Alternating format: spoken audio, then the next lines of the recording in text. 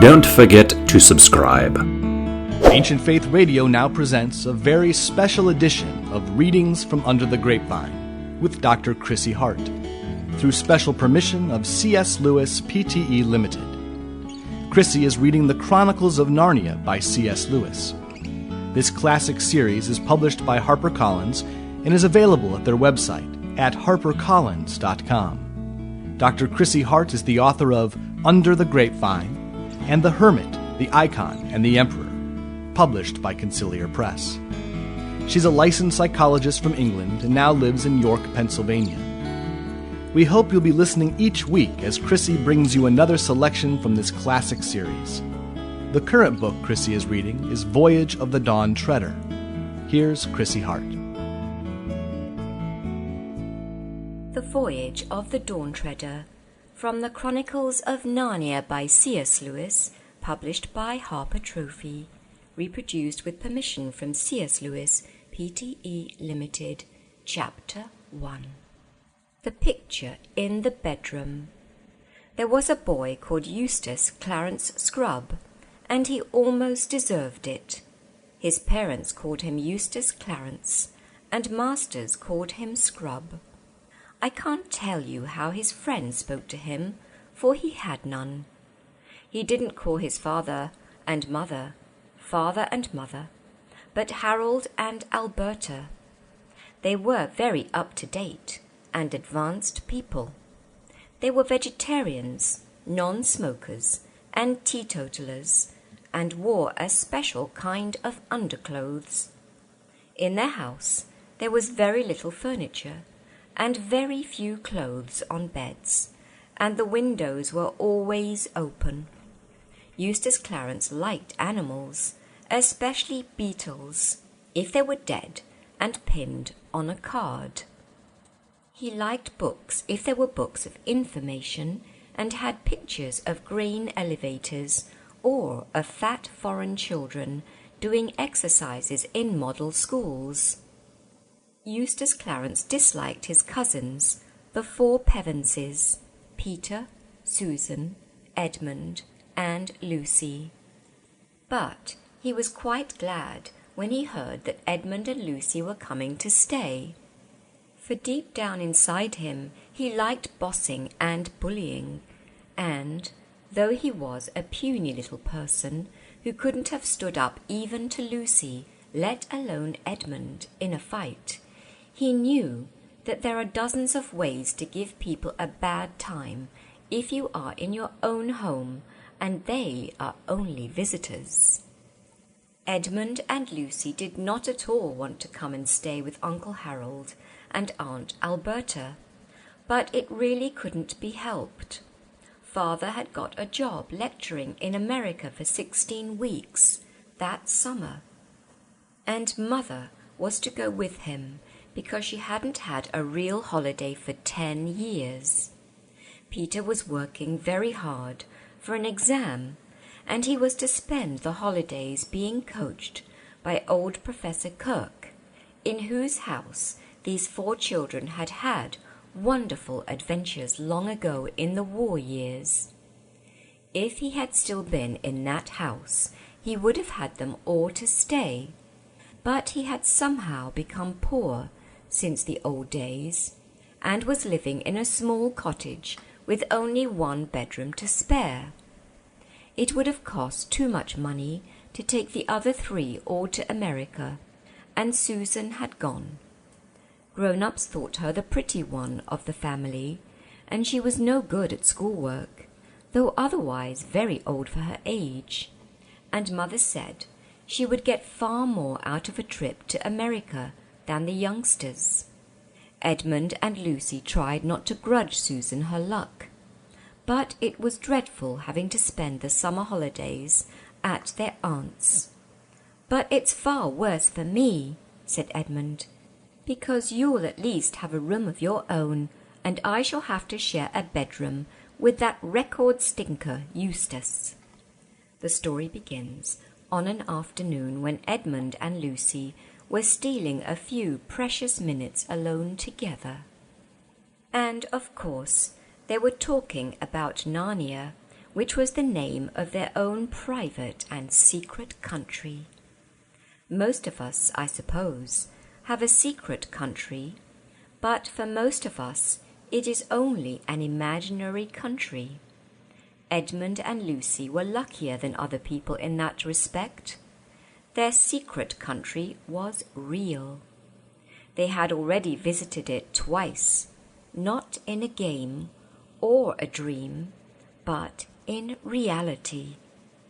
They had got there, of course, by magic, which is the only way of getting to Narnia, and a promise, or very nearly a promise, had been made them in Narnia itself, that they would some day get back. You may imagine that they talked about it a good deal when they got the chance. They were in Lucy's room, sitting on the edge of her bed and looking at a picture on the opposite wall. It was the only picture in the house that they liked. Aunt Alberta didn't like it at all. That was why it was put away in the little back room upstairs. But she couldn't get rid of it, because it had been a wedding present from someone she did not want to offend. It was a picture of a ship sailing straight toward you. Her prow was gilded and shaped like the head of a dragon, with wide open mouth. She had only one mast and one large square sail, which was a rich purple. The sides of the ship, what you could see of them, where the gilded wings of the dragon ended, were green. She had just run up to the top of one glorious blue wave, and the nearer slope of that wave came down toward you, with streaks and bubbles in it. She was obviously running fast before a gay wind, listing over a little on her port side. By the way, if you are going to read the story at all, and if you don't know already, you had better get it into your head that the left of a ship, when you are looking ahead, is port, and the right is starboard. All the sunlight fell on her from that side, and the water on that side was full of greens and purples. On the other, it was darker blue from the shadow of the ship. "The question is," said Edmund, "whether it doesn't make things worse looking at a Narnian ship when you can't get there." "Even looking is better than nothing," said Lucy, "and she is such a very Narnian ship." "Still playing your old game," said Eustace Clarence, who had been listening outside the door, and now came grinning into the room. Last year, when he had been staying with the Pevenses, he had managed to hear them all talking of Narnia, and he loved teasing them about it. He thought, of course, that they were making it all up, and as he was far too stupid to make anything up himself, he did not approve of that. "You're not wanted here," said Edmund curtly. "I'm trying to think of a limerick," said Eustace. "Something like this. Some kids who played games about Narnia got gradually balmier and balmier." "Well, Narnia and Balmier don't rhyme, to begin with," said Lucy. "It's an assonance," said Eustace. "Don't ask him what an assy thingamy is," said Edmund. "He's only longing to be asked. Say nothing, and perhaps he'll go away." Most boys, on meeting a reception like this, would either have cleared out or flared up. Eustace did neither. He just hung about grinning, and presently began talking again. "Do you like that picture?" he asked. "For heaven's sake, don't let him get started about art and all that," said Edmund hurriedly. But Lucy, who was very truthful, had already said, "Yes, I do. I like it very much." "It's a rotten picture," said Eustace. "You won't see it if you step outside," said Edmund. "Why do you like it?" said Eustace to Lucy. "Well, "For one thing," said Lucy, "I like it because the ship looks as if it was really moving, and the water looks as if it was really wet, and the waves look as if they were really going up and down." Of course, Eustace knew lots of answers to this, but he didn't say anything. The reason was that at that very moment he looked at the waves and saw that they did look very much indeed as if they were going up and down. He had only once been in a ship, and then only as far as the Isle of Wight, and had been horribly seasick. The look of the waves in the picture made him feel sick again.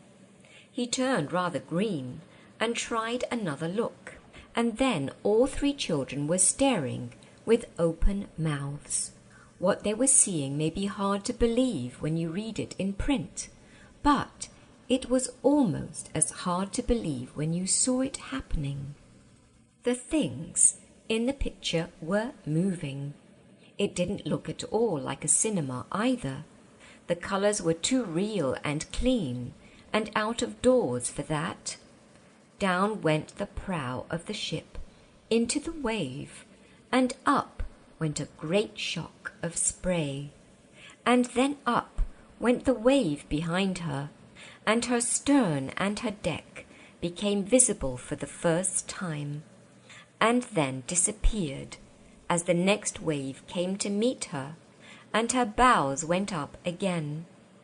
At the same moment, an exercise book, which had been lying beside Edmund on the bed, flapped, rose and sailed through the air to the wall behind him, and Lucy felt all her hair whipping round her face as it does on a windy day. And this was a windy day, but the wind was blowing out of the picture toward them.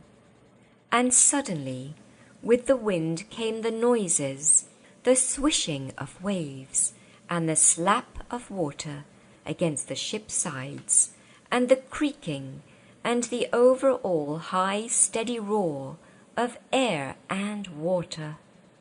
But it was the smell, the wild, briny smell, which really convinced Lucy that she was not dreaming. "Stop it!" came Eustace's voice, squeaky with fright and bad temper. "It's some silly trick you two are playing. Stop it! I'll tell Alberta. Ow!" The other two were much more accustomed to adventures, but just exactly as Eustace Clarence said "ow," they both said "ow" too. The reason was that a great cold, salt splash had broken right out of the frame, and they were breathless from the smack of it, besides being wet through. "I'll smash the rotten thing!" cried Eustace. And then several things happened at the same time. Eustace rushed toward the picture. Edmund, who knew something about magic, sprang after him, warning him to look out and not to be a fool. Lucy grabbed at him from the other side and was dragged forward. And by this time, either they had grown much smaller, or the picture had grown bigger. Eustace jumped to try to pull it off the wall, and found himself standing on the frame. In front of him was not glass, but real sea, and wind, and waves rushing up to the frame as they might to a rock. He lost his head and clutched at the other two who had jumped up beside him. There was a second of struggling and shouting, and just as they thought they had got their balance, a great blue roller surged up round them, swept them off their feet, and drew them down into the sea. Eustace's despairing cry suddenly ended as the water got into his mouth. Lucy thanked her stars that she had worked hard at her swimming last summer term. It is true that she would have got on much better if she had used a slower stroke, and also that the water felt a great deal colder than it had looked. while it was only a picture. Still, she kept her head and kicked her shoes off, as everyone ought to do who falls into deep water in their clothes. She even kept her mouth shut and her eyes open. They were still quite near the ship. She saw its green side towering high above them, and people looking at her from the deck. Then, as one might have expected, Eustace clutched at her in a panic, and down they both went. When they came up again, she saw a white figure diving off the ship's side. Edmund was close beside her now, treading water, and had caught the arms of the howling Eustace. Then someone else, whose face was vaguely familiar, slipped an arm under her from the other side. There was a lot of shouting going on from the ship, heads crowding together above the bulwarks, ropes being thrown. Edmund and the stranger were fastening ropes round her. After that followed what seemed a very long delay, during which her face got blue and her teeth began chattering. In reality, the delay was not very long. They were waiting till the moment when she could be got on board the ship without being dashed against its side. Even with all their best endeavours, she had a bruised knee when she finally stood, dripping and shivering, on the deck. After her, Edmund was heaved up. And then the miserable Eustace. Last of all came the stranger, a golden-headed boy, some years older than herself. Caspian! Gasped Lucy, as soon as she had breath enough. For Caspian it was. Caspian, the boy king of Narnia, whom they had helped to set on the throne during their last visit. Immediately Edmund recognized him too. All three shook hands and clapped one another on the back with great delight. "But who is your friend?" said Caspian almost at once, turning to Eustace with his cheerful smile. But Eustace was crying much harder than any boy of his age has a right to cry when nothing worse than a wetting has happened to him, and would only yell out, "Let me go! Let me go back! I don't like it!" "Let you go?" said Caspian. "But where?" Eustace rushed to the ship's side, as if he expected to see the picture frame hanging above the sea, and perhaps a glimpse of Lucy's bedroom. What he saw was blue waves flecked with foam, and paler blue sky, both spreading without a break to the horizon. Perhaps we can hardly blame him if his heart sank. He was promptly sick. "Hey, Rhine-elf," said Caspian to one of the sailors, "bring spiced wine for their majesties. You'll need something to warm you after that dip." He called Edmund and Lucy their majesties because they and Peter and Susan had all been kings and queens of Narnia long before his time. Narnian time flows differently from ours. If you spent 100 years in Narnia, you would still come back to our world at the very same hour, of the very same day on which you left. And then, if you went back to Narnia after spending a week here, you might find that 1,000 Narnian years had passed, or only a day, or no time at all. You never know till you get there. Consequently, when the Pevensey children had returned to Narnia last time for their second visit, it was, for the Narnians, as if King Arthur came back to Britain, as some people say he will, and I say the sooner the better. Rhine-elf returned with the spiced wine, steaming in a flagon and 4 silver cups. It was just what one wanted, and as Lucy and Edmund sipped it, they could feel the warmth going right down to their toes. But Eustace made faces and spluttered and spat it out, and was sick again. and asked if they hadn't any Plumtree's vitaminized nerve food, and could it be made with distilled water, and anyway he insisted on being put ashore at the next station. "This is a merry shipmate you've brought us, brother," whispered Caspian to Edmund, with a chuckle. But before he could say anything more, Eustace burst out again. "Oh, what on earth's that? Take it away, the horrid thing!" He really had some excuse this time for feeling a little surprised. Something very curious indeed had come out of the cabin in the poop and was slowly approaching them. You might call it, and indeed it was, a mouse. But then it was a mouse on its hind legs and stood about 2 feet high. A thin band of gold passed round its head, under one ear, and over the other, and in this was stuck a long crimson feather. As the mouse's fur was very dark, almost black, the effect was bold and striking. Its left paw rested on the hilt of a sword, very nearly as long as its tail. Its balance, as it paced gravely along the swaying deck, was perfect, and its manners courtly. Lucy and Edmund recognized it at once.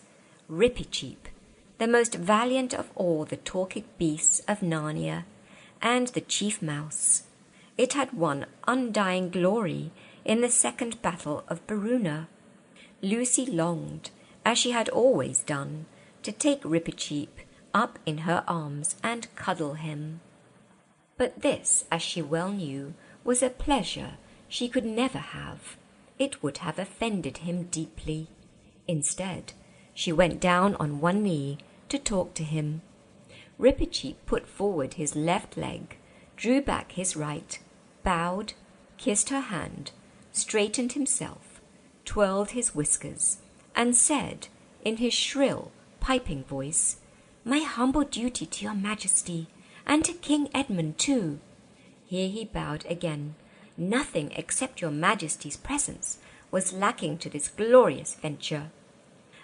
"Take it away," wailed Eustace. "I hate mice, and I never could bear performing animals.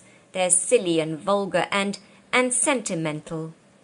"Am I to understand," said Rippy-Cheep to Lucy after a long stare at Eustace, "that this singularly discourteous person is under your Majesty's protection?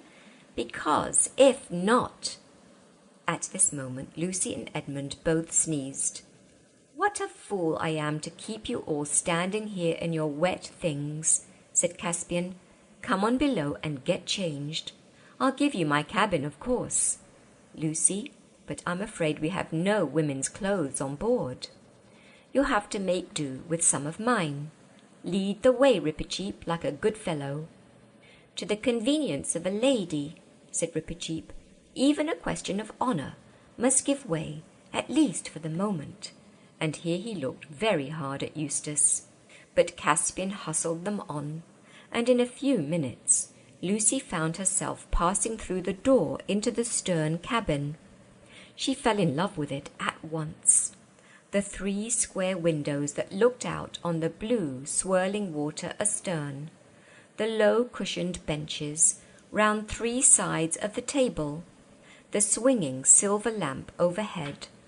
Dwarf's work, she knew at once, by its exquisite delicacy, and the flat, gold image of Aslan the lion on the forward wall above the door. All this she took in a flash, for Caspian immediately opened a door on the starboard side and said, "This'll be your room, Lucy. I'll just get some dry things for myself." He was rummaging in one of the lockers while he spoke, "and then leave you to change. If you'll fling your wet things outside the door, I'll get them taken to the galley to be dried." Lucy found herself as much at home as if she had been in Caspian's cabin for weeks, and the motion of the ship did not worry her, for in the old days, when she had been a queen in Narnia, she had done a good deal of voyaging. The cabin was very tiny, but bright with painted panels. all birds and beasts and crimson dragons and vines, and spotlessly clean. Caspian's clothes were too big for her, but she could manage. His shoes, sandals, and sea boots were hopelessly big, but she did not mind going barefoot on board ship. When she had finished dressing, she looked out of her window at the water rushing past and took a long, deep breath. She felt quite sure they were in for a lovely time. To be continued next week. You have been listening to The Voyage of the Dawn Treader from the Chronicles of Narnia by C.S. Lewis, published by Harper Trophy, reproduced with permission from C.S. Lewis, Pte. Limited on Ancient Faith Radio. And that was Dr. Chrissy Hart with a special edition of Readings from Under the Grapevine. The Chronicles of Narnia, written by C.S. Lewis, published by HarperCollins, and read by permission of C.S. Lewis, Pte. Limited. Be listening each week as Dr. Chrissy Hart brings us another exciting chapter from the Chronicles of Narnia. This is a listener-supported presentation of Ancient Faith Radio, on the web at ancientfaith.com.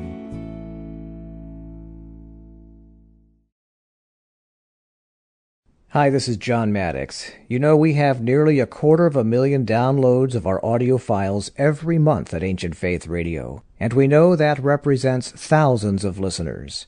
If just a small percentage of you who download our podcasts would give even $10, $15, or $20, you just can't imagine the impact that would have. If you are a regular listener to Ancient Faith Radio and have not yet supported us, please consider doing so today. Go to ancientfaith.com and click on Donate Online. Thank you.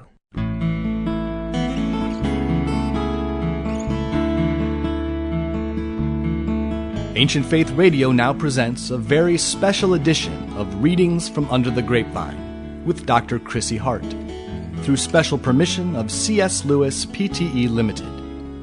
Chrissy is reading The Chronicles of Narnia by C.S. Lewis. This classic series is published by HarperCollins and is available at their website at harpercollins.com. Dr. Chrissy Hart is the author of Under the Grapevine and The Hermit, the Icon, and the Emperor, published by Conciliar Press.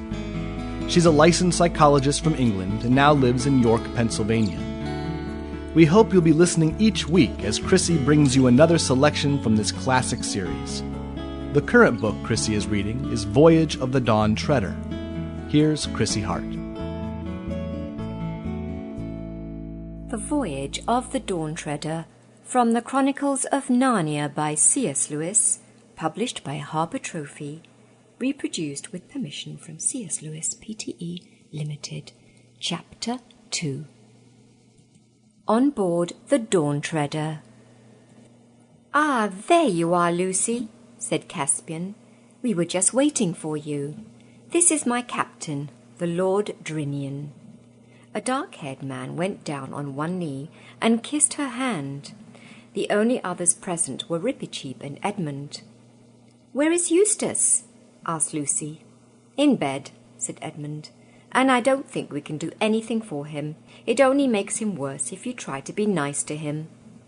"Meanwhile," said Caspian, "we want to talk." "By Jove, we do," said Edmund. "And first, about time. It's a year ago by our time since we left you just before your coronation. How long has it been in Narnia?" "Exactly 3 years," said Caspian. "All going well?" asked Edmund. "You don't suppose I'd have left my kingdom and put to sea unless all was well," answered the king. "It couldn't be better. There's no trouble at all now between Telmarine's dwarfs, talking beasts, fauns, and the rest. And we gave those troublesome giants on the frontier such a good beating last summer that they pay us tribute now. And I had an excellent person to leave as regent while I'm away, Trumpkin the dwarf. You remember him?" "Dear Trumpkin," said Lucy. "Of course I do. You couldn't have made a better choice. Loyal as a badger, ma'am, and valiant as a mouse," said Drinian. He had been going to say as a lion, but had noticed Rippercheap's eyes fixed on him. "And where are we heading for?" asked Edmund. "Well," said Caspian, "that's rather a long story. Perhaps you remember that when I was a child, my usurping uncle Miraz got rid of 7 friends of my father's who might have taken my part, by sending them off to explore the unknown eastern seas beyond the lone islands." "Yes," said Lucy, "and none of them ever came back." "Right. Well, on my coronation day, with Aslan's approval, I swore an oath that, if once I established peace in Narnia, I would sail east myself for a year and a day to find my father's friends, or to learn of their deaths, and avenge them if I could. These were their names: the Lord Revilian, the Lord Byrne, the Lord Argos, the Lord Mavramorn, the Lord Octesian, the Lord Restimar, and, oh, that other one who's so hard to remember." "The Lord Roop, sire," said Drinian. "Roop, of course," said Caspian. "That is my main intention. But Rippercheap here has an even higher hope." Everyone's eyes turned to the mouse. "As high as my spirit," it said, "though perhaps as small as my stature. Why should we not come to the very eastern end of the world?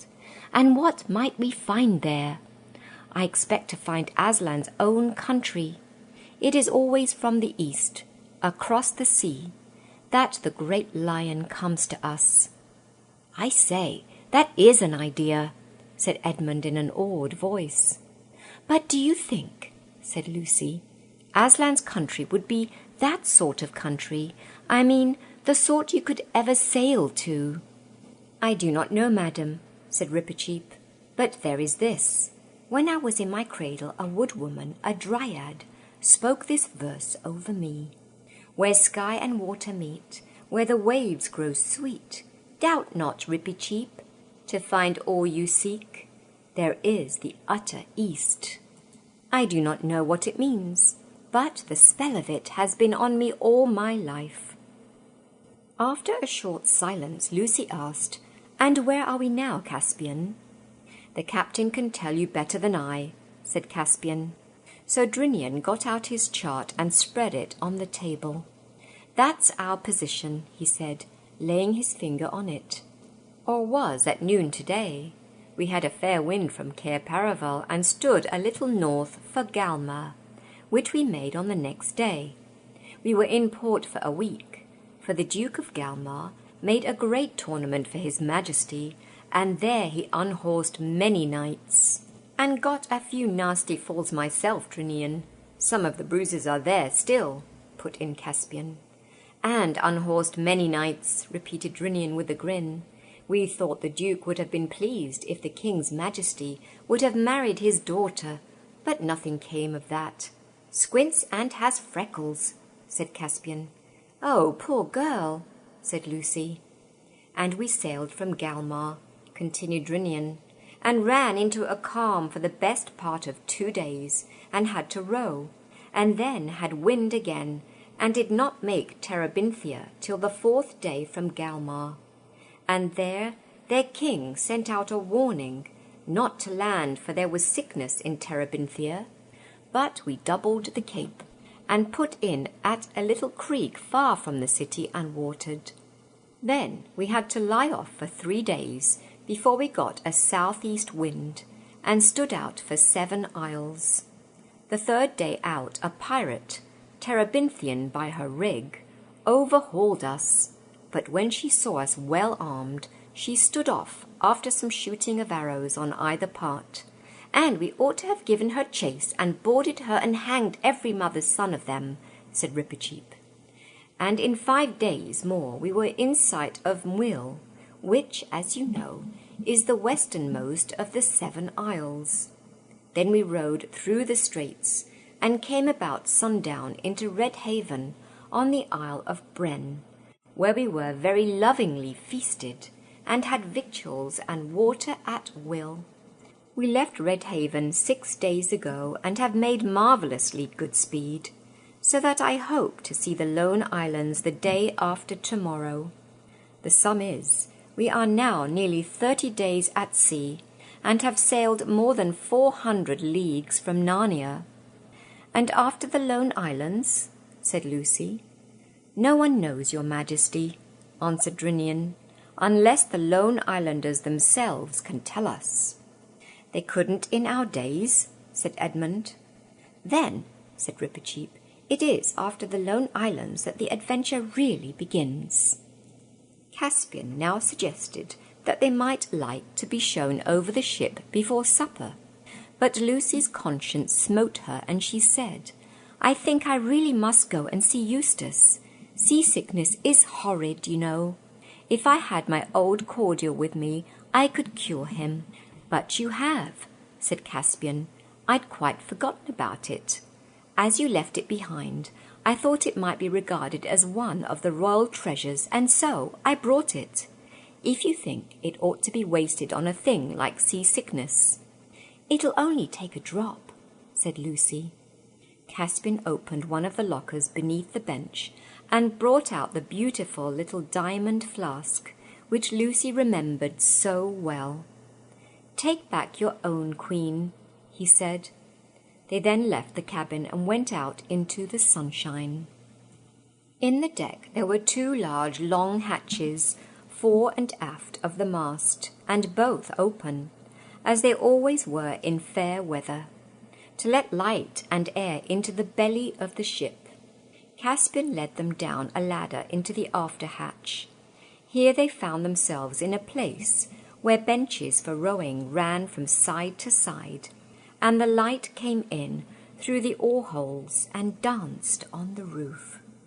Of course, Caspian's ship was not that horrible thing, a galley rowed by slaves.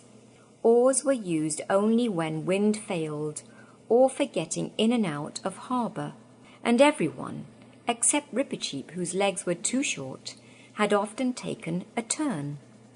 At each side of the ship, the space under the benches was left clear for the rowers' feet, but all down the centre there was a kind of pit which went down to the very keel, and this was filled with all kinds of things, sacks of flour, casks of water and beer, barrels of pork, jars of honey, skin bottles of wine, apples, nuts, cheeses, biscuits, turnips, sides of bacon.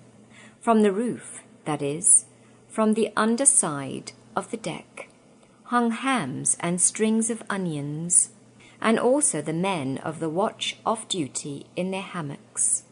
Caspian led them aft, stepping from bench to bench. At least, it was stepping for him, and something between a step and a jump for Lucy, and a real long jump for Rippercheap. In this way, they came to a partition with a door in it. Caspian opened the door and led them into a cabin which filled the stern underneath the deck cabins in the poop. It was, of course, not so nice. It was very low, and the sides sloped together as they went down, so that there was hardly any floor. And though it had windows of thick glass, they were not made to open, because they were under water. In fact, at this very moment, as the ship pitched, they were alternately golden with sunlight and dim green with the sea. You and I must lodge here, Edmund, said Caspian. We'll leave your kinsman the bunk, and sling hammocks for ourselves. I beseech your majesty, said Drinian. No, no, shipmate, said Caspian. We have argued all that out already. You and Rince was the mate, are sailing the ship, and will have cares and labours many a night, when we are singing catches or telling stories. So you and he must have the port cabin above. King Edmund and I can lie very snug here below. But how is the stranger?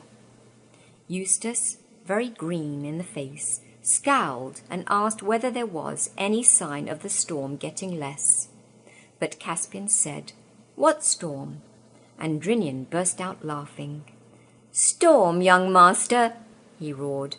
"This is as fair weather as a man could ask for." "Who's that?" said Eustace irritably. "Send him away. His voice goes through my head."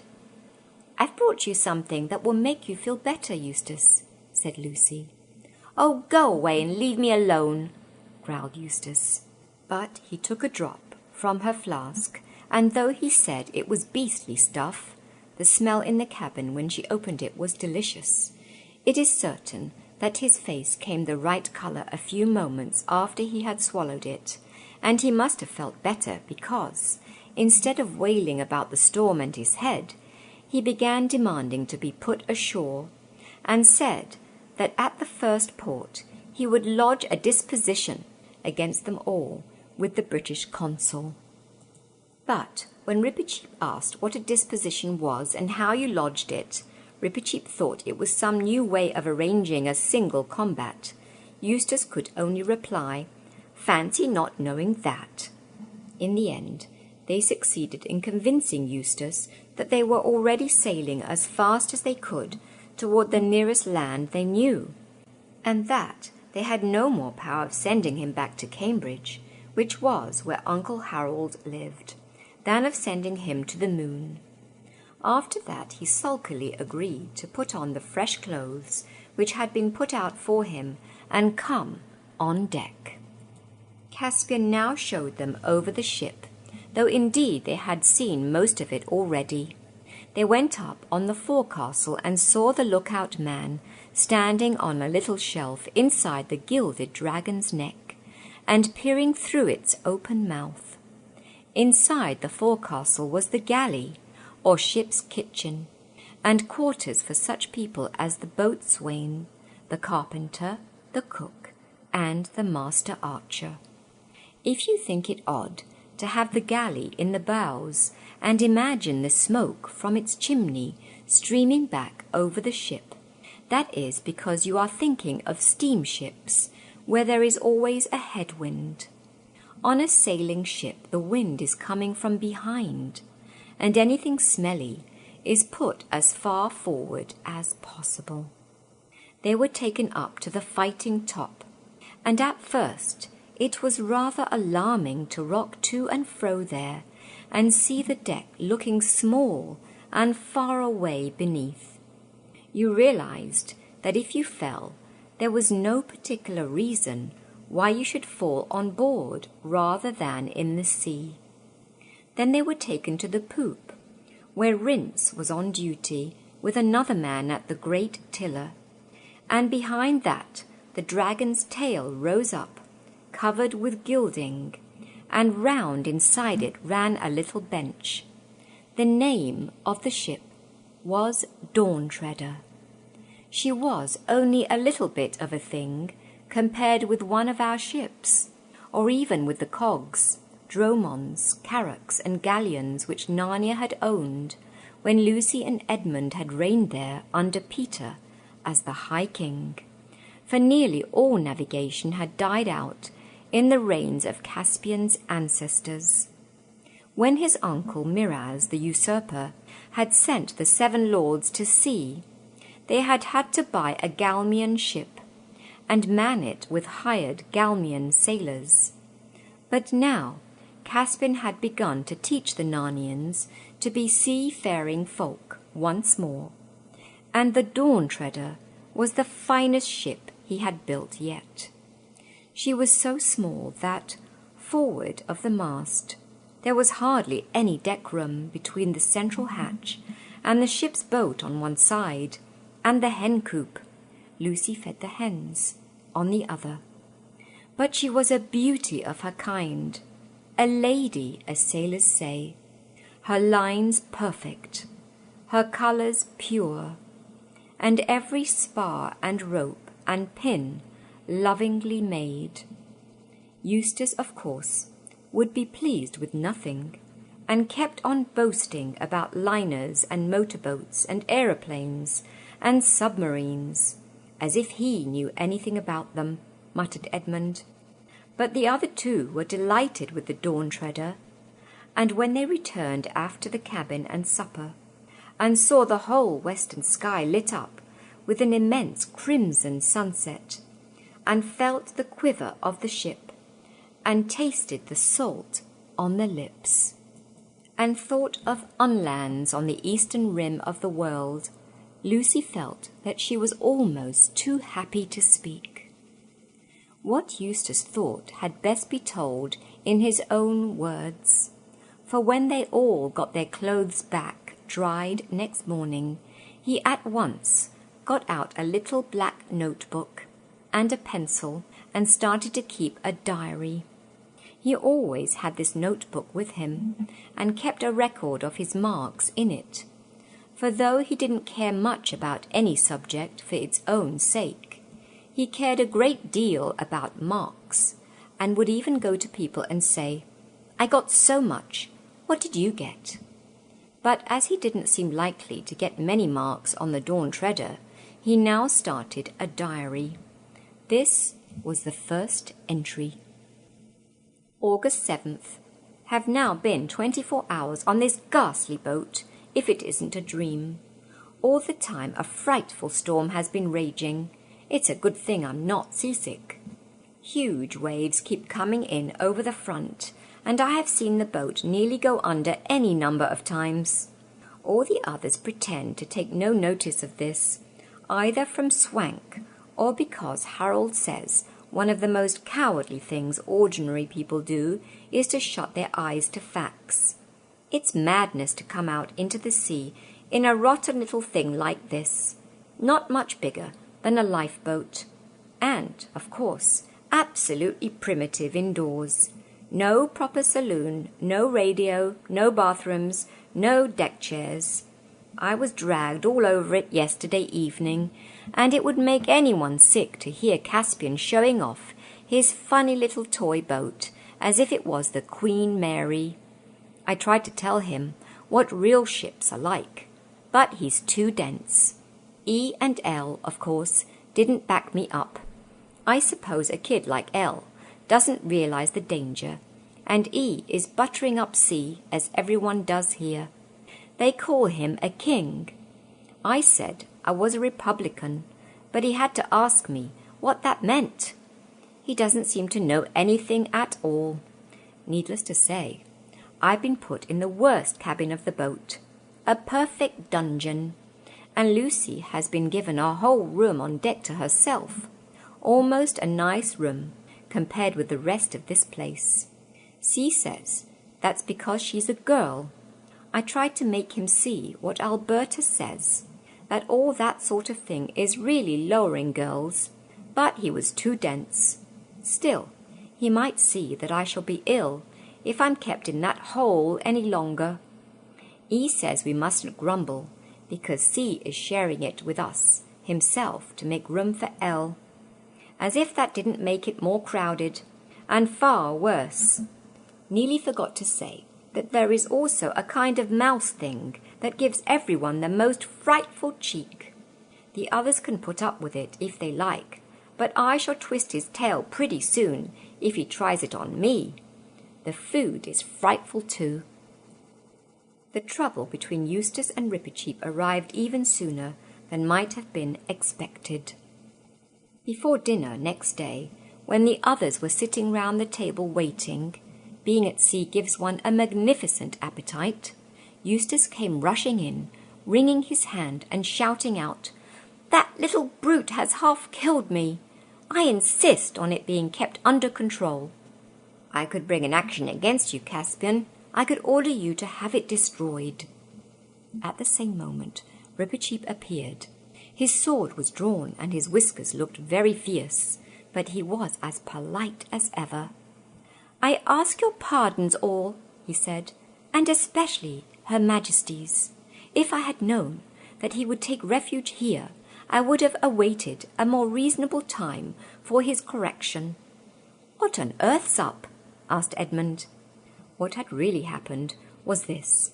Rippercheap, who never felt that the ship was getting on fast enough, loved to sit on the bulwarks far forward, just beside the Dragon's Head, gazing out at the eastern horizon and singing softly in his little chirruping voice the song the Dryad had made for him. He never held on to anything. However, the ship pitched, and kept his balance with perfect ease. Perhaps his long tail, hanging down to the deck inside the bulwarks, made this easier. Everyone on board was familiar with this habit, and the sailors liked it, because when one was on lookout duty, it gave one somebody to talk to.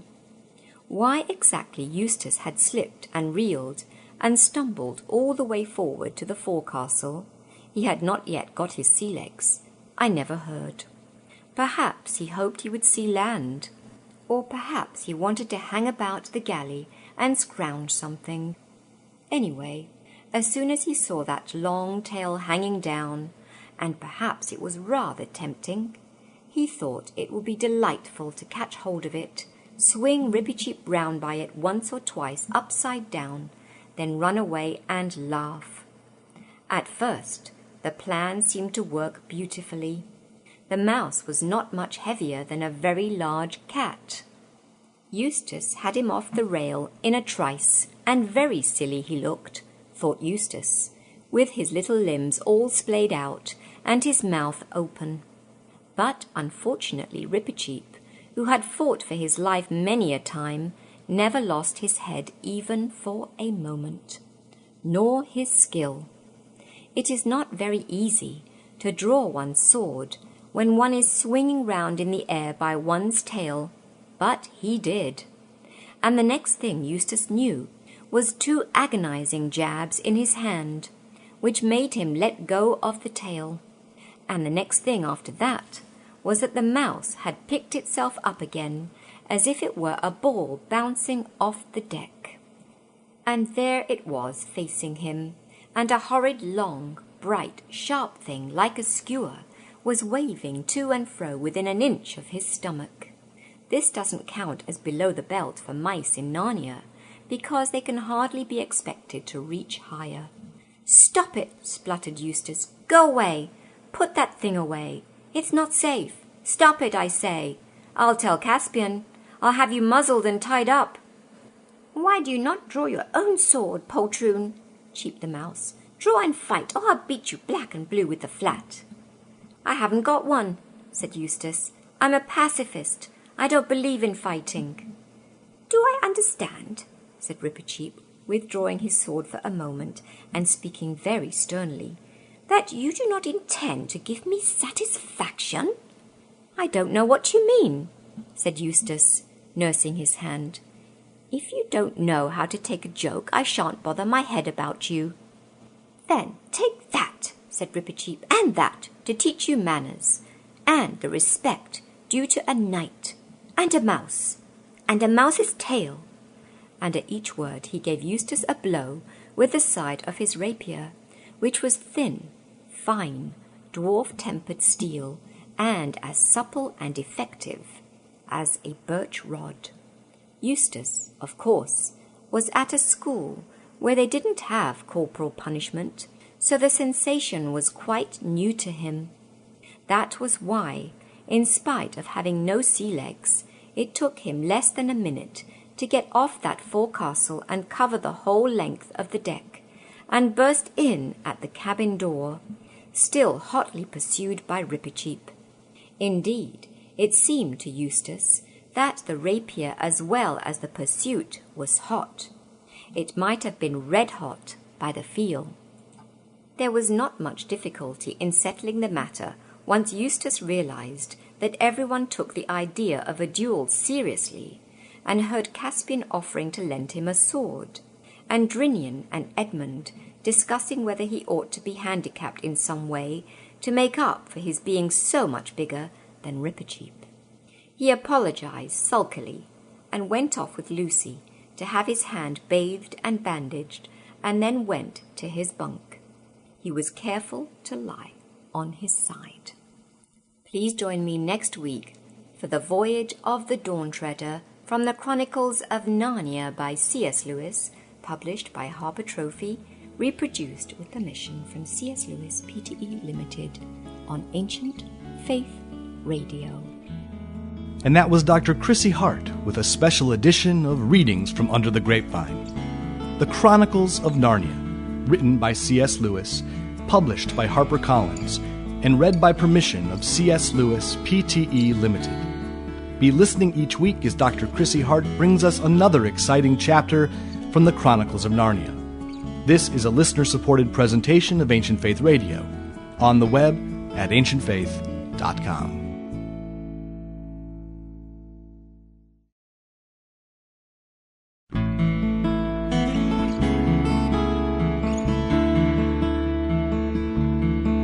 Ancient Faith Radio now presents a very special edition of Readings from Under the Grapevine with Dr. Chrissy Hart, through special permission of C.S. Lewis, Pte. Limited.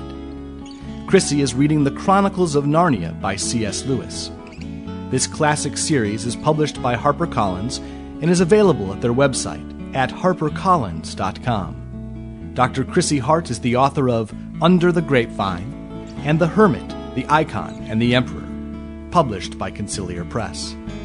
She's a licensed psychologist from England and now lives in York, Pennsylvania. We hope you'll be listening each week as Chrissy brings you another selection from this classic series. The current book Chrissy is reading is Voyage of the Dawn Treader. Here's Chrissy Hart. The Voyage of the Dawn Treader, from the Chronicles of Narnia by C.S. Lewis, published by Harper Trophy, reproduced with permission from C.S. Lewis, Pte. Limited, Chapter 3. The Lone Islands. "Land in sight!"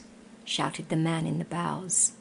Lucy, who had been talking to Rince on the poop, came pattering down the ladder and raced forward.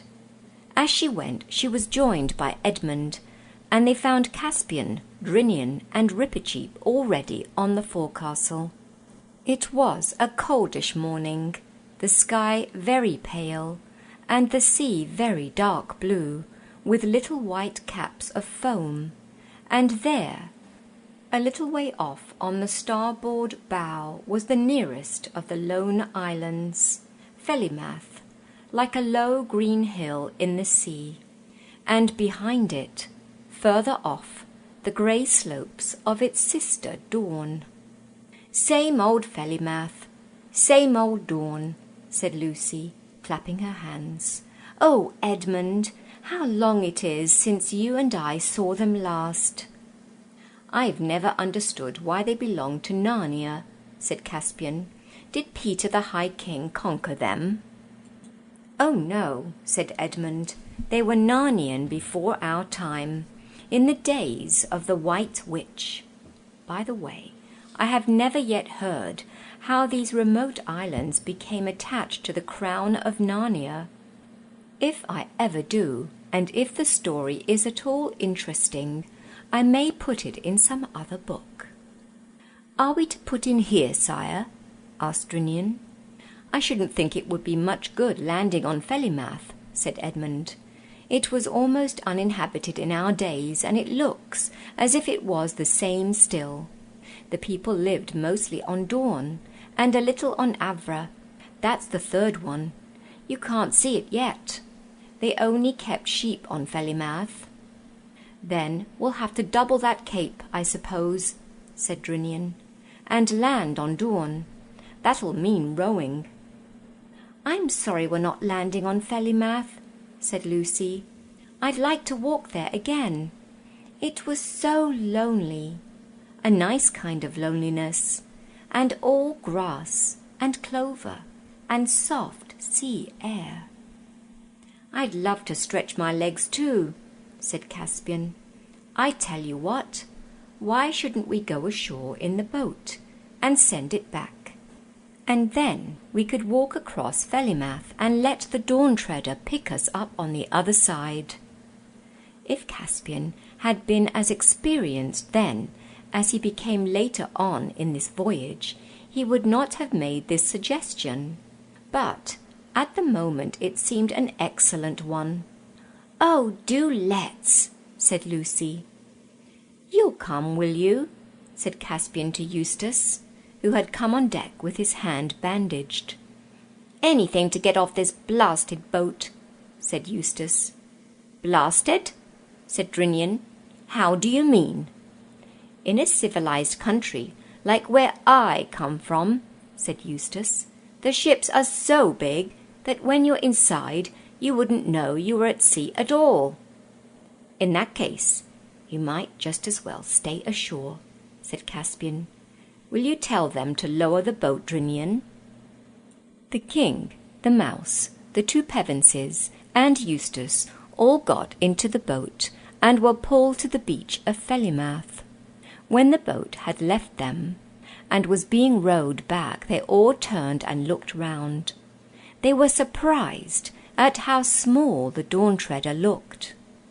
Lucy was, of course, barefoot, having kicked off her shoes while swimming, but that is no hardship if one is going to walk on downy turf.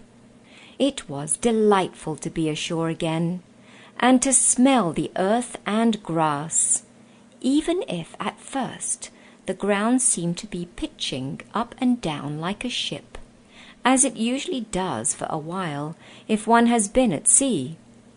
It was much warmer here than it had been on board, and Lucy found the sand pleasant to her feet as they crossed it. There was a lark singing. They struck inland and up a fairly steep, though low, hill. At the top, of course, they looked back, and there was the Dawn-treader, shining like a great bright insect, and crawling slowly north-westward with her oars. Then they went over the ridge and could see her no longer. Dawn now lay before them, divided from Fellimath by a channel about a mile wide. Behind it and to the left lay Avra. The little white town of Narrow Haven on Dawn was easily seen. "Hello, what's this?" said Edmund suddenly. In the green valley to which they were descending, 6 or 7 rough-looking men, all armed, were sitting by a tree. "Don't tell them who we are," said Caspian. "And pray, your Majesty, why not?" said Rippercheap, who had consented to ride on Lucy's shoulder. "It just occurred to me," replied Caspian, "that no one here can have heard from Narnia for a long time. It's just possible they may not still acknowledge our overlordship, in which case it might not be quite safe to be known as the king." "We have our swords, sire," said Rippercheap. "Yes, Reep, I know we have," said Caspian, "but if it is a question of reconquering the 3 islands, I'd prefer to come back with a rather larger army." By this time they were quite close to the strangers, one of whom, a big, black-haired fellow, shouted out, "A good morning to you." "And a good morning to you," said Caspian. "Is there still a governor of the Lone Islands?" "To be sure there is," said the man, "Governor Gumpus. His sufficiency is at Narrow Haven, but you'll stay and drink with us." Caspian thanked him, though neither he nor the others much liked the look of their new acquaintance, and all of them sat down.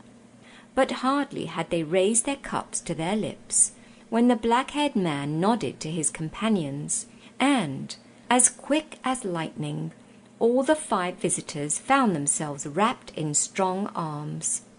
There was a moment's struggle, but all the advantages were on one side, and soon everyone was disarmed and had their hands tied behind their backs, except Rippercheap, writhing in his captor's grip and biting furiously. "Careful with that beast, Tax," said the leader. "Don't damage him. He'll fetch the best price of the lot, I shouldn't wonder." "Coward! Poltroon!" squeaked Rippercheap. "Give me my sword and free my paws if you dare." "Phew!" whistled the slave merchant, for that is what he was. "It can talk! Well, I never did. Blowed if I take less than 200 crescents for him." The Cullerman crescent, which is the chief coin in those parts, is worth about 1/3 of a pound. "So that's what you are," said Caspian, "a kidnapper and slaver. I hope you're proud of it." Now, said the slaver. Don't you start any jaw. The easier you take it, the pleasanter all round, see? I don't do this for fun. I've got my living to make, same as anyone else. Where will you take us? Asked Lucy, getting the words out with some difficulty. Over to Narrowhaven, said the slaver, for market day tomorrow. Is there a British consul there? Asked Eustace. Is there a witch? Said the man. But long before Eustace was tired of trying to explain, the slaver simply said, Well, I've had enough of this jabber. The mouse is a fair treat, but this one would talk the hind leg off a donkey. Off we go, mates. Then the 4 human prisoners were roped together, not cruelly, but securely, and made to march down to the shore. Rippercheap was carried.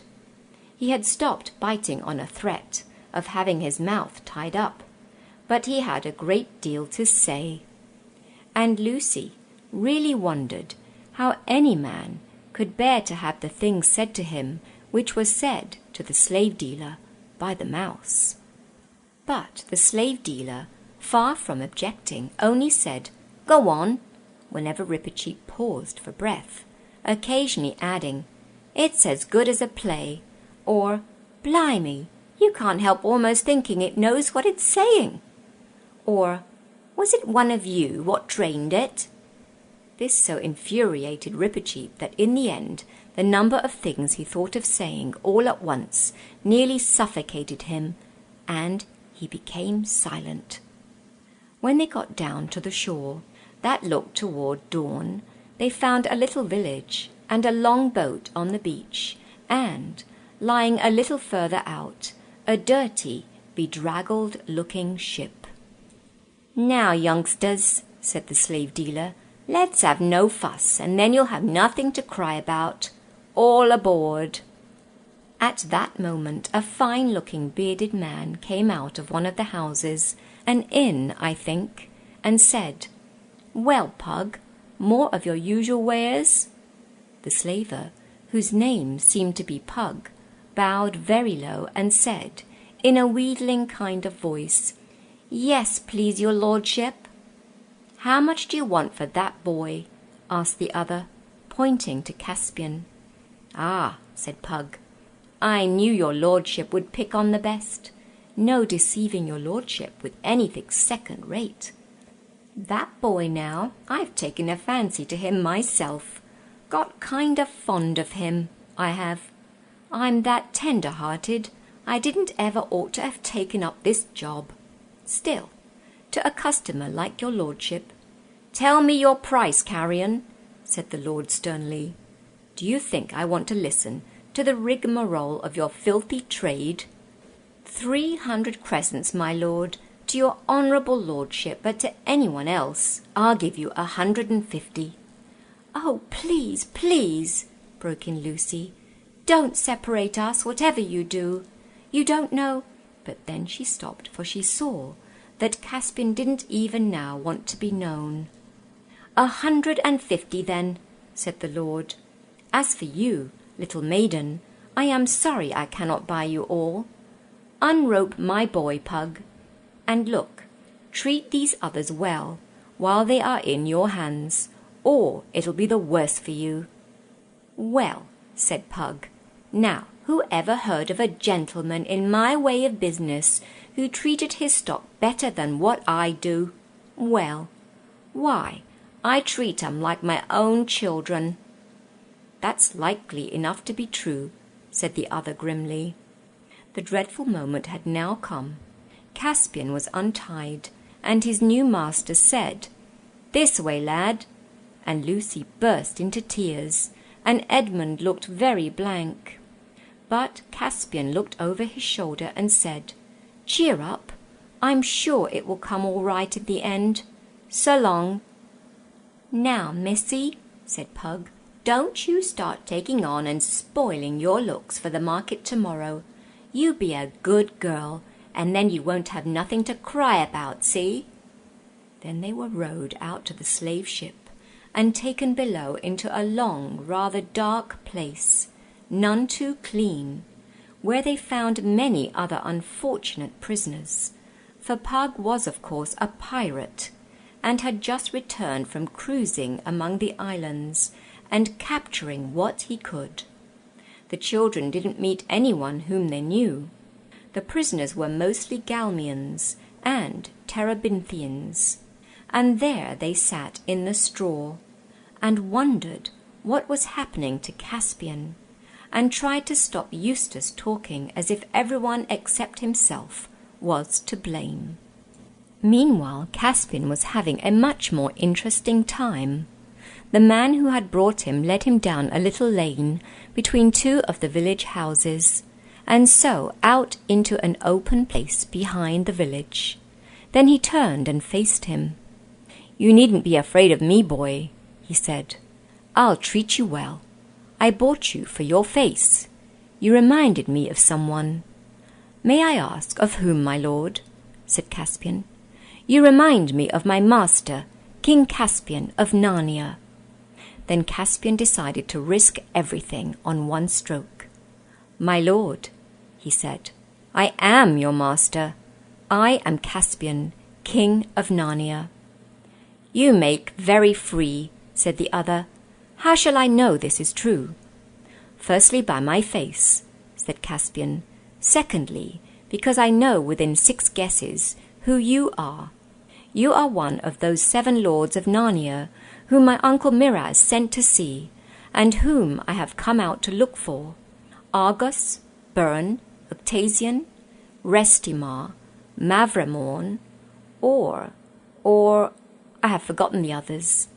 And finally, if your lordship will give me a sword, I will prove on any man's body, in clean battle, that I am Caspian, the son of Caspian, lawful king of Narnia, lord of Cair Paravel, and emperor of the Lone Islands." "By heaven!" exclaimed the man. "It is his father's very voice and trick of speech. My liege, your majesty!" And there, in the field, he knelt and kissed the king's hand. "The moneys your lordship disbursed for our person will be made good from our own treasury," said Caspian. "They're not in Pug's purse yet, sire," said the Lord Byrne, for he it was. "And never will be, I trust. I have moved his sufficiency, the governor, 100 times to crush this vile traffic in man's flesh." "My Lord Byrne," said Caspian, "we must talk of the state of these islands. But first, what is your lordship's own story?" "Short enough, sire," said Byrne. "I came thus far with my 6 fellows, loved a girl of the islands, and felt I had had enough of the sea. And there was no purpose in returning to Narnia while your majesty's uncle held the reins. So I married, and have lived here ever since." "And what is this governor, this Gumpus, like? Does he still acknowledge the king of Narnia for his lord?" "In words, yes. All is done in the king's name. But he would not be best pleased to find a real, live king of Narnia coming in upon him. And if your majesty came before him alone and unarmed, well, he would not deny his allegiance, but he would pretend to disbelieve you. Your grace's life would be in danger." "What following has your majesty in these waters?" "There is my ship just rounding the point," said Caspian. "We are about 30 swords if it came to fighting. Shall we not have my ship in, and fall upon Pug and free my friends, whom he holds captive?" "Not by my counsel," said Byrne. "As soon as there was a fight, 2 or 3 ships would put out from Narrow Haven to rescue Pug. Your majesty must work by a show of more power than you really have, and by the terror of the king's name. It must not come to plain battle. Gumpus is a chicken-hearted man, and can be overawed." After a little more conversation, Caspian and Byrne walked down to the coast a little west of the village, and there Caspian winded his horn. This was not the great magic horn of Narnia, Queen Susan's horn. He had left that at home for his regent Trumpkin, to use if any great need fell upon the land in the king's absence. Drinian, who was on the lookout for a signal, recognized the royal horn at once, and the Dawn Treader began standing in to shore. Then the boat put off again, and in a few moments Caspian and the Lord Byrne were on deck, explaining the situation to Drinian.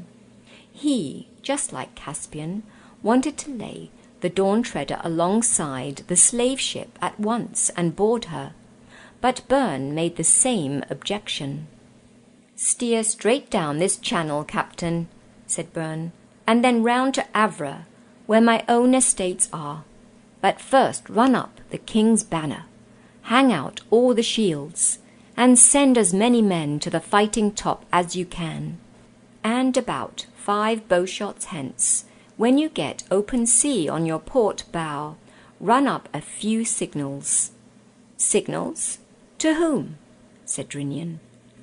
"Why, to all the other ships we haven't got, but which, it might be well, that Gumpus thinks we have." "Oh, I see," said Drinian, rubbing his hands. "And they'll read our signals. What shall I say? Whole fleet round the south of Avra, and assemble at—" "Burnstead," said the Lord Byrne. "That'll do excellently. Their whole journey, if there were any ships, would be out of sight from Narrow Haven." Caspian was sorry for the others languishing in the hold of Pug's slave ship, but he could not help finding the rest of that day enjoyable. Late in the afternoon, for they had to do all by oar, having turned to starboard round the northeast end of Dawn, and port again round the point of Avra, they entered into a good harbour on Avra's southern shore, where Byrne's pleasant land sloped down to the water's edge. Byrne's people, many of whom they saw working in the fields, were all free men, and it was a happy and prosperous fief. Here they all went ashore, and were royally feasted in a low, pillared house overlooking the bay. Byrne and his gracious wife and merry daughters made them good cheer. But after dark, Byrne sent a messenger over by boat to Dawn to order some preparations. He did not say exactly what, for the following day. To be continued. You have been listening to The Voyage of the Dawn Treader from the Chronicles of Narnia by C.S. Lewis, published by Harper Trophy, reproduced with permission from C.S. Lewis, Pte. Limited, on Ancient Faith Radio. And that was Dr. Chrissy Hart with a special edition of Readings from Under the Grapevine. The Chronicles of Narnia, written by C.S. Lewis, published by HarperCollins, and read by permission of C.S. Lewis, Pte. Limited. Be listening each week as Dr. Chrissy Hart brings us another exciting chapter from the Chronicles of Narnia. This is a listener-supported presentation of Ancient Faith Radio, on the web at ancientfaith.com.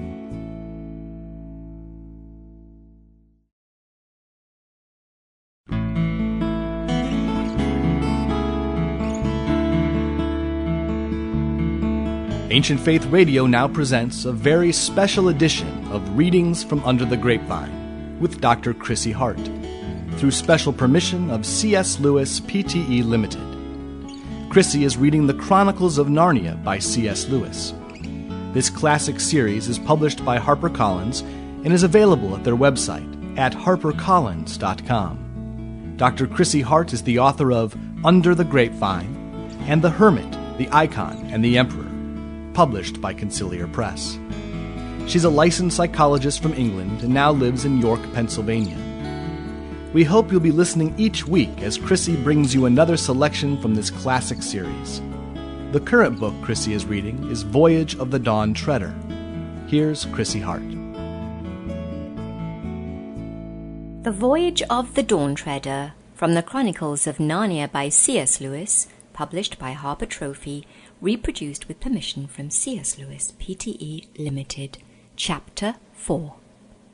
What Caspian Did There. Next morning the Lord Byrne called his guests early, and after breakfast he asked Caspian to order every man he had into full armour. "And above all," he added, "let everything be as trim and scoured as if it were the morning of the first battle in a great war between noble kings with all the world looking on." This was done, and then in 3 boatloads Caspian and his people, and Byrne, with a few of his, put out for Narrow Haven. The king's flag flew in the stern of his boat, and his trumpeter was with him. When they reached the jetty at Narrow Haven, Caspian found a considerable crowd assembled to meet them. "This is what I sent word about last night," said Byrne. "They are all friends of mine and honest people." And as soon as Caspian stepped ashore, the crowd broke out into hurrahs and shouts of "Narnia! Narnia! Long live the king!" At the same moment, and this was also due to Byrne's messengers, bells began ringing from many parts of the town. Then Caspian caused his banner to be advanced, and his trumpet to be blown, and every man drew his sword, and set his face into a joyful sternness, and they marched up the street, so that the street shook, and their armour shone, for it was a sunny morning, so that one could hardly look at it steadily. At first, the only people who cheered were those who had been warned by Byrne's messenger, and knew what was happening, and wanted it to happen. But then all the children joined in, because they liked a procession, and had seen very few.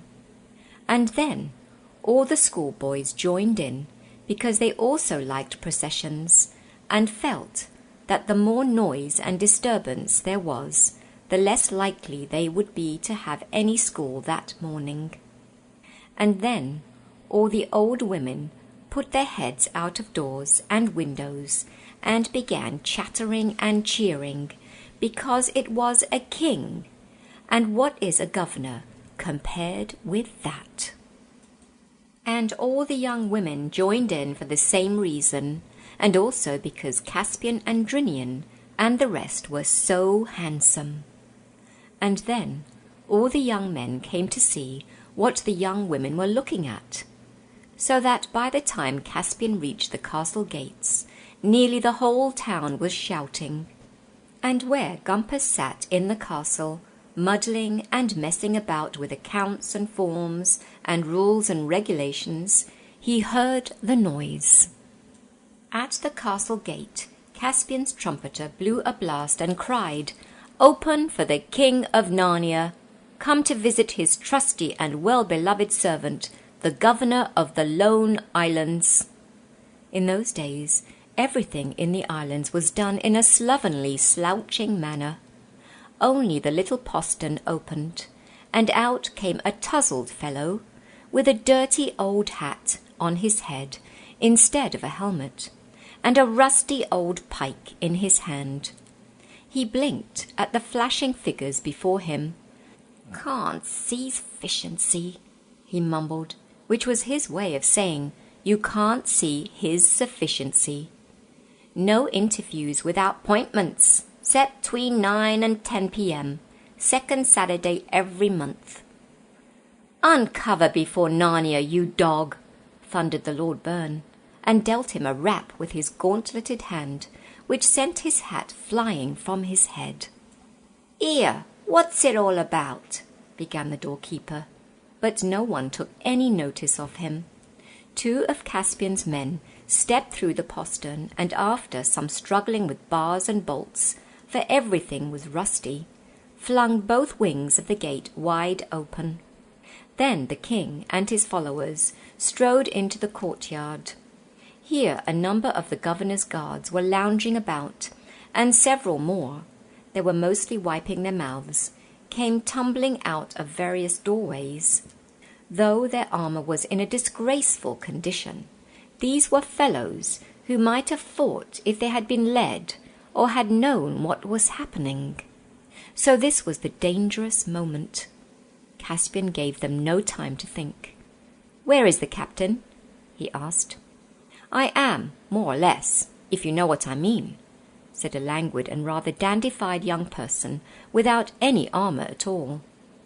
"It is our wish," said Caspian, "that our royal visitation to our realm of the Lone Islands should, if possible, be an occasion of joy and not of terror to our loyal subjects. If it were not for that, I should have something to say about the state of your men's armour and weapons. As it is, you are pardoned. Command a cask of wine to be opened, that your men may drink our health. But at noon tomorrow, I wish to see them here, in this courtyard, looking like men at arms and not like vagabonds. See to it on pain of our extreme displeasure." The captain gaped, but Byrne immediately cried, "3 cheers for the king!" And the soldiers, who had understood about the cask of wine, even if they understood nothing else, joined in. Caspian then ordered most of his own men to remain in the courtyard. He, with Byrne and Drinian, and 4 others, went into the hall. Behind a table at the far end, with various secretaries about him, sat His Sufficiency, the governor of the Lone Islands. Gumpus was a bilious-looking man with hair that had once been red and was now mostly grey. He glanced up as the strangers entered, and then looked down at his papers, saying automatically, "No interviews without appointments, except between 9 and 10 p.m. on second Saturdays." Caspian nodded to Byrne, and then stood aside. Byrne and Drinian took a step forward, and each seized one end of the table.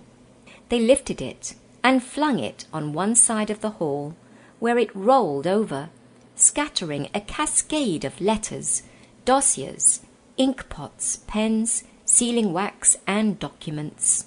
Then, not roughly, but as firmly as if their hands were pincers of steel, they plucked Gumpus out of his chair and deposited him, facing it, about 4 feet away.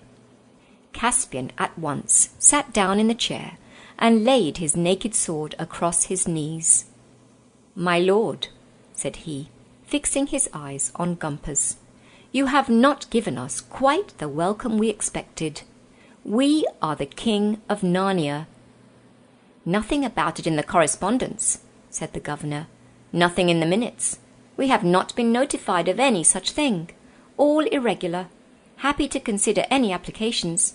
And we are come to inquire into your Sufficiency's conduct of your office," continued Caspian.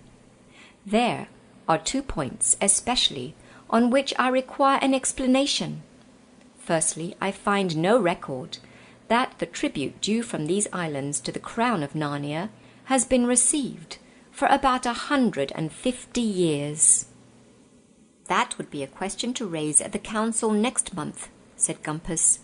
"If anyone moves that a commission of inquiry be set up to report on the financial history of the islands at the first meeting next year, why then, I also find it very clearly written in our laws," Caspian went on, "that if the tribute is not delivered, the whole debt has to be paid by the governor of the Lone Islands out of his private purse."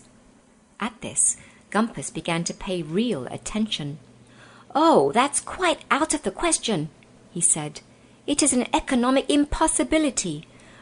Your Majesty must be joking." Inside, he was wondering if there were any way of getting rid of these unwelcome visitors. Had he known that Caspian had only 1 ship, and 1 ship's company with him, he would have spoken soft words for the moment, and hoped to have them all surrounded and killed during the night.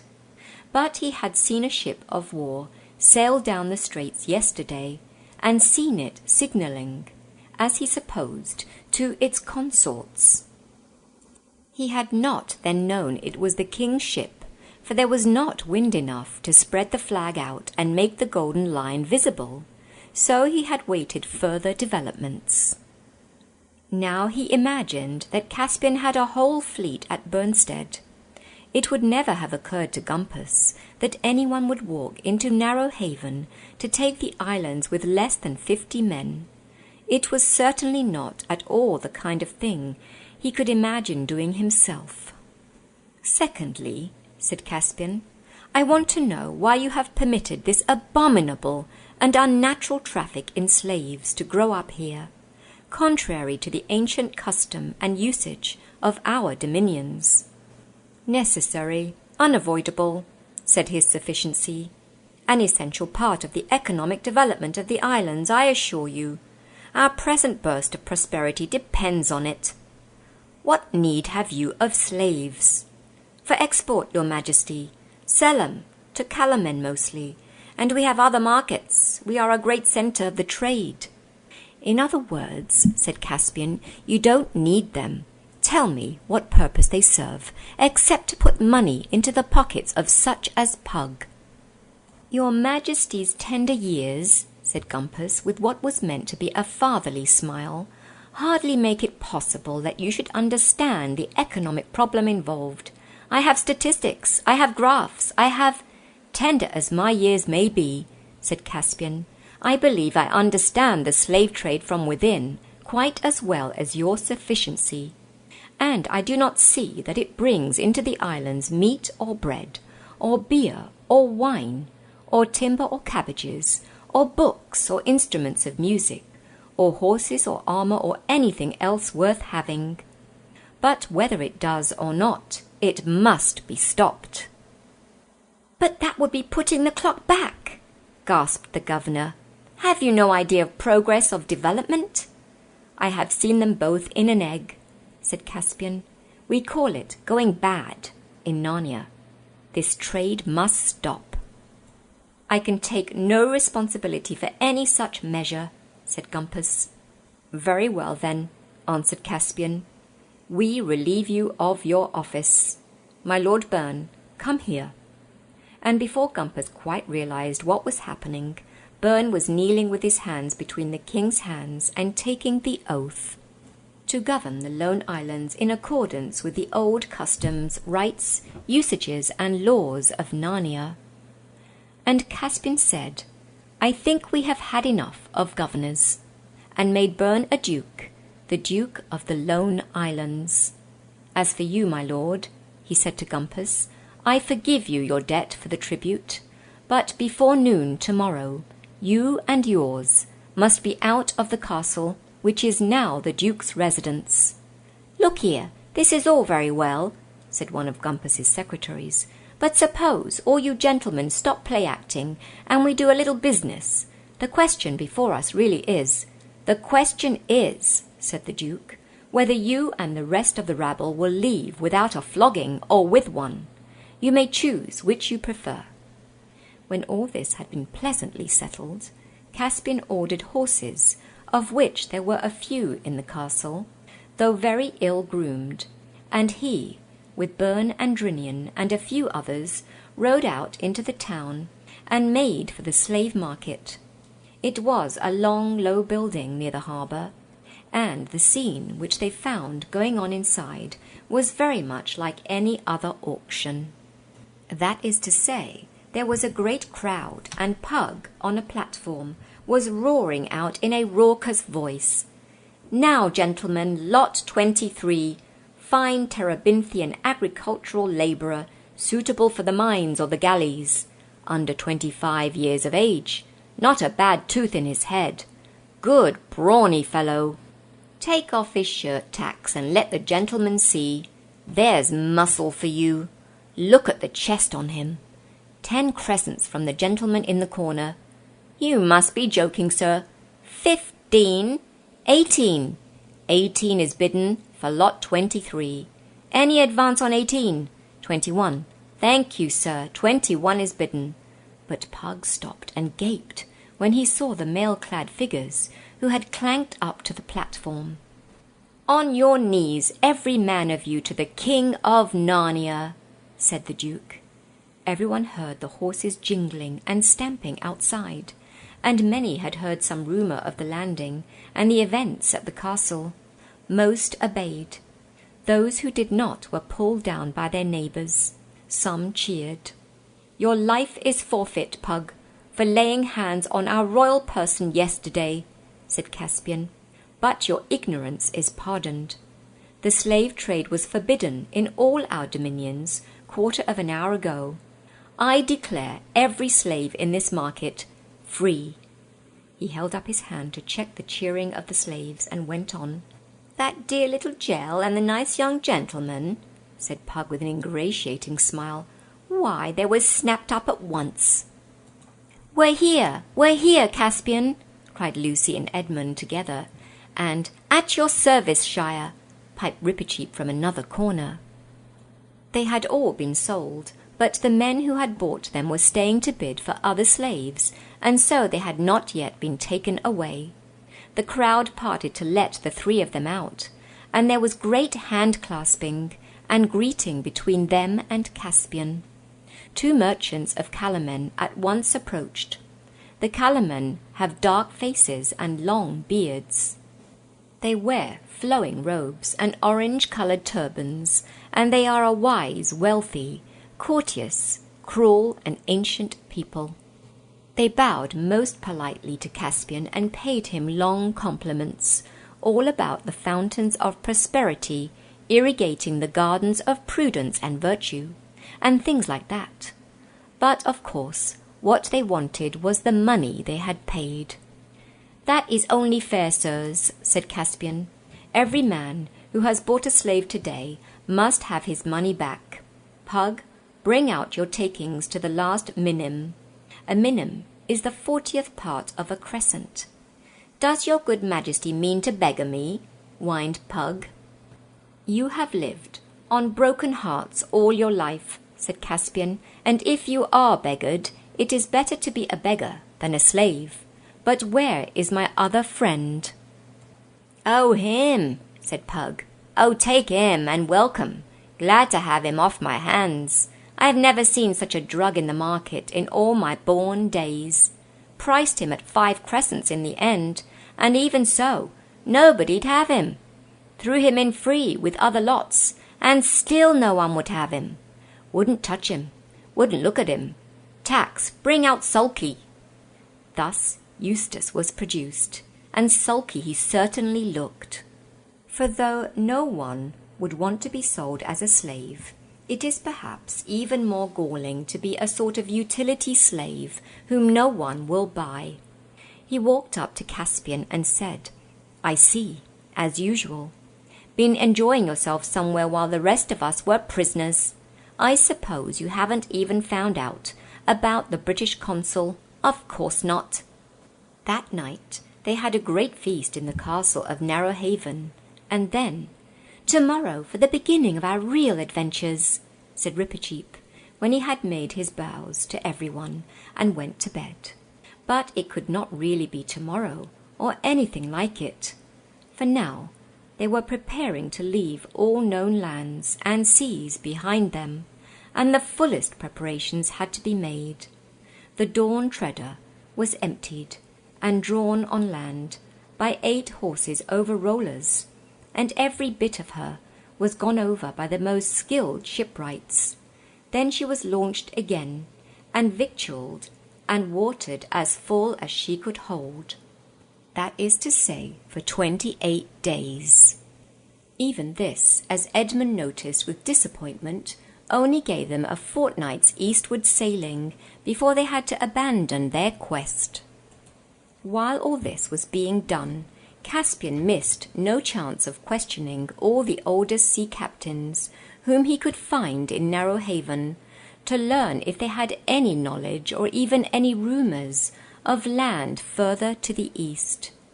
He poured out many a flagon of the castle ale to weather-beaten men, with short grey beards and clear blue eyes, and many a tall yarn he heard in return. But those who seemed the most truthful could tell of no lands beyond the lone islands, and many thought that if you sailed too far east, you would come into the surges of a sea without lands, that swirled perpetually round the rim of the world. And that, I reckon, is where your Majesty's friends went to the bottom. The rest had only wild stories of islands inhabited by headless men, floating islands, waterspouts, and a fire that burned along the water. Only one, to Rippercheap's delight, said, "And beyond that, Aslan's country. But that's beyond the end of the world, and you can't get there." But when they questioned him, he could only say that he'd heard it from his father. Byrne could only tell them that he had seen his 6 companions sail away eastward, and that nothing had ever been heard of them again. He said this when he and Caspian were standing on the highest point of Avra, looking down on the eastern ocean. "I've often been up here of a morning," said the Duke, "and seen the sun come up out of the sea, and sometimes it looked as if it were only a couple of miles away. And I've wondered about my friends, and wondered what there really is behind that horizon. Nothing, most likely. Yet I am always half ashamed that I stayed behind. But I wish your Majesty wouldn't go. We may need your help here. This closing the slave market might make a new world. War with Calamen is what I foresee. My liege, think again." "I have an oath, my Lord Duke," said Caspian. "And anyway, what could I say to Rippercheap?" Please join me next week for the next installment of The Voyage of the Dawn Treader, from the Chronicles of Narnia by C.S. Lewis, published by Harper Trophy, reproduced with permission from C.S. Lewis Pte. Limited, only on Ancient Faith Radio. And that was Dr. Chrissy Hart with a special edition of Readings from Under the Grapevine. The Chronicles of Narnia, written by C.S. Lewis, published by HarperCollins, and read by permission of C.S. Lewis Pte. Limited. Be listening each week as Dr. Chrissy Hart brings us another exciting chapter from the Chronicles of Narnia. This is a listener-supported presentation of Ancient Faith Radio, on the web at ancientfaith.com.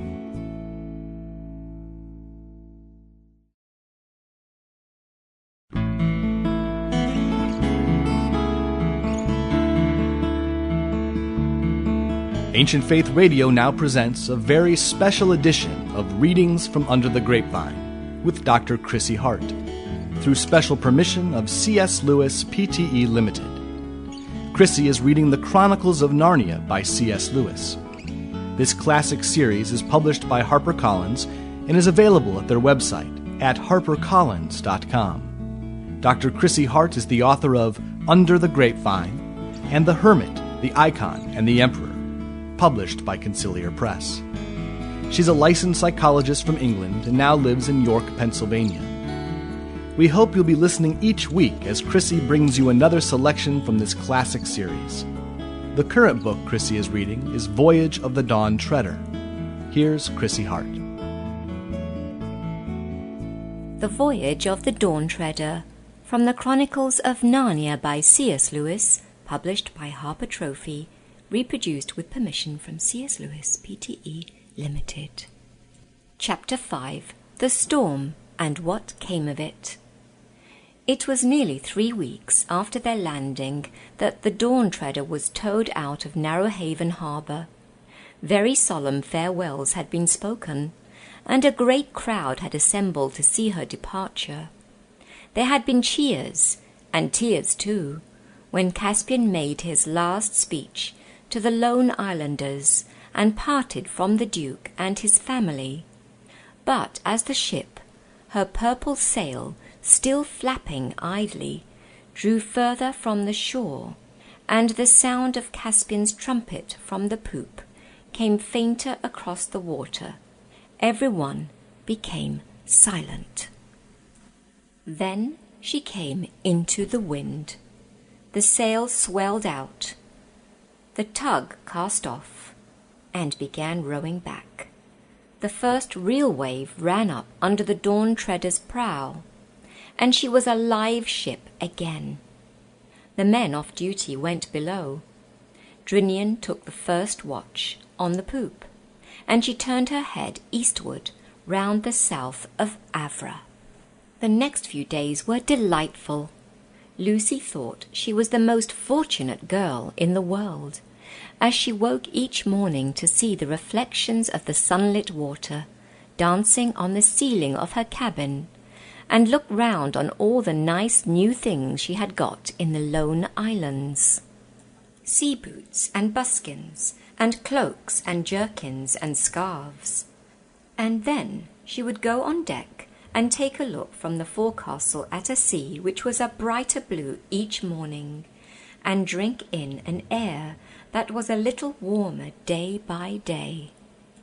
After that came breakfast, and such an appetite as one only has at sea. She spent a good deal of time sitting on the little bench in the stern, playing chess with Rippercheap. It was amusing to see him lifting the pieces, which were far too big for him, with both paws, and standing on tiptoes if he made a move near the centre of the board. He was a good player, and when he remembered what he was doing, he usually won. But every now and then Lucy won because the mouse did something quite ridiculous, like sending a knight into the danger of a queen and castle combined. This happened because he had momentarily forgotten it was a game of chess, and was thinking of a real battle, and making the knight do what he would certainly have done in its place. For his mind was full of forlorn hopes, death or glory charges, and last stands. But this pleasant time did not last. There came an evening when Lucy, gazing idly astern at the long furrow or wake they were leaving behind them, saw a great rack of clouds building itself up in the west with amazing speed. Then a gap was torn in it, and a yellow sunset poured through the gap. All the waves behind them seemed to take on unusual shapes, and the sea was a drab or yellowish colour, like dirty canvas. The air grew cold. The ship seemed to move uneasily, as if she felt danger behind her. The sail would be flat and limp 1 minute, and wildly full the next. While she was noting these things, and wondering at a sinister change which had come over the very noise of the wind, Drinian cried, "All hands on deck!" In a moment, everyone became frantically busy. The hatches were battened down. The galley fire was put out. Men went aloft to reef the sail. Before they had finished, the storm struck them. It seemed to Lucy that a great valley in the sea opened just before their bows, and they rushed down into it, deeper down than she would have believed possible. A great grey hill of water, far higher than the mast, rushed to meet them. It looked certain death, but they were tossed to the top of it. Then the ship seemed to spin round. A cataract of water poured over the deck. The poop and forecastle were like 2 islands, with a fierce sea between them. Up aloft, the sailors were lying out along the yard, desperately trying to get control of the sail. A broken rope stood out sideways in the wind, as straight and stiff as if it was a poker. "Get below, ma'am," bawled Drinian, and Lucy, knowing that landsmen and landswomen are a nuisance to the crew, began to obey. It was not easy. The Dawn Treader was listing terribly to starboard, and the deck sloped like the roof of a house.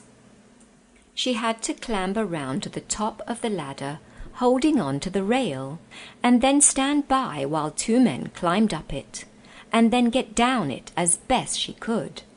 It was well she was already holding on tight, for at the foot of the ladder another wave roared across the deck, up to her shoulders.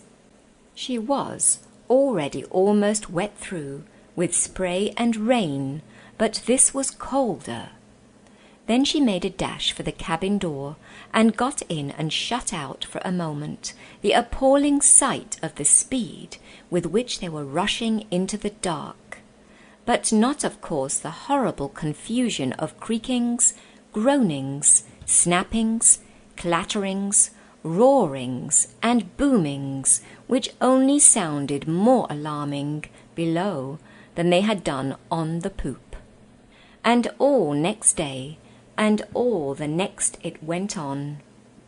It went on till one could hardly even remember a time before it had begun. And there always had to be 3 men at the tiller, and it was as much as 3 could do to keep any kind of a course. And there always had to be men at the pump, and there was hardly any rest for anyone, and nothing could be cooked, and nothing could be dried. And 1 man was lost overboard, and they never saw the sun. When it was over, Eustace made the following entry in his diary. September 3rd. The first day for ages when I had been able to write. We had been driven before a hurricane for 13 days and nights. I know that, because I kept a careful count, though the others all say it was only 12. Pleasant to be embarked on a dangerous voyage with people who can't even count right. I have had a ghastly time, up and down enormous waves hour after hour, usually wet to the skin, and not even an attempt at giving us proper meals. Needless to say, there's no wireless or even a rocket, so no chance of signalling anyone for help. It all proves what I keep on telling them, the madness of setting out in a rotten little tub like this. It would be bad enough, even if one was with decent people, instead of fiends in human form. Caspian and Edmund are simply brutal to me. The night we lost our mast, there's only a stump left now, though I was not at all well. They forced me to come on deck and work like a slave. Lucy shoved her oar in by saying that Rippercheap was longing to go, only he was too small. I wonder she doesn't see that everything that little beast does is all for the sake of showing off. Even at her age, she ought to have that amount of sense. Today, the beastly boat is level at last, and the sun's out, and we have all been jawing about what to do. We have food enough, pretty beastly stuff most of it, to last for 16 days. The poultry were all washed overboard. Even if they hadn't been, the storm would have stopped them laying. The real trouble is water. 2 casks seem to have got a leak knocked in them and are empty. Narnian efficiency again. On short rations, half a pint a day each, we've got enough for 12 days. There's still lots of rum and wine, but even they realize that would only make them thirstier. If we could, of course, the sensible thing would be to turn west at once and make for the Lone Islands. But it took us 18 days to get where we are, running like mad with a gale behind us. Even if we got an east wind, it might take us far longer to get back. And at present there's no sign of an east wind. In fact, there's no wind at all. As for rowing back, it would take far too long, and Caspian says the men couldn't row on half a pint of water a day. I'm pretty sure this is wrong. I try to explain that perspiration really cools people down, so the men would need less water if they were working. He didn't take any notice of this, which is always his way, when he can't think of an answer.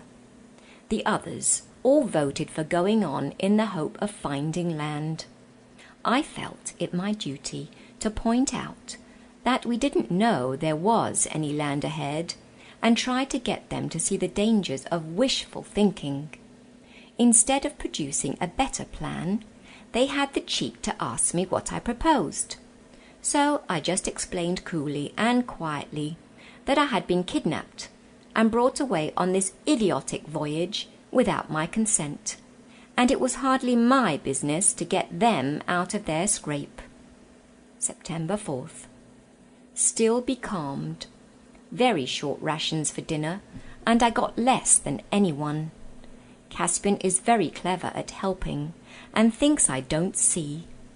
Lucy, for some reason, tried to make up to me by offering me some of hers, but that interfering prig, Edmund, wouldn't let her. Pretty hot sun. Terribly thirsty all evening. September 5th. Still becalmed and very hot. Feeling rotten all day, and I'm sure I've got a temperature. Of course, they haven't the sense to keep a thermometer on board. September 6th. A horrible day.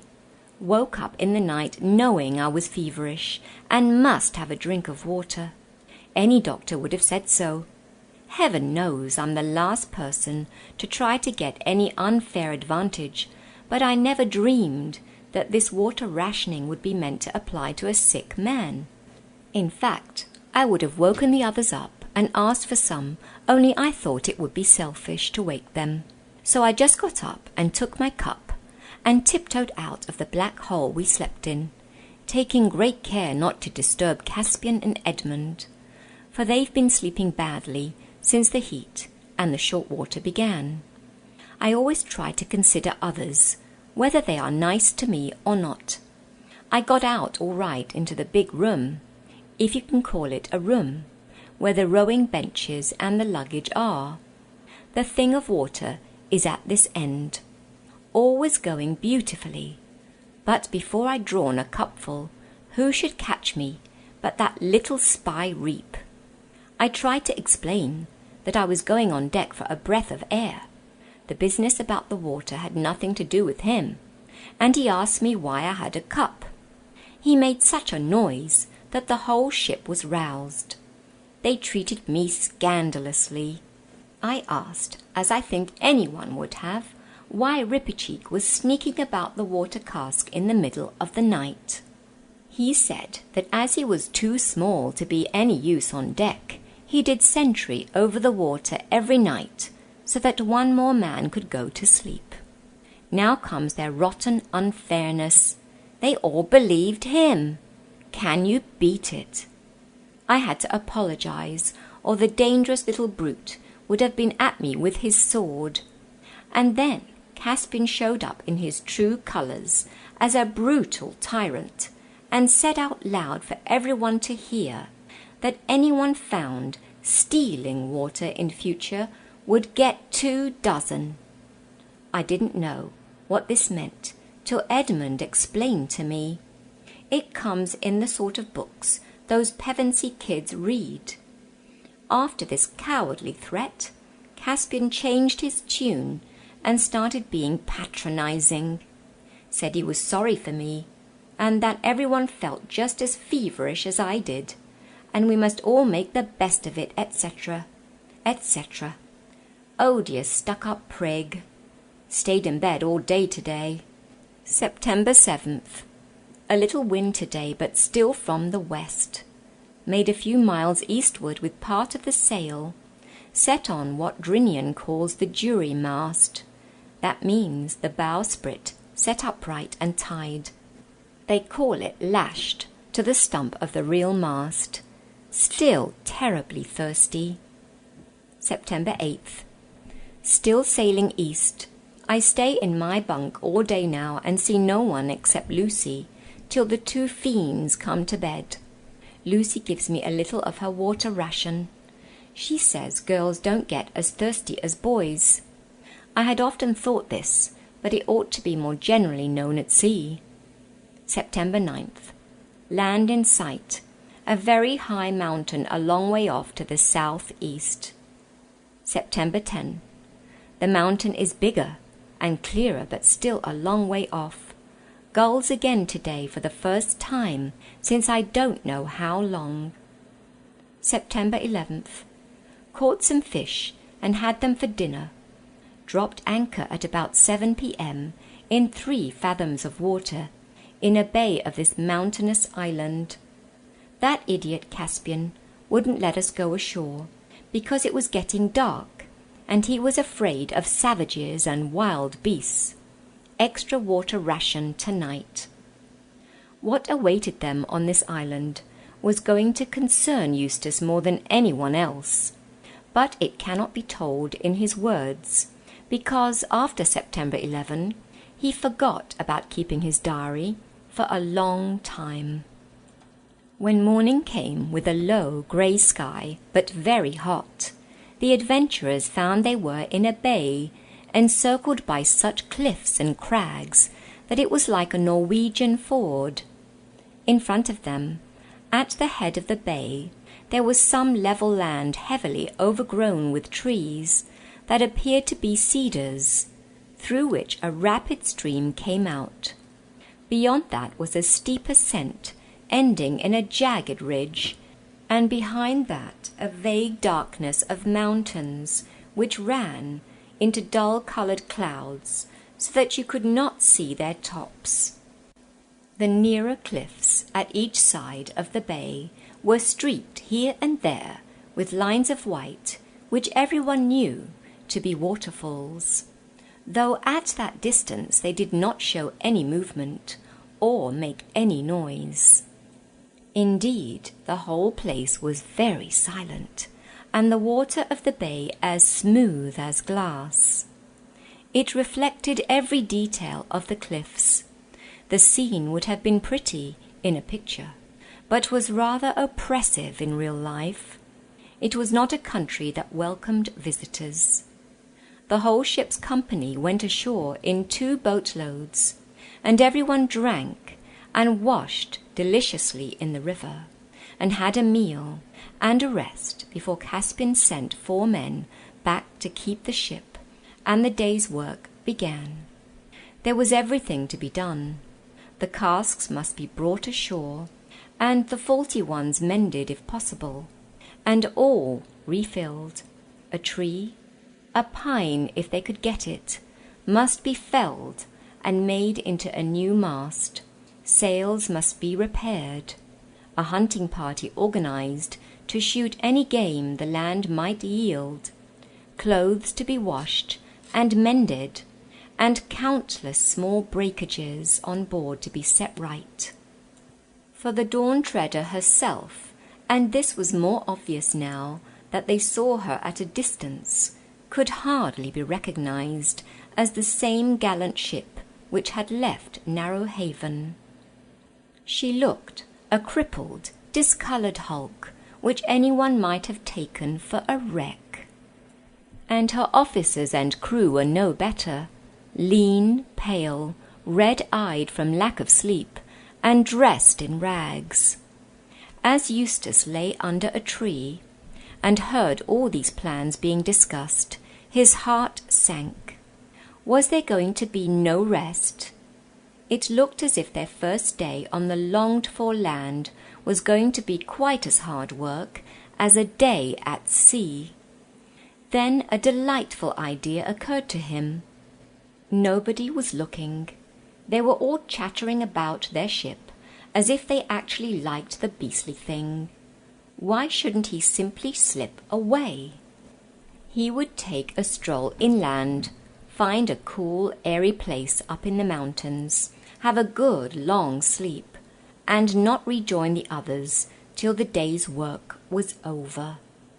He felt it would do him good, but he would take great care to keep the bay and the ship in sight, so as to be sure of his way back.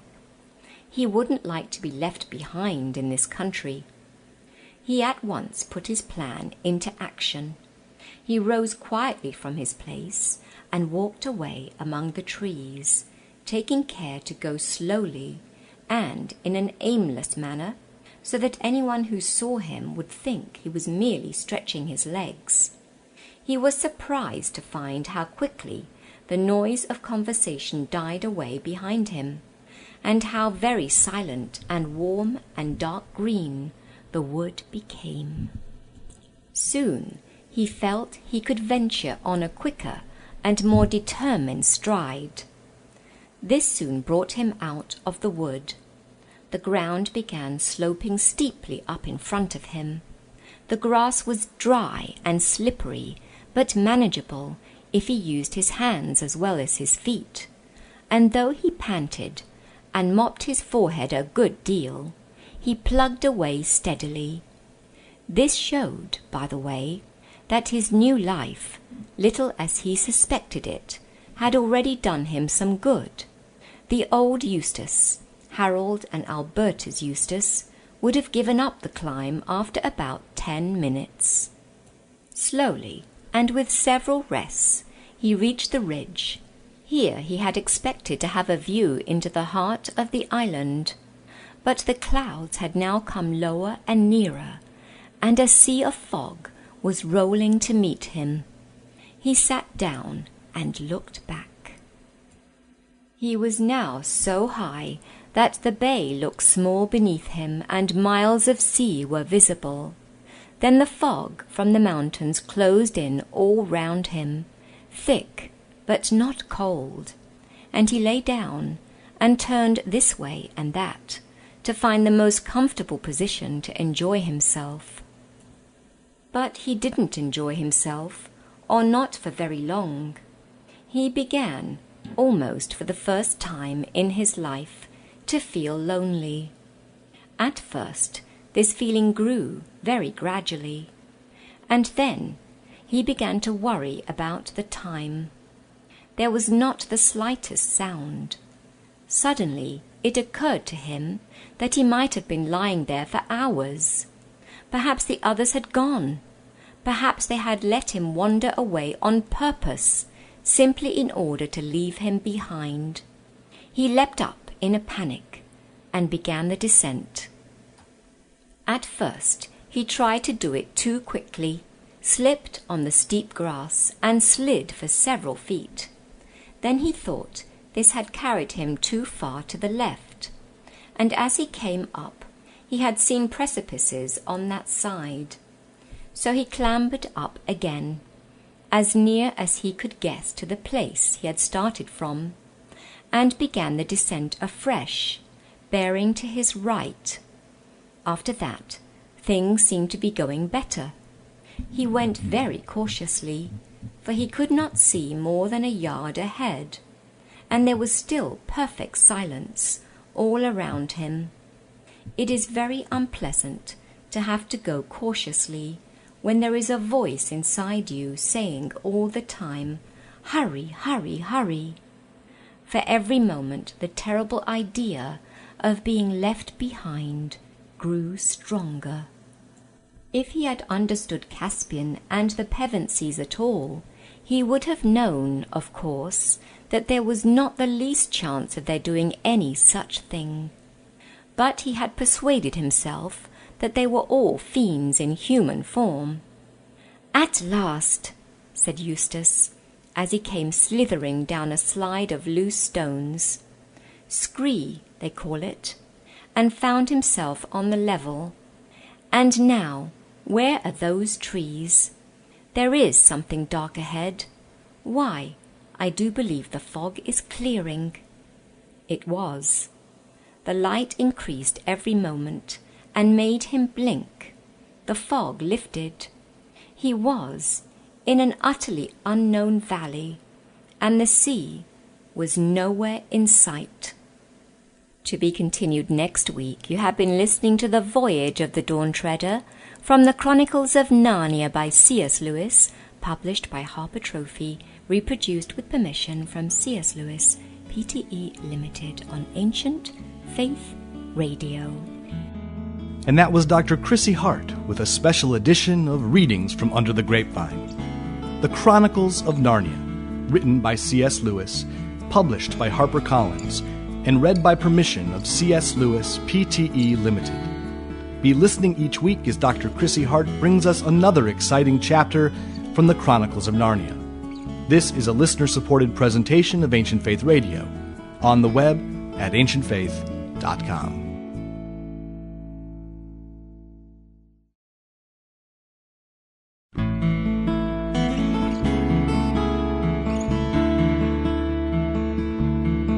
Ancient Faith Radio now presents a very special edition of Readings from Under the Grapevine with Dr. Chrissy Hart, through special permission of C.S. Lewis Pte. Limited.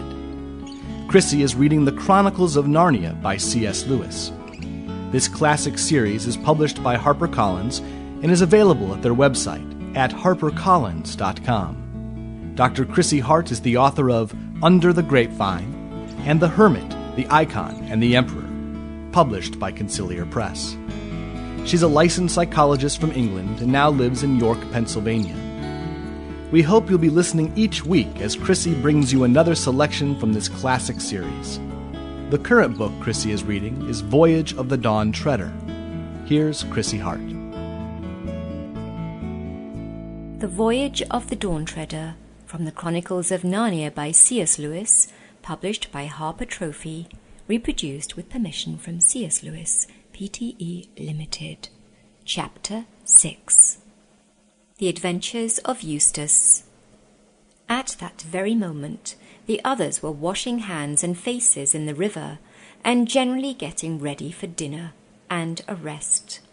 The 3 best archers had gone up into the hills north of the bay, and returned laden with a pair of wild goats, which were now roasting over a fire.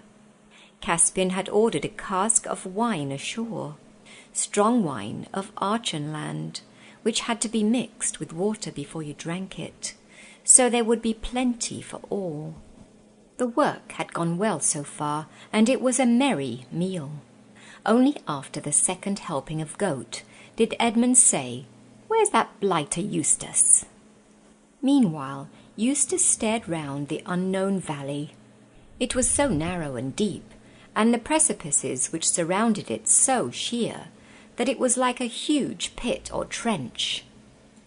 The floor was grassy though strewn with rocks, and here and there Eustace saw black burnt patches, like those you see on the sides of a railway embankment in a dry summer. About 15 yards away from him was a pool of clear, smooth water. There was, at first, nothing else at all in the valley, not an animal, not a bird, not an insect. The sun beat down, and grim peaks and horns of mountains peered over the valley's edge.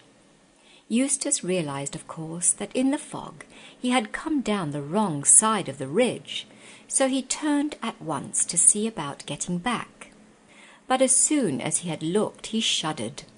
Apparently, he had by amazing luck found the only possible way down, a long green spit of land, horribly steep and narrow, with precipices on either side. There was no other possible way of getting back. But could he do it, now that he saw what it was really like? His head swam at the very thought of it. He turned round again, thinking that at any rate he'd better have a good drink from the pool first. But as soon as he had turned, and before he had taken a step forward into the valley, he heard a noise behind him. It was only a small noise, but it sounded loud in that immense silence. It froze him dead still, where he stood for a second. Then he slewed round his neck and looked. At the bottom of the cliff, a little on his left hand, was a low, dark hole, the entrance to a cave perhaps, and out of this 2 thin wisps of smoke were coming, and the loose stones just beneath the dark hollow were moving. That was the noise he had heard, just as if something were crawling in the dark behind them. Something was crawling. Worse still, something was coming out. Edmund or Lucy, or you would have recognized it at once, but Eustace had read none of the right books. The thing that came out of the cave was something he had never even imagined. A long, lead-coloured snout, dull red eyes, no feathers or fur, a long, lithe body that trailed on the ground, legs whose elbows went up higher than its back, like a spider's, cruel claws, bat's wings, that made a rasping noise on the stones, yards of tail. And the lines of smoke were coming from its 2 nostrils. He never said the word dragon to himself, nor would it have made things any better if he had. But perhaps, if he had known something about dragons, he would have been a little surprised at this dragon's behavior. It did not sit up and clap its wings, nor did it shoot out a stream of flame from its mouth. The smoke from its nostrils was like the smoke of a fire that will not last much longer. Nor did it seem to have noticed Eustace. It moved very slowly toward the pool, slowly and with many pauses. Even in his fear, Eustace felt that it was an old, sad creature. He wondered if he dared make a dash for the ascent, but it might look round if he made any noise. It might come more to life. Perhaps it was only shamming. Anyway, what was the use of trying to escape by climbing from a creature that could fly? It reached the pool and slid its horrible scaly chin down over the gravel to drink. But before it had drunk, there came from it a great croaking or clanging cry, and after a few twitches and convulsions, it rolled round on its side and lay perfectly still, with one claw in the air. A little dark blood gushed from its wide-opened mouth. The smoke from its nostrils turned black for a moment, and then floated away. No more came. For a long time Eustace did not dare to move. Perhaps this was the brute's trick, the way it lured travellers to their doom. But one couldn't wait forever. He took a step nearer, then 2 steps, and halted again. The dragon remained motionless. He noticed, too, that the red fire had gone out of its eyes. At last he came up to it. He was quite sure now that it was dead. With a shudder, he touched it. Nothing happened. The relief was so great that Eustace almost laughed out loud. He began to feel as if he had fought and killed the dragon instead of merely seeing it die. He stepped over it and went to the pool for his drink, for the heat was getting unbearable. He was not surprised when he heard a peal of thunder. Almost immediately afterward, the sun disappeared, and before he had finished his drink, big drops of rain were falling. The climate of this island was a very unpleasant one. In less than a minute, Eustace was wet to the skin and half blinded with such rain as one never sees in Europe. There was no use trying to climb out of the valley as long as this lasted. He bolted for the only shelter in sight, the dragon's cave. There he lay down and tried to get his breath. Most of us know what we should expect to find in a dragon's lair, but, as I said before, Eustace had read only the wrong books. They had a lot to say about exports and imports and governments and drains, but they were weak on dragons. That is why he was so puzzled at the surface on which he was lying. Parts of it were too prickly to be stones, and too hard to be thorns. And there seemed to be a great many round, flat things, and it all clinked when he moved.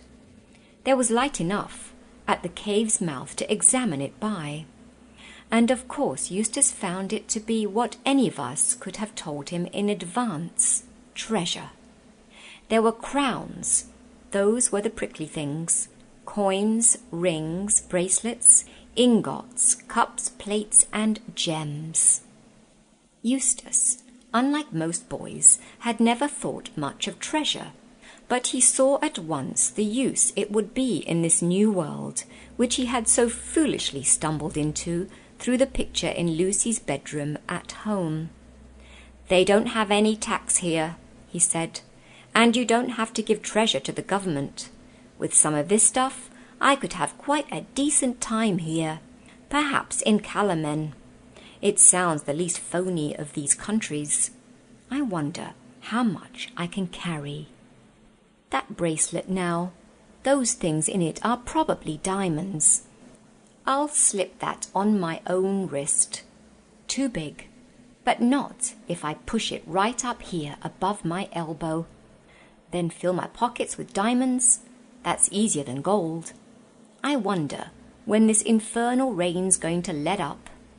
He got into a less uncomfortable part of the pile, where it was mostly coins, and settled down to wait. But a bad fright, when once it is over, and especially a bad fright following a mountain walk, leaves you very tired. Eustace fell asleep. By the time he was sound asleep and snoring, the others had finished dinner and become seriously alarmed about him. They shouted, "Eustace! Eustace! Cooey!" till they were hoarse, and Caspian blew his horn. "He's nowhere near, or he'd have heard that," said Lucy with a white face. "Confound the fellow," said Edmund. "What on earth did he want to slink away like this for?" "But we must do something," said Lucy. "He may have got lost, or fallen into a hole, or been captured by savages." "Or killed by wild beasts," said Drinian. "And a good riddance if he has, I say," muttered Rents. "Master Rents," said Rippercheap, "you never spoke a word that became you less. The creature is no friend of mine, but he is of the Queen's blood. And while he is one of our fellowship, it concerns our honour to find him and to avenge him if he is dead." "Of course we've got to find him, if we can," said Caspian wearily. "That's the nuisance of it. It means a search party and endless trouble. Bother Eustace." Meanwhile, Eustace slept and slept and slept. What woke him was a pain in his arm. The moon was shining in at the mouth of the cave, and the bed of treasures seemed to have grown much more comfortable. In fact, he could hardly feel it at all. He was puzzled by the pain in his arm at first, but presently it occurred to him that the bracelet which he had shoved up above his elbow had become strangely tight. His arm must have swollen while he was asleep. It was his left arm. He moved his right arm in order to feel his left, but stopped before he had moved it an inch, and bit his lip in terror. For just in front of him, and a little on his right, where the moonlight fell clear on the floor of the cave, he saw a hideous shape moving. He knew that shape. It was a dragon's claw. It had moved as he moved his hand, and became still when he stopped moving his hand. "Oh, what a fool I've been," thought Eustace. "Of course, the brute had a mate, and it's lying beside me." For several minutes he did not dare to move a muscle. He saw 2 thin columns of smoke going up before his eyes, black against the moonlight, just as there had been smoke coming from the other dragon's nose before it died. This was so alarming that he held his breath. The 2 columns of smoke vanished. When he could hold his breath no longer, he let it out stealthily. Instantly, 2 jets of smoke appeared again, but even yet he had no idea of the truth. Presently he decided that he would edge very cautiously to his left and try to creep out of the cave. Perhaps the creature was asleep, and anyway, it was his only chance. But, of course, before he edged to the left, he looked to the left. Oh, horror! There was a dragon's claw on that side too. No one will blame Eustace if at this moment he shed tears. He was surprised at the size of his own tears as he saw them splashing onto the treasure in front of him. They also seemed strangely hot. Steam went up from them. But there was no good crying. He must try to crawl out from between the two dragons. He began extending his right arm. The dragon's foreleg and claw on his right went through exactly the same motion. Then he thought he would try his left. The dragon limb on that side moved too. Two dragons, one on each side, mimicking whatever he did. His nerve broke, and he simply made a bolt for it. There was such a clatter and rasping and clinking of gold and grinding of stones as he rushed out of the cave that he thought they were both following him. He daren't look back. He rushed to the pool. The twisted shape of the dead dragon lying in the moonlight would have been enough to frighten anyone. But now he hardly noticed it. His idea was to get into the water. But just as he reached the edge of the pool, two things happened. First of all, it came over him like a thunderclap that he had been running on all fours. And why on earth had he been doing that? And secondly, as he bent toward the water, he thought for a second that yet another dragon was staring up at him out of the pool. But in an instant he realized the truth. The dragon face in the pool was his own reflection. There was no doubt of it. It moved as he moved. It opened and shut its mouth as he opened and shut his. He had turned into a dragon while he was asleep. Sleeping on a dragon's hoard with greedy, dragonish thoughts in his heart, he had become a dragon himself. That explained everything. There had been no two dragons beside him in the cave. The claws to right and left had been his own right and left claws. The two columns of smoke had been coming from his own nostrils. As for the pain in his left arm, or what had been his left arm, he could now see what had happened. By squinting with his left eye, the bracelet, which had fitted very nicely on the upper arm of a boy, was far too small for the thick, stumpy foreleg of a dragon. It had sunk deeply into his scaly flesh, and there was a throbbing bulge on each side of it. He tore at the place with his dragon's teeth, but could not get it off. In spite of the pain, his first feeling was one of relief. There was nothing to be afraid of any more. He was a terror himself now, and nothing in the world but a knight, and not all of those, would dare to attack him. He could get even with Caspian and Edmund now. But the moment he thought this, he realized that he didn't want to. He wanted to be friends. He wanted to get back among humans and talk and laugh and share things. He realized that he was a monster cut off from the whole human race. An appalling loneliness came over him. He began to see that the others had not really been fiends at all. He began to wonder if he himself had been such a nice person as he had always supposed. He longed for their voices. He would have been grateful for a kind word even from Rippercheap. When he thought of this, the poor dragon that had been Eustace lifted up its voice and wept. A powerful dragon, crying its eyes out, under the moon, in a deserted valley, is a sight and a sound hardly to be imagined. At last, he decided he would try to find his way back to the shore. He realized now that Caspian would never have sailed away and left him, and he felt sure that somehow or other he would be able to make people understand who he was.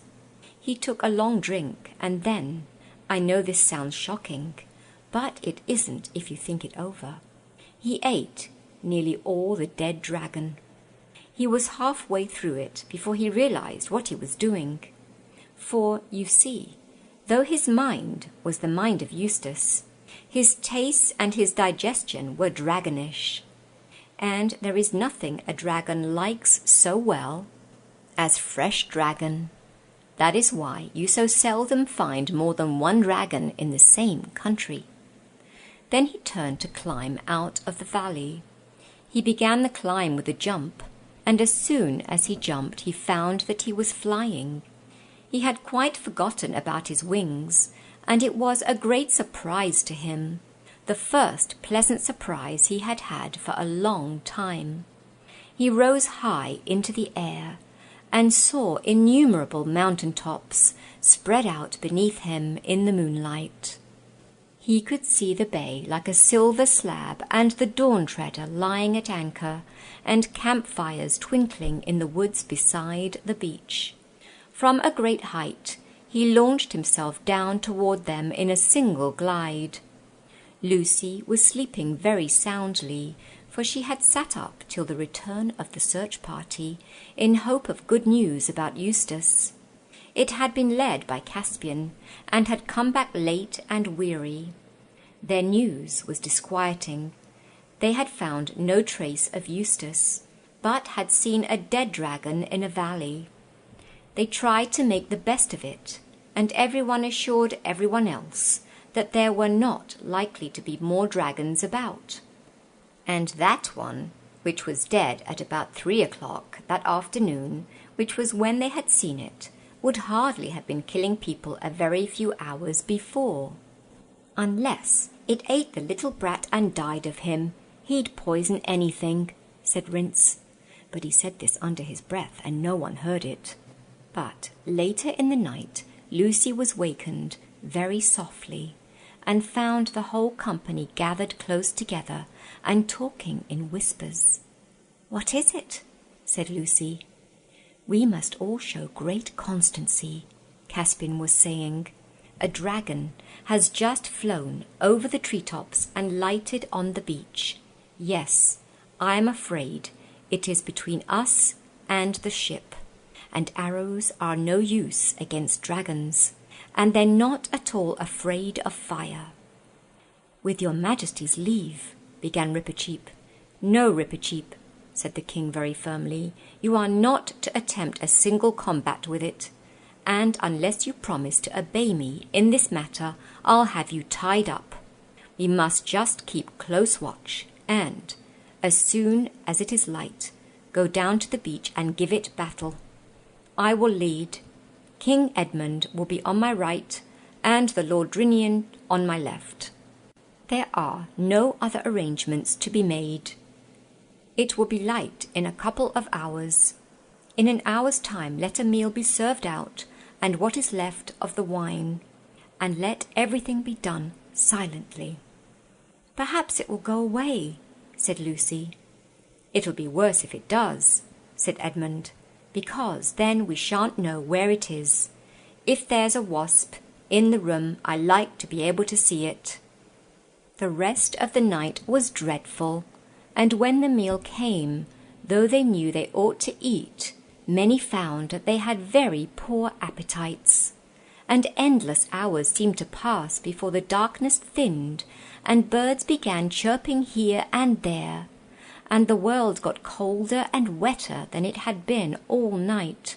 And Caspian said, "Now for it, friends." They got up, all with swords drawn, and formed themselves into a solid mass, with Lucy in the middle, and Rippercheap on her shoulder.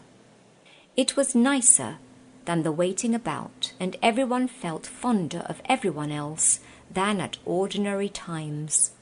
A moment later they were marching. It grew lighter as they came to the edge of the wood, and there on the sand, like a giant lizard, or a flexible crocodile, or a serpent with legs, huge and horrible and humpy, lay the dragon. But when it saw them, instead of rising up and blowing fire and smoke, the dragon retreated. You could almost say it waddled back into the shallows of the bay. "What's it wagging its head like that for?" said Edmund. "And now it's nodding," said Caspian. "And there's something coming from its eyes," said Drinian. "Oh, can't you see?" said Lucy. "It's crying. Those are tears." "I shouldn't trust to that, ma'am," said Drinian. "That's what crocodiles do, to put you off your guard." "It wagged its head when you said that," remarked Edmund, just as if it meant no. "Look, there it goes again." "Do you think it understands what we're saying?" asked Lucy. The dragon nodded its head violently. Rippercheap slipped off Lucy's shoulder and stepped to the front. "Dragon," came his shrill voice, "can you understand speech?" The dragon nodded. "Can you speak?" It shook its head. "Then," said Rippercheap, "it is idle to ask you your business. But if you will swear friendship with us, raise your left foreleg above your head." It did so, but clumsily, because that leg was sore and swollen with the golden bracelet. "Oh, look," said Lucy, "there's something wrong with its leg. The poor thing. That's probably what it was crying about. Perhaps it came to us to be cured, like in Androcles and the lion." "Be careful, Lucy," said Caspian. "It's a very clever dragon, but it may be a liar." Lucy had, however, already run forward, followed by Rippercheap, as fast as his short legs could carry him, and then, of course, the boys and Drinian came too. "Show me your poor paw," said Lucy. "I might be able to cure it." The dragon, that had been Eustace, held out its sore leg gladly enough, remembering how Lucy's cordial had cured him of seasickness before he became a dragon. But he was disappointed. The magic fluid reduced the swelling and eased the pain a little, but it could not dissolve the gold. Everyone had now crowded round to watch the treatment, and Caspian suddenly exclaimed, "Look!"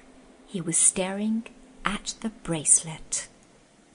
To be continued next week. You have been listening to The Voyage of the Dawn Treader from the Chronicles of Narnia by C.S. Lewis, published by Harper Trophy, reproduced with permission from C.S. Lewis, Pte. Limited, on Ancient Faith Radio. And that was Dr. Chrissy Hart with a special edition of Readings from Under the Grapevine.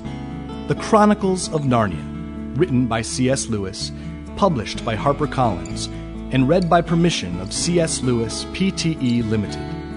Be listening each week as Dr. Chrissy Hart brings us another exciting chapter from the Chronicles of Narnia. This is a listener-supported presentation of Ancient Faith Radio, on the web at ancientfaith.com.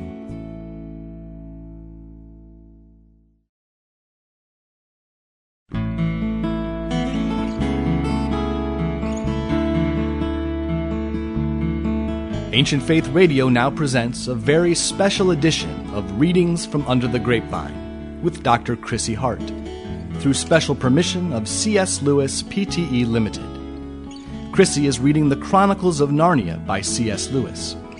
This classic series is published by HarperCollins and is available at their website at harpercollins.com. Dr. Chrissy Hart is the author of Under the Grapevine and The Hermit, the Icon, and the Emperor, published by Conciliar Press. She's a licensed psychologist from England and now lives in York, Pennsylvania. We hope you'll be listening each week as Chrissy brings you another selection from this classic series. The current book Chrissy is reading is Voyage of the Dawn Treader. Here's Chrissy Hart. The Voyage of the Dawn Treader from the Chronicles of Narnia by C.S. Lewis, published by Harper Trophy, reproduced with permission from C.S. Lewis, Pte. Limited. Chapter 7. How the Adventure Ended. "Look at what?" said Edmund. "Look at the device on the gold," said Caspian. "A little hammer with a diamond above it, like a star," said Drinian. "Why, I've seen that before." "Seen it?"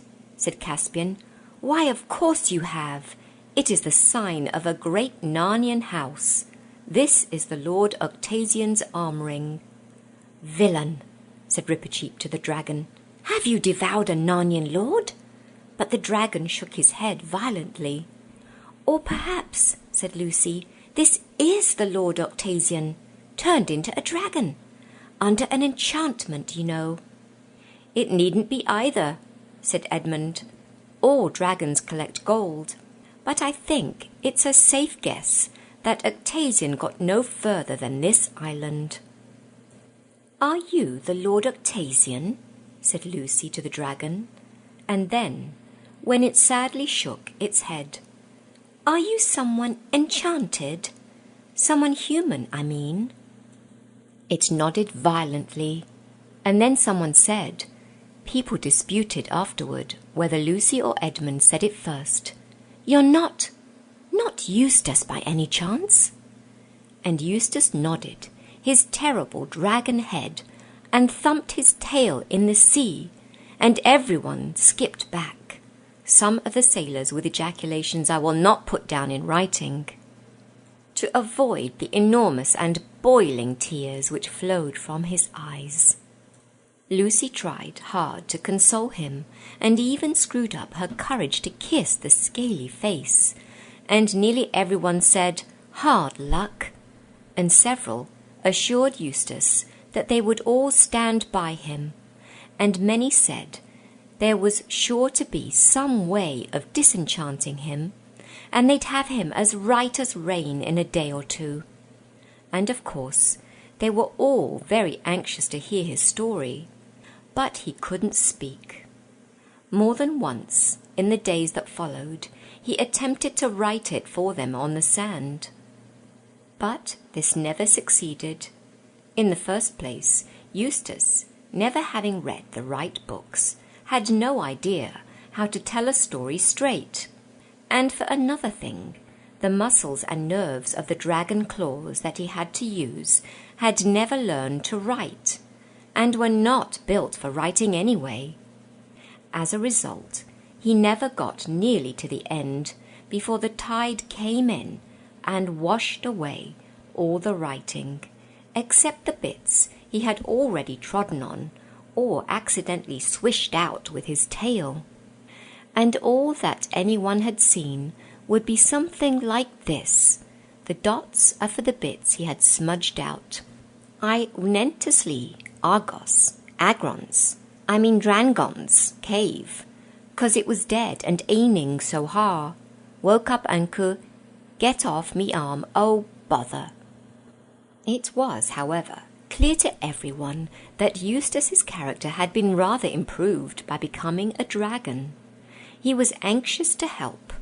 He flew over the whole island and found that it was all mountainous and inhabited only by wild goats and droves of wild swine. Of these he brought back many carcasses as provisions for the ship. He was a very humane killer too, for he could dispatch a beast with one blow of his tail, so that it didn't know, and presumably still doesn't know, it had been killed. He ate a few himself, of course, but always alone, for now that he was a dragon, he liked his food raw, but he could never bear to let others see him at his messy meals. And one day, flying slowly and wearily, but in great triumph, he bore back to camp a great tall pine tree, which he had torn up by the roots in a distant valley, and which could be made into a capital mast. And in the evening, if it turned chilly, as it sometimes did after the heavy rains, he was a comfort to everyone. For the whole party would come and sit with their backs against his hot sides and get well warmed and dried. And one puff of his fiery breath would light the most obstinate fire. Sometimes he would take a select party for a fly on his back, so that they could see wheeling below them the green slopes, the rocky heights, the narrow pit-like valleys, and far out, over the sea to the eastward, a spot of darker blue on the blue horizon which might be land. The pleasure, quite new to him, of being liked and, still more, of liking other people, was what kept Eustace from despair. For it was very dreary being a dragon. He shuddered whenever he caught sight of his own reflection as he flew over a mountain lake. He hated the huge bat-like wings, the saw-edged ridge on his back, and the cruel, curved claws. He was almost afraid to be alone with himself, and yet he was ashamed to be with the others.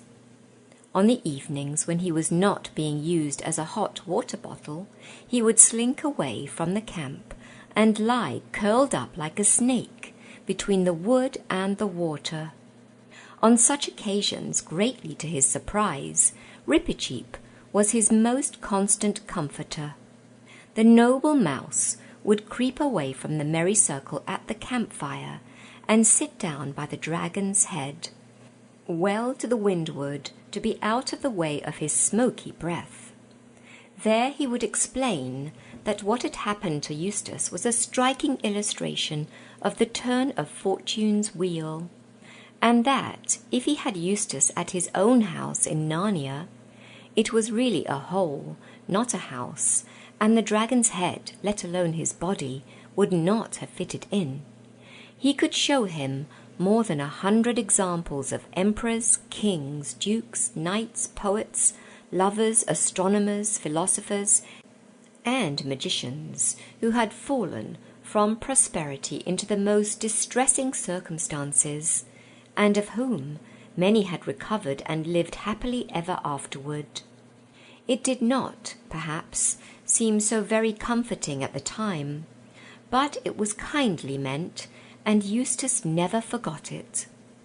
But of course, what hung over everyone like a cloud was the problem of what to do with their dragon when they were ready to sail. They tried not to talk of it when he was there, but he couldn't help overhearing things like, would he fit all along one side of the deck? And we'd have to shift all the stores to the other side down below so as to balance. Or, would towing him be any good? Or, would he be able to keep up by flying? And, most often of all, but how are we to feed him? And poor Eustace realized more and more that since the first day he came on board he had been an unmitigated nuisance, and that he was now a greater nuisance still. And this ate into his mind just as that bracelet ate into his foreleg. He knew that it only made it worse to tear at it with his great teeth, but he couldn't help tearing now and then, especially on hot nights. About 6 days after they had landed on Dragon Island, Edmund happened to wake up very early one morning. It was just getting grey, so that you could see the tree trunks if they were between you and the bay, but not in the other direction. As he woke, he thought he heard something moving, so he raised himself on one elbow and looked about him. And presently he thought he saw a dark figure moving on the seaward side of the wood. The idea that at once occurred to his mind was, are we so sure there are no natives on this island after all? Then he thought it was Caspian. It was about the right size, but he knew that Caspian had been sleeping next to him, and could see that he hadn't moved. Edmund made sure that his sword was in its place and then rose to investigate. He came down softly to the edge of the wood, and the dark figure was still there. He saw now that it was too small for Caspian and too big for Lucy. It did not run away. Edmund drew his sword and was about to challenge the stranger when the stranger said in a low voice, "Is that you, Edmund?" "Yes, who are you?" said he. "Don't you know me?" said the other. "It's me, Eustace." "By Jove," said Edmund, "so it is, my dear chap." "Hush," said Eustace, and lurched as if he were going to fall.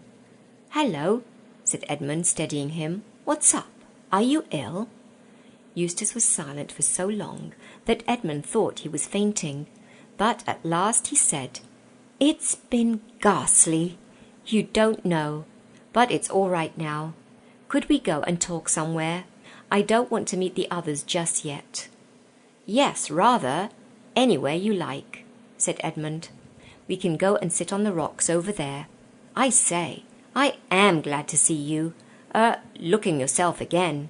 You must have had a pretty beastly time."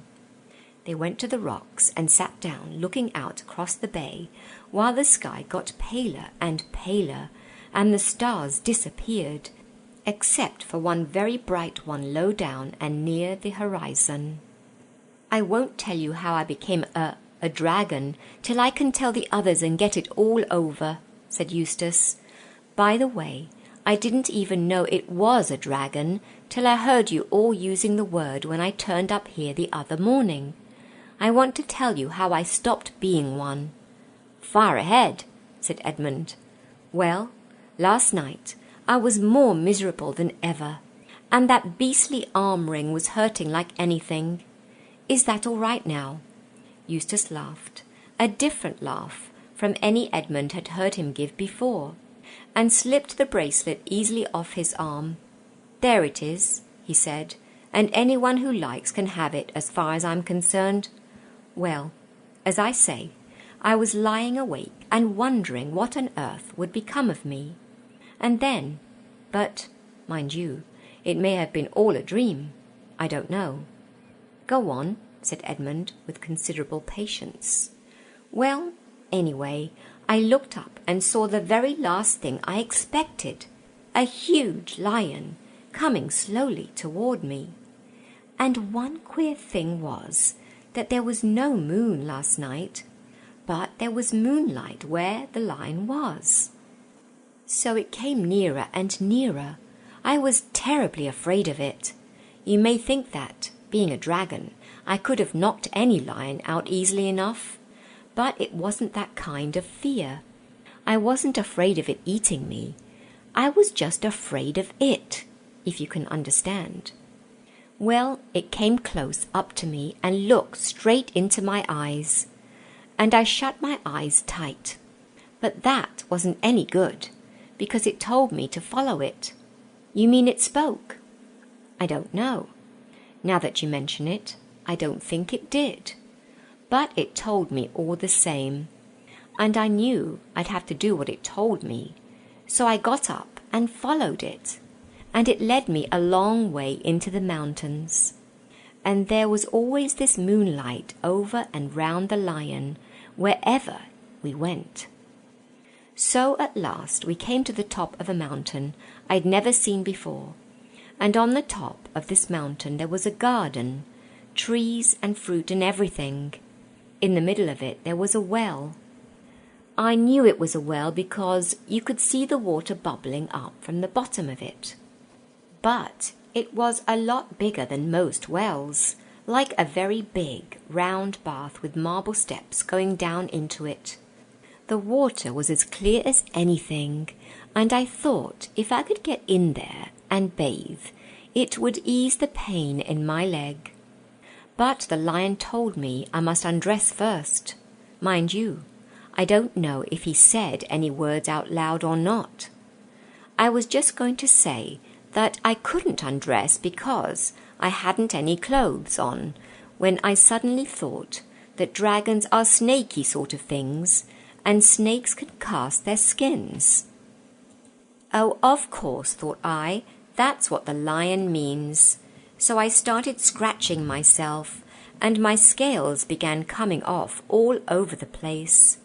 And then I scratched a little deeper, and instead of just scales coming off here and there, my whole skin started peeling off beautifully, like it does after an illness, or as if I was a banana.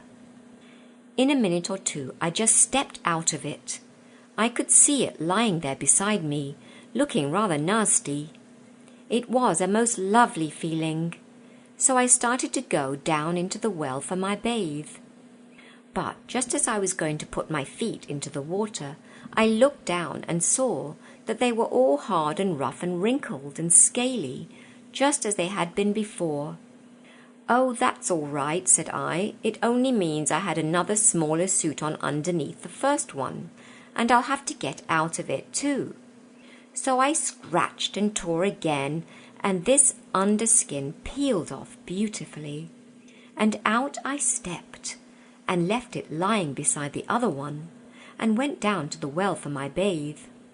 Well, exactly the same thing happened again, and I thought to myself, "Oh dear, however many skins have I got to take off?"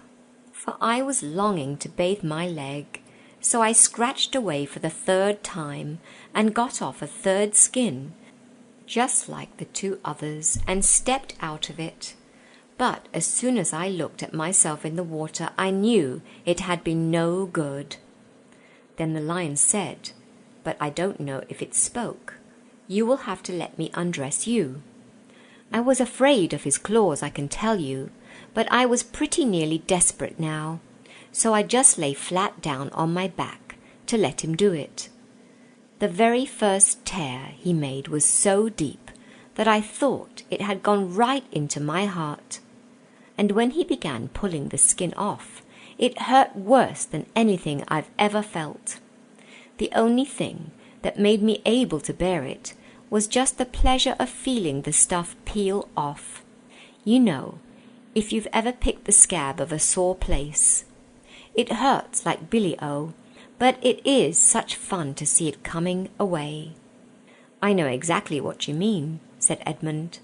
Well, he peeled the beastly stuff right off, just as I thought I'd done it myself the other 3 times, only they hadn't hurt. And there it was lying on the grass, only ever so much thicker and darker and more knobbly looking than the others had been. And there was I, as smooth and soft as a peeled switch, and smaller than I had been. Then he caught hold of me. I didn't like that much, for I was very tender underneath, now that I'd no skin on, and threw me into the water. It smarted like anything, but only for a moment. After that, it became perfectly delicious, and as soon as I started swimming and splashing, I found that all the pain had gone from my arm. And then I saw why. I turned into a boy again. You'd think me simply phony if I told you how I felt about my own arms. I know they've no muscle and are pretty mouldy compared with Caspian's. But I was glad to see them. After a bit the lion took me out and dressed me. Dressed you? With his paws? Well, I don't exactly remember that bit, but he did somehow or other, in new clothes, the same I've got on now, as a matter of fact. And then suddenly I was back here, which is what makes me think it must have been a dream. "No, it wasn't a dream," said Edmund. "Why not?" "Well, there are the clothes, for one thing, and you have been, well, undragoned for another." "What do you think it was, then?" asked Eustace. "I think you've seen Aslan," said Edmund. "Aslan?" said Eustace. "I've heard that name mentioned several times since we joined the Dawn Treader. And I felt, I don't know what. I hated it. But I was hating everything then. And by the way, I'd like to apologize. I'm afraid I've been pretty beastly." "That's all right," said Edmund. "Between ourselves, you haven't been as bad as I was on my first trip to Narnia. You were only an ass, but I was a traitor." "Well, don't tell me about it then," said Eustace. "But who is Aslan? Do you know him?" "Well, he knows me," said Edmund. "He is the great lion, the son of the emperor beyond the sea, who saved me and saved Narnia. We've all seen him. Lucy sees him most often. And it may be Aslan's country we are sailing to." Neither said anything for a while. The last bright star had vanished, and though they could not see the sunrise because of the mountains on their right, they knew it was going on because the sky above them and the bay before them turned the colour of roses. Then some bird of the parrot kind screamed in the wood behind them. They heard movements among the trees, and finally a blast on Caspian's horn. The camp was astir. Great was the rejoicing when Edmund and the restored Eustace walked into the breakfast circle round the camp-fire. And now, of course, everyone heard the earlier part of his story. People wondered whether the other dragon had killed the Lord Octavian several years ago, or whether Octavian himself had been the old dragon. The jewels with which Eustace had crammed his pockets in the cave had disappeared, along with the clothes he had then been wearing. But no one, least of all Eustace himself, felt any desire to go back to that valley for more treasure. In a few days now the Dawn Treader, remastered, repainted, and well stored, was ready to sail. Before they embarked, Caspian caused to be cut on a smooth cliff, facing the bay, the words, "Dragon Island, discovered by Caspian, King of Narnia, etc., in the 4th year of his reign, here, as we suppose, the Lord Octavian had his death." It would be nice, and fairly nearly true to say, that from that time forth Eustace was a different boy. To be strictly accurate, he began to be a different boy. He had relapses. There were still many days when he could be very tiresome, but most of those I shall not notice. The cure had begun. The Lord Octavian's arm ring had a curious fate. Eustace did not want it, and offered it to Caspian, and Caspian offered it to Lucy. She did not care about having it. "Very well, then, catch as catch can," said Caspian, and flung it up in the air. This was when they were all standing, looking at the inscription. Up went the ring, flashing in the sunlight, and caught and hung, as neatly as a well-thrown quoit, on a little projection on the rock. No one could climb up to get it from below, and no one could climb down to get it from above. And there, for all I know, it is hanging still, and may hang till that world ends.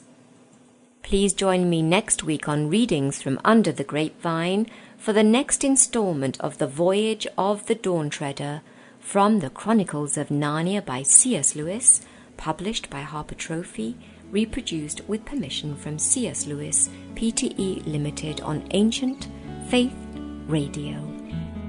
And that was Dr. Chrissy Hart with a special edition of Readings from Under the Grapevine. The Chronicles of Narnia, written by C.S. Lewis, published by HarperCollins, and read by permission of C.S. Lewis, Pte. Limited. Be listening each week as Dr. Chrissy Hart brings us another exciting chapter from the Chronicles of Narnia.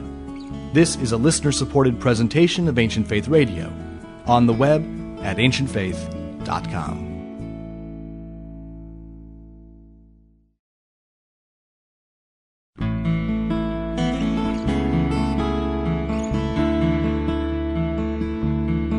Ancient Faith Radio now presents a very special edition of Readings from Under the Grapevine with Dr. Chrissy Hart, through special permission of C.S. Lewis, Pte. Limited. Chrissy is reading The Chronicles of Narnia by C.S. Lewis.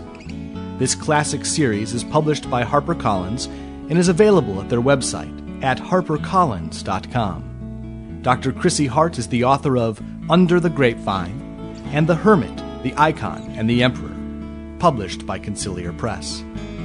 She's a licensed psychologist from England and now lives in York, Pennsylvania. We hope you'll be listening each week as Chrissy brings you another selection from this classic series. The current book Chrissy is reading is Voyage of the Dawn Treader. Here's Chrissy Hart.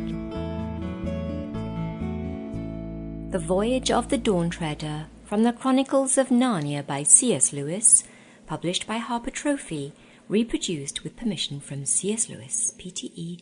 Limited. Chapter 8. Two Narrow Escapes. Everyone was cheerful as the Dawn Treader sailed from Dragon Island. They had fair winds as soon as they were out of the bay, and came early next morning to the unknown land which some of them had seen when flying over the mountains while Eustace was still a dragon. It was a low green island, inhabited by nothing but rabbits and a few goats, but from the ruins of stone huts and from blackened places where fires had been, they judged that it had been peopled not long before. There were also some bones and broken weapons. "Pirates' work," said Caspian. "Or the dragons," said Edmund. The only other thing they found here was a little skin boat, or coracle, on the sands. It was made of hide, stretched over a wicker framework. It was a tiny boat, barely 4 feet long, and the paddle, which still lay in it, was in proportion. They thought that either it had been made for a child, or else that the people of that country had been dwarfs. Rippycheap decided to keep it, as it was just the right size for him, so it was taken on board. They called that land Burnt Island, and sailed away before noon. For some 5 days they ran before a south-southeast wind, out of sight of all lands, and seeing neither fish nor gull.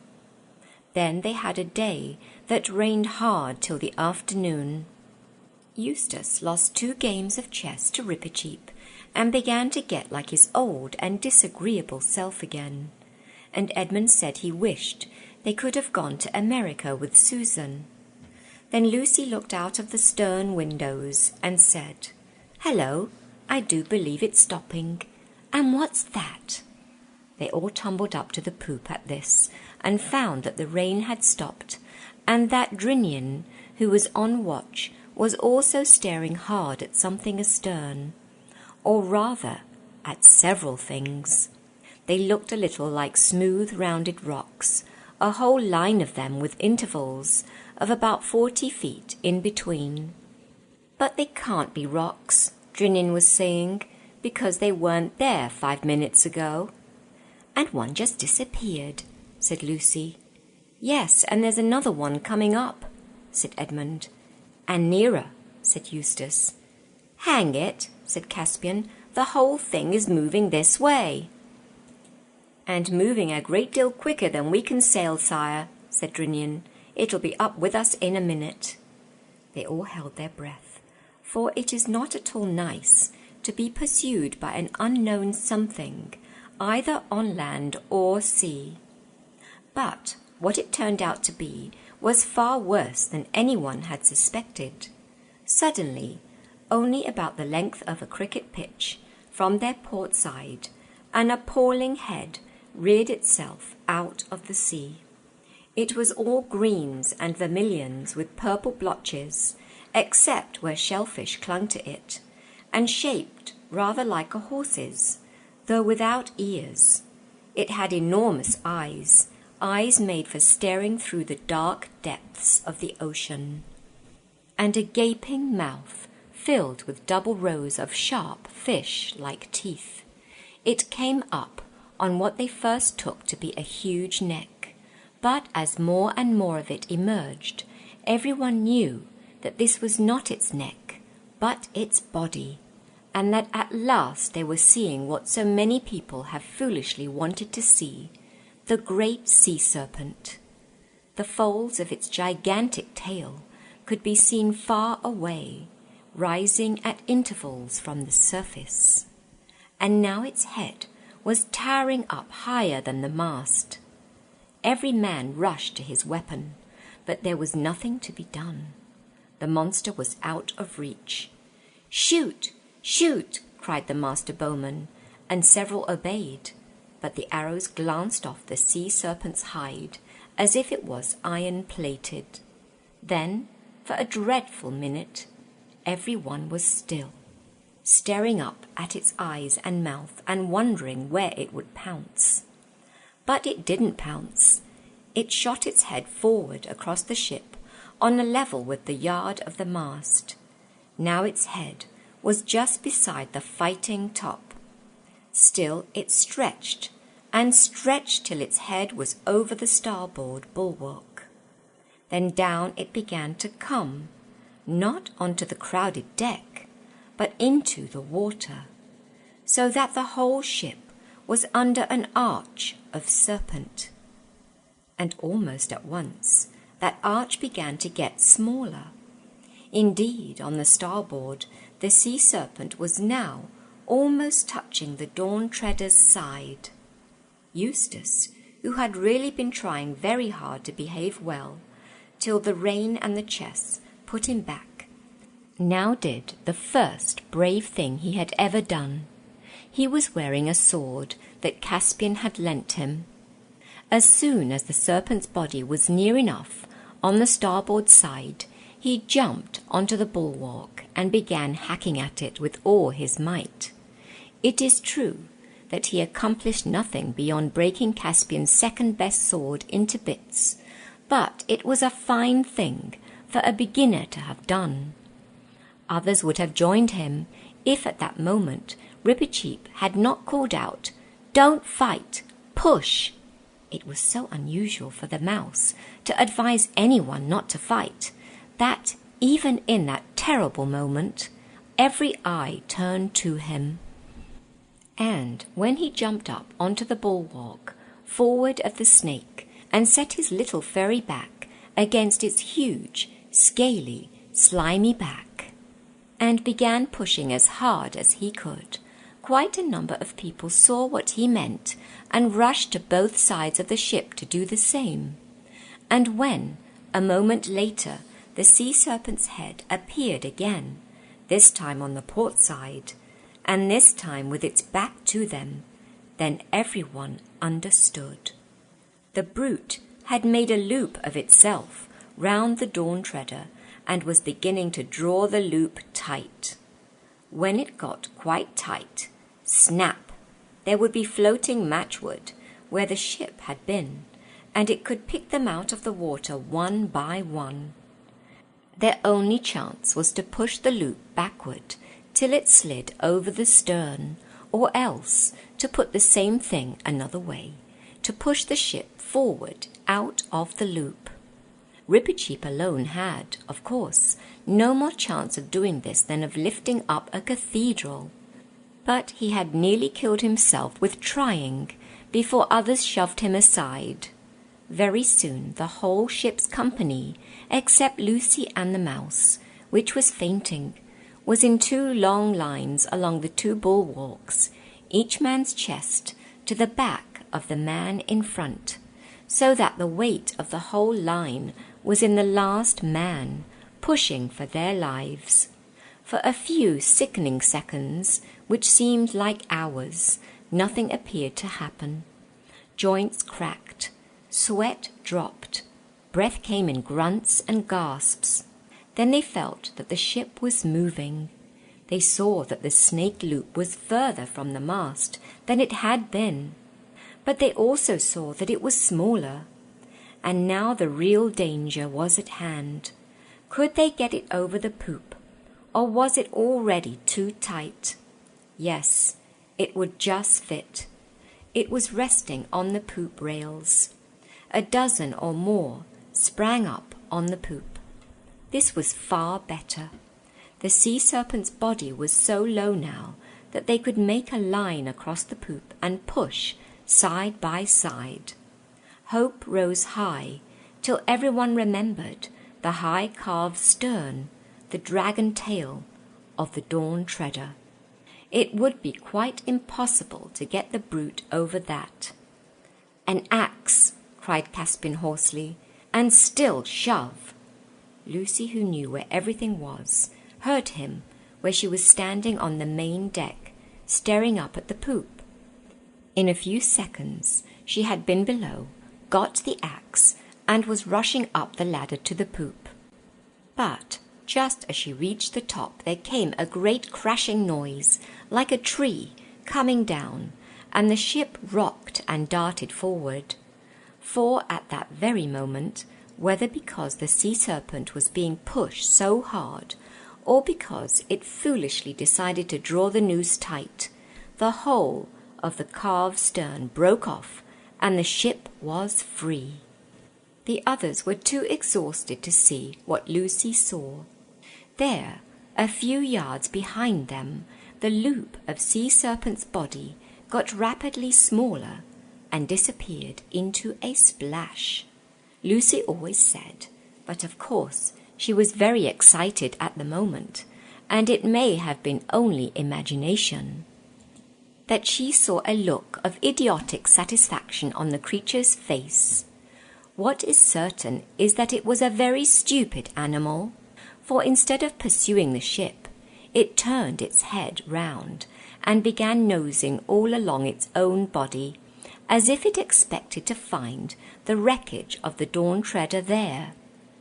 But the Dawn Treader was already well away, running before a fresh breeze, and the men lay and sat panting and groaning all about the deck, till presently they were able to talk about it, and then to laugh about it.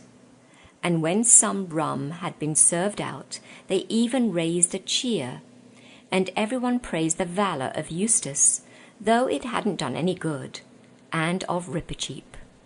After this they sailed for 3 days more, and saw nothing but sea and sky. On the 4th day the wind changed to the north, and the seas began to rise. By the afternoon it had nearly become a gale, but at the same time they sighted land on their port bow. "By your leave, sire," said Drinian, "we will try to get under the lee of that country by rowing and lie in harbour, maybe till this is over." Caspian agreed, but a long row against the gale did not bring them to the land before evening. By the last light of that day they steered into a natural harbour and anchored, but no one went ashore that night. In the morning they found themselves in the green bay of a rugged, lonely-looking country, which sloped up to a rocky summit. From the windy north, beyond that summit, clouds came streaming rapidly. They lowered the boat and loaded her with any of the water casks which were now empty. "Which stream shall we water at, Drinian?" said Caspian, as he took his seat in the stern sheets of the boat. There seemed to be 2 coming down into the bay. "It makes little odds, sire," said Drinian, "but I think it's a shorter pull to that on the starboard, the eastern one." "Here comes the rain," said Lucy. "I should think it does," said Edmund, for it was already pelting hard. "I say, let's go to the other stream. There are trees there, and we'll have some shelter." "Yes, let's," said Eustace. "No point in getting wetter than we need." But all the time Drinian was steadily steering to the starboard, like tiresome people in cars who continue at 40 miles an hour while you are explaining to them that they are on the wrong road. "They're right, Drinian," said Caspian. "Why don't you bring her head round and make for the western stream?" "As your Majesty pleases," said Drinian a little shortly. He had had an anxious day with the weather yesterday, and he didn't like advice from landsmen. But he altered course, and it turned out afterward that it was a good thing he did. By the time they had finished watering, the rain was over, and Caspian, with Eustace, the Pevenses, and Rippercheap, decided to walk up to the top of the hill and see what could be seen. It was a stiffish climb through coarse grass and heather, and they saw neither man nor beast, except seagulls. When they reached the top, they saw that it was a very small island, not more than 20 acres, and from this height the sea looked larger and more desolate than it did from the deck, or even the fighting top of the Dawn Treader. "Crazy, you know," said Eustace to Lucy in a low voice, looking at the eastern horizon. "Sailing on and on into that with no idea what we may get to." But he only said it out of habit, not really nastily, as he would have done at one time. It was too cold to stay long on the ridge, for the wind still blew freshly from the north. "Don't let's go back the same way," said Lucy as they turned. "Let's go along a bit and come down by the other stream, the one Drinian wanted to go to." Everyone agreed to this, and after about 15 minutes they were at the source of the second river. It was a more interesting place than they had expected, a deep little mountain lake surrounded by cliffs, except for a narrow channel on the seaward side out of which the water flowed. Here at last they were out of the wind, and all sat down in the heather above the cliff for a rest. All sat down but one. It was Edmund, jumped up again very quickly. "They go in for sharp stones on this island," he said, groping about in the heather. "Where is the wretched thing? Ah, now, I've got it. Hello, it wasn't a stone at all. It's a sword hilt. No, by Jove, it's a whole sword. What the rust has left of it. It must have lain here for ages." "Narnian too, by the look of it," said Caspian, as they all crowded round.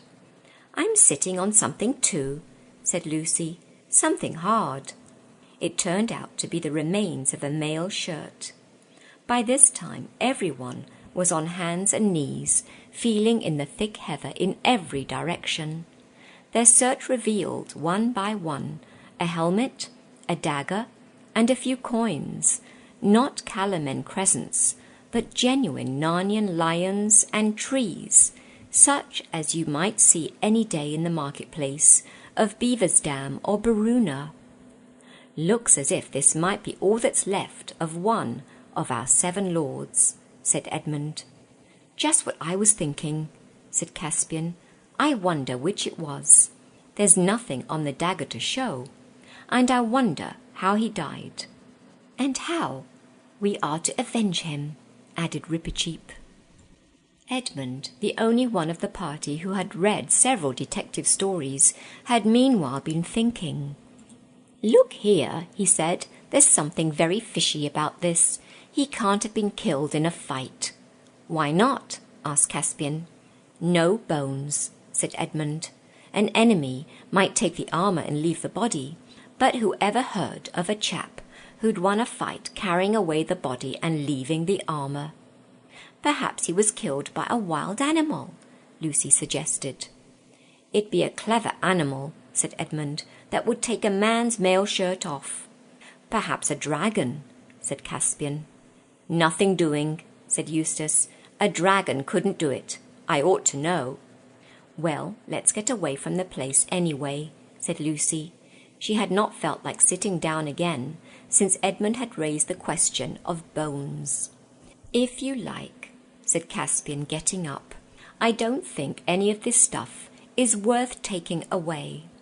They came down and round to the little opening where the stream came out of the lake, and stood looking at the deep water within the circle of cliffs. If it had been a hot day, no doubt some would have been tempted to bathe, and everyone would have had a drink.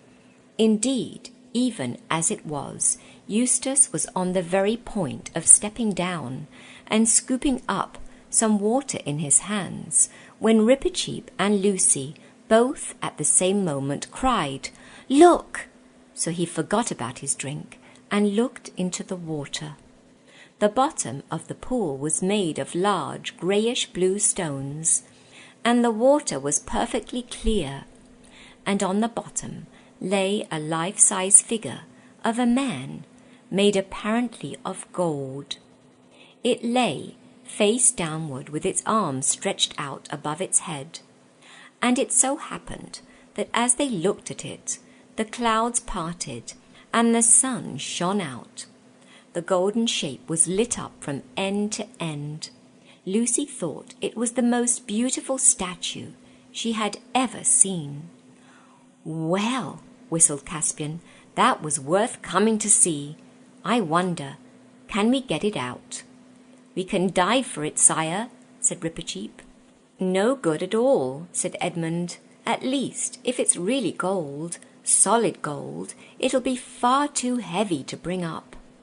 And that pool's 12 or 15 feet deep, if it's an inch. Half a moment, though. It's a good thing I brought a hunting spear with me. Let's see what the depth is like. Hold on to my hand, Caspian, while I lean out over the water a bit." Caspian took his hand, and Edmund, leaning forward, began to lower his spear into the water. Before it was halfway in, Lucy said, "I don't believe the statue is gold at all. It's only the light. Your spear looks just the same colour." "What's wrong?" asked several voices at once. For Edmund had suddenly let go of the spear. "I couldn't hold it," gasped Edmund. "It seems so heavy." "And there it is on the bottom now," said Caspian. "And Lucy is right. It looks just the same colour as the statue." But Edmund, who appeared to be having some trouble with his boots, at least he was bending down and looking at them, straightened himself all at once, and shouted out in the sharp voice which people hardly ever disobey, "Get back! Back from the water, all of you, at once!" They all did, and stared at him. "Look," said Edmund, "look at the toes of my boots." "They look a bit yellow," began Eustace. "They're gold, solid gold," interrupted Edmund. "Look at them, feel them. The leather's pulled away from it already, and they're as heavy as lead." "By Aslan," said Caspian, "you don't mean to say—" "Yes, I do," said Edmund. "That water turns things into gold. It turned the spear into gold. That's why it got so heavy. And it was just lapping against my feet. It's a good thing I wasn't barefoot. And it turned the toe caps into gold. And that poor fellow on the bottom, well, you see." "So it isn't a statue at all," said Lucy in a low voice. "No, the whole thing is plain now. He was here on a hot day. He undressed on top of the cliff where we were sitting. The clothes have rotted away or been taken by birds to line nests with. The armour's still there. Then he dived and—" "Don't," said Lucy. "What a horrible thing." "And what a narrow shave we've had," said Edmund. "Narrow indeed," said Rippercheap. "Anyone's finger, anyone's foot, anyone's whisker, or anyone's tail might have slipped into the water at any moment." "All the same," said Caspian, "we may as well test it." He stooped down and wrenched up a spray of heather. Then, very cautiously, he knelt beside the pool and dipped it in. It was heather that he dipped. What he drew out was a perfect model of heather made of the purest gold, heavy and soft as lead. "The king who owned this island," said Caspian slowly, and his face flushed as he spoke, "would soon be the richest of all kings of the world. I claim this land forever as a Narnian possession. It shall be called Goldwater Island, and I bind all of you to secrecy. No one must know of this, not even Drinian, on pain of death, do you hear?" "Who are you talking to?" said Edmund. "I'm no subject of yours. If anything, it's the other way round. I am one of the 4 ancient sovereigns of Narnia, and you are under allegiance to the High King, my brother." "So it has come to that, King Edmund, has it?" said Caspian, laying his hand on his sword hilt. "Oh, stop it, both of you," said Lucy. "That's the worst of doing anything with boys. You're all such swaggering, bullying idiots." "Ooh!" Her voice died away into a gasp, and everyone else saw what she had seen. Across the grey hillside above them, grey for the heather was not yet in bloom, without noise and without looking at them, and shining as if he were in bright sunlight, though the sun had in fact gone in, passed with slow pace the hugest lion that human eyes have ever seen. In describing the scene, Lucy said afterward, "He was the size of an elephant," though at another time she only said, "the size of a cart horse." But it was not the size that mattered. Nobody dared to ask what it was. They knew it was Aslan. And nobody ever saw how or where he went. They looked at one another like people waking from sleep. "What were we talking about?" said Caspian. "Have I been making rather an ass of myself?" "Sire," said Rippercheap, "this is a place with a curse on it. Let us get back on board at once. And if I might have the honour of naming this island, I should call it Deathwater." "That strikes me as a very good name, Reep," said Caspian, "though now that I come to think of it, I don't know why.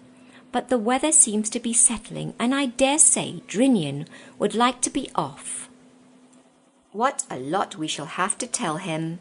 But in fact they had not much to tell, for the memory of the last hour had all become confused. "Their Majesties all seemed a bit bewitched when they came aboard," said Drinian to Rince some hours later, when the Dawn Treader was once more under sail and Deathwater Island already below the horizon.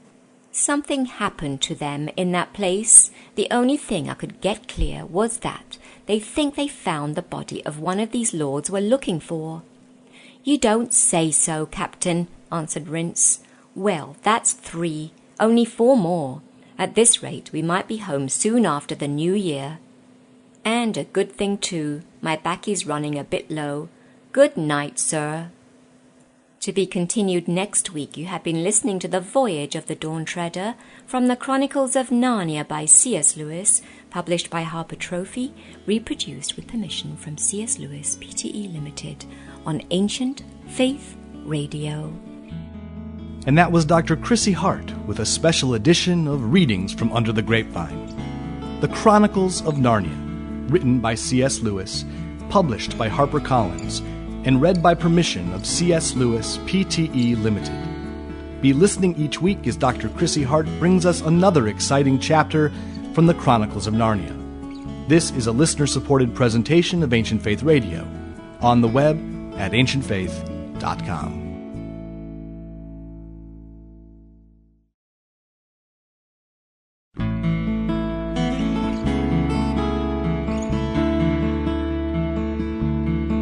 Ancient Faith Radio now presents a very special edition of Readings from Under the Grapevine with Dr. Chrissy Hart, through special permission of C.S. Lewis, Pte. Limited. Chrissy is reading The Chronicles of Narnia by C.S. Lewis. This classic series is published by HarperCollins and is available at their website at harpercollins.com. Dr. Chrissy Hart is the author of Under the Grapevine and The Hermit, the Icon, and the Emperor, published by Conciliar Press. She's a licensed psychologist from England and now lives in York, Pennsylvania. We hope you'll be listening each week as Chrissy brings you another selection from this classic series. The current book Chrissy is reading is Voyage of the Dawn Treader. Here's Chrissy Hart. The Voyage of the Dawn Treader from the Chronicles of Narnia by C.S. Lewis, published by Harper Trophy, reproduced with permission from C.S. Lewis, Pte. Limited, Chapter 9. The Island of the Voices. And now the winds which had so long been from the northwest began to blow from the west itself, and every morning, when the sun rose out of the sea, the curved prow of the Dawn Treader stood up right across the middle of the sun. Some thought that the sun looked larger than it looked from Narnia, but others disagreed, and they sailed and sailed before a gentle yet steady breeze, and saw neither fish nor gull, nor ship nor shore. And stores began to get low again, and it crept into their hearts that perhaps they might have come to a sea which went on forever. But when the very last day on which they thought they could risk continuing their eastward voyage dawned, it revealed, right ahead between them and the sunrise, a low land lying like a cloud. They made harbour in a wide bay about the middle of the afternoon and landed. It was a very different country from any they had yet seen. For when they had crossed the sandy beach, they found all silent and empty, as if it were an uninhabited land. But before them there were level lawns in which the grass was as smooth and short as it used to be in the grounds of a great English house, where 10 gardeners were kept. The trees, of which there were many, all stood well apart from one another, and there were no broken branches and no leaves lying on the ground. Pigeons sometimes cooed, but there was no other noise. Presently they came to a long, straight, sanded path, with not a weed growing on it, and trees on either hand. Far off at the other end of this avenue they now caught sight of a house, very long and grey and quiet-looking in the afternoon sun.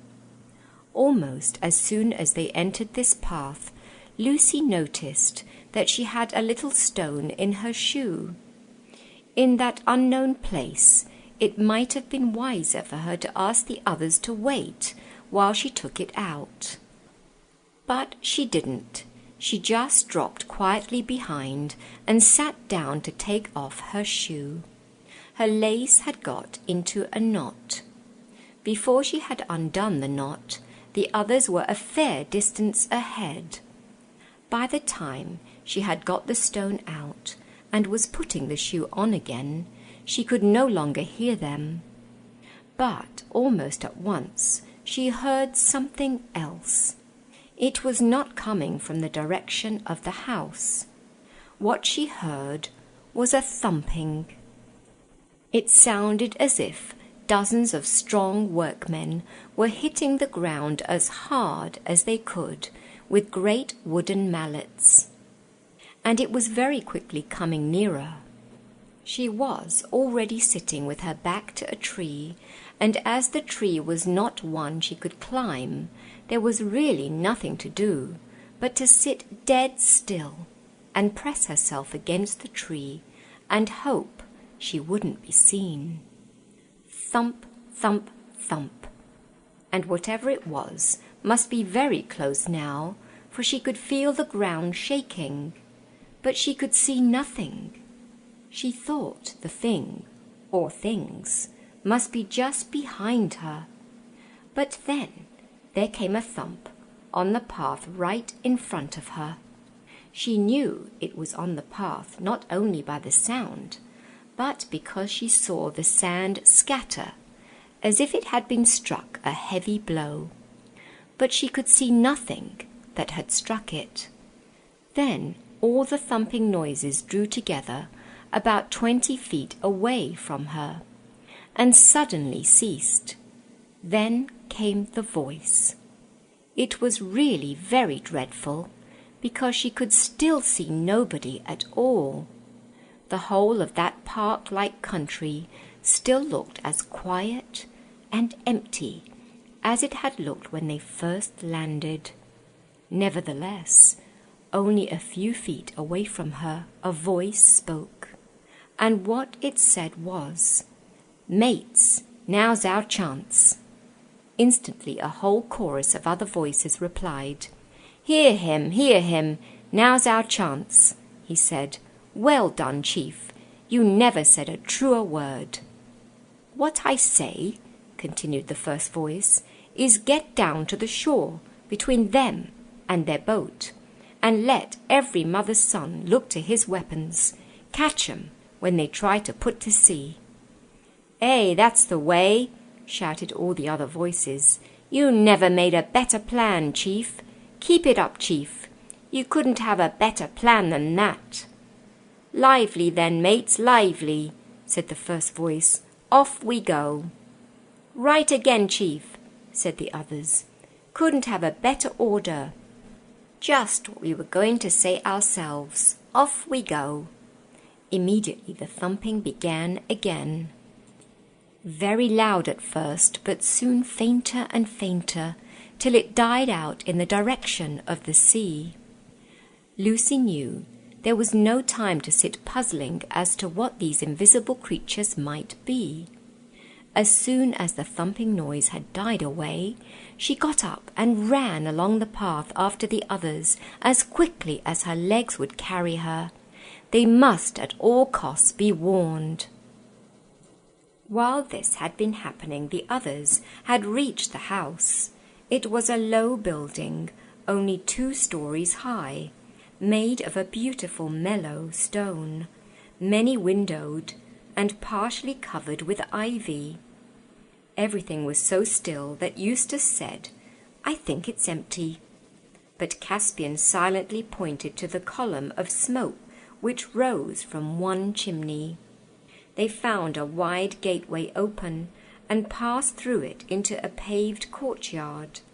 And it was here that they had their first indication that there was something odd about this island.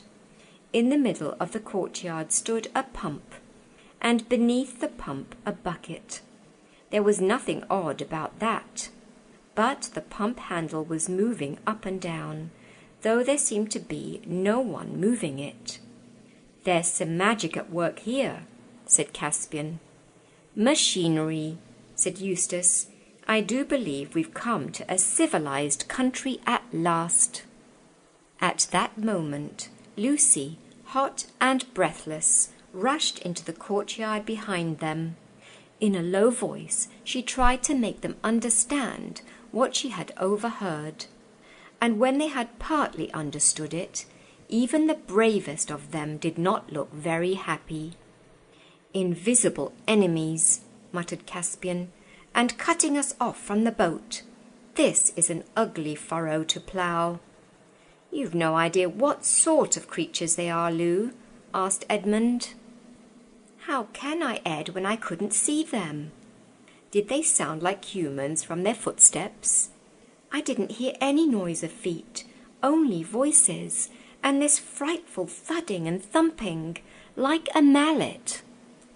"I wonder," said Rippercheap, "do they become visible when you drive a sword into them?" "It looks as if we shall find out," said Caspian. "But let's get out of this gateway. There's one of these gentry at that pump listening to all we say." They came out and went back onto the path where the trees might possibly make them less conspicuous. "Not that it's any good really," said Eustace, "trying to hide from people you can't see. They may be all round us." "Now, Drinian," said Caspian, "how would it be if we gave up the boat for lost, went down to another part of the bay and signalled to the Dawn Treader to stand in and take us aboard?" "Not depth for her, sire," said Drinian. "We could swim," said Lucy. "Your Majesty's all," said Rippercheap, "hear me. It is folly to think of avoiding an invisible enemy by any amount of creeping and skulking. If these creatures mean to bring us to battle, be sure they will succeed. And whatever comes of it, I'd sooner meet them face to face than be caught by the tail." "I really think Reep is in the right this time," said Edmund. "Surely," said Lucy, "if Rince and the others on the Dawn Treader see us fighting on the shore, they'll be able to do something." "But they won't see us fighting if they can't see any enemy," said Eustace miserably. They'll think we're just swinging our swords in the air for fun." There was an uncomfortable pause. "Well," said Caspian at last, "let's get on with it. We must go and face them. Shake hands all round. Arrow on the string. Lucy, swords out. Everyone else. And now for it. Perhaps they'll parley."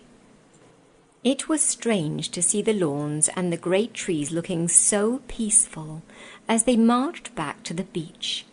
And when they arrived there and saw the boat lying where they had left her, and the smooth sand with no one to be seen on it, more than one doubted whether Lucy had not merely imagined all she had told them. But before they reached the sand, a voice spoke out of the air. "No further, masters, no further now," it said. "We've got to talk with you first. There's 50 of us, and more here, with weapons in our fists." Hear him," came the chorus. "That's our chief. You can depend on what he says. He's telling you the truth, he is." "I do not see these 50 warriors," observed Rippercheap. That's right, said the chief voice. "You don't see us. And why not? Because we're invisible." "Keep it up, chief, keep it up," said the other voices. "You're talking like a book. They couldn't ask for a better answer than that." "Be quiet, Reep," said Caspian, and then added in a louder voice, "You invisible people, what do you want with us? And what have we done to earn your enmity?" "We want something that little girl can do for us," said the chief voice. The others explained that this was just what they would have said themselves. "Little girl?" said Rippercheap. "The lady is a queen." "We don't know about queens," said the chief voice. "No more we do, no more we do," chimed in the others. "But we want something she can do." "What is it?" said Lucy. "And if it is anything against Her Majesty's honour or safety," added Rippercheap, "you will wonder to see how many we can kill before we die." "Well," said the chief voice, "it's a long story. Suppose we all sit down." The proposal was warmly approved by the other voices, but the Narnians remained standing. "Well," said the chief voice, "it's like this. This island has been the property of a great magician, time out of mind. And we all are, or perhaps in a manner of speaking, I might say we were, his servants. Well, to cut a long story short, this magician that I was speaking about, he told us to do something we didn't like. And why not? Because we didn't want to. Well then, this same magician, he fell into a great rage, for I ought to tell you he owned the island, and he wasn't used to being crossed. He was terribly downright, you know. But let me see, where am I? Oh yes, this magician then, he goes upstairs, for you must know he kept all his magic things up there, and we all live down below. I say he goes upstairs and puts a spell on us, an uglifying spell. If you saw us now, which in my opinion you may thank your stars you can't, you wouldn't believe what we looked like before we were uglified. You wouldn't really. So there we all were, so ugly, we couldn't bear to look at one another. So then, what did we do? Well, I'll tell you what we did. We waited till we thought this same magician would be asleep in the afternoon, and we creep upstairs and go to his magic book, as bold as brass, to see if we can do anything about this uglification. But we were all of a sweat and a tremble, so I won't deceive you. But believe me or believe me not, I do assure you that we couldn't find anything in the way of a spell for taking off the ugliness. And what with time getting on, and being afraid that the old gentleman might wake up any minute, I was all of a muck sweat. So I won't deceive you. Well, to cut a long story short, whether we did right or whether we did wrong, in the end we see a spell for making people invisible. And we thought we'd rather be invisible than go on being as ugly as all that. And why? Because we'd like it better. So my little girl, who's just about your little girl's age, and a sweet child she was before she was uglified, though now, but least said soonest mended. I say, my little girl, she says the spell, for it's got to be a little girl, or else the magician himself, if you see my meaning, for otherwise it won't work. And why not? Because nothing happens. So my Clipsy says the spell, for I ought to have told you she reads beautifully. And there we all were as invisible as you could wish to see. And I do assure you it was a relief not to see one another's faces. At first, anyway. But the long and the short of it is, we're mortal tired of being invisible. And there's another thing. We never reckoned on this magician, the one I was telling you about before, going invisible too. But we haven't ever seen him since, so we don't know if he's dead, or gone away, or whether he's just sitting upstairs being invisible, and perhaps coming down and being invisible there. And, believe me, it's no manner of use listening, because he always did go about with his bare feet on, making no more noise than a great big cat. And I'll tell all you gentlemen straight, it's getting more than what our nerves can stand. Such was the chief's voice story, but very much shortened, because I have left out what the other voices said. Actually, he never got out more than 6 or 7 words without being interrupted by their agreements and encouragements, which drove the Narnians nearly out of their minds with impatience. When it was over, there was a very long silence. "But," said Lucy at last, "what's all this got to do with us? I don't understand." "Why, bless me, if I haven't gone and left out the whole point," said the chief voice. "That you have, that you have," roared the other voices with great enthusiasm. "No one couldn't have left it out cleaner and better. Keep it up, chief, keep it up." "Well, I needn't go over the whole story again," began the chief voice. "No, certainly not," said Caspian and Edmund. "Well then, to put it in a nutshell," said the chief voice, "we've been waiting for ever so long for a nice little girl from foreign parts, like it might be you, missy, that would go upstairs and go to the magic book and find the spell that takes off the invisibleness and say it. And we all swore that the first strangers as landed on this island, having a nice little girl with them, I mean, for if they hadn't, it'd be another matter. We wouldn't let them go away alive unless they'd done the needful for us. And that's why, gentlemen, if your little girl doesn't come up to scratch, it will be our painful duty to cut all your throats. Merely in the way of business, as you might say, and no offence, I hope." "I don't see all your weapons," said Rippercheap. "Are they invisible too?" The words were scarcely out of his mouth before they heard a whizzing sound, and next moment a spear had stuck, quivering, in one of the trees behind them. "That's a spear, that is," said the chief voice. "That it is, chief, that it is," said the others. "You couldn't have put it better." "And it came from my hand," the chief voice continued. "They get visible when they leave us." "But why do you want me to do this?" asked Lucy. "Why can't one of your own people? Haven't you got any girls?"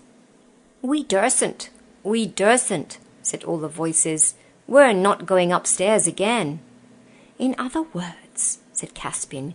"You are asking this lady to face some danger which you daren't ask your own sisters and daughters to face." That's right, said all the voices cheerfully. "You couldn't have said it better, eh? You've had some education, you have. Anyone can see that." "Well, of all the outrageous—" began Edmund, but Lucy interrupted. "Would I have to go upstairs at night, or would it do in daylight?" "Oh, daylight, to be sure," said the chief voice. "Not at night. No one's asking you to do that. Go upstairs in the dark? Ugh!" "All right then, I'll do it," said Lucy. "No," she said, turning to the others. "Don't try to stop me. Can't you see it's no use? There are dozens of them there. We can't fight them. And the other way there is a chance." "But a magician," said Caspian. "I know," said Lucy, "but he mayn't be as bad as they make out." "Don't you get the idea that these people are not very brave?" "They're certainly not very clever," said Eustace. "Look here, Lou," said Edmund, "we really can't let you do a thing like this. Ask Reep. I'm sure he'll say just the same." "But it's to save my own life as well as yours," said Lucy. "I don't want to be cut to bits with invisible swords any more than anyone else." "Her Majesty is in the right," said Rippercheap. "If we had any assurance of saving her by battle, our duty would be very plain. It appears to me that we have none, and the service they ask of her is in no way contrary to Her Majesty's honour, but a noble and heroical act. If the Queen's heart moves her to risk the magician, I will not speak against it." As no one had ever known Rippercheap to be afraid of anything, he could say this without feeling at all awkward. But the boys, who had all been afraid quite often, grew very red. Nonetheless, it was such obvious sense that they had to give in. Loud cheers broke from the invisible people when their decision was announced. And the chief voice, warmly supported by all the others, invited the Narnians to come to supper and spend the night. Eustace didn't want to accept, but Lucy said, "I'm sure they're not treacherous. They're not like that at all." And the others agreed. And so, accompanied by an enormous noise of thumpings, which became louder when they reached the flagged and echoing courtyard, they all went back to the house. To be continued. Please join me next week for The Voyage of the Dawn Treader from the Chronicles of Narnia by C.S. Lewis, published by Harper Trophy, reproduced with permission from C.S. Lewis Pte. Limited on Ancient Faith Radio. And that was Dr. Chrissy Hart with a special edition of Readings from Under the Grapevine. The Chronicles of Narnia, written by C.S. Lewis, published by HarperCollins, and read by permission of C.S. Lewis Pte. Limited. Be listening each week as Dr. Chrissy Hart brings us another exciting chapter from the Chronicles of Narnia. This is a listener-supported presentation of Ancient Faith Radio, on the web at ancientfaith.com.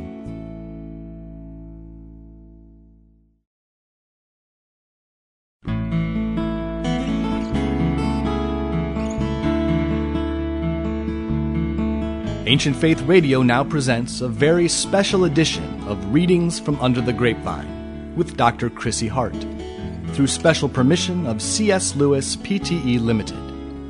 Chrissy is reading The Chronicles of Narnia by C.S. Lewis. This classic series is published by HarperCollins and is available at their website at harpercollins.com. Dr. Chrissy Hart is the author of Under the Grapevine and The Hermit, the Icon, and the Emperor, published by Conciliar Press. She's a licensed psychologist from England and now lives in York, Pennsylvania.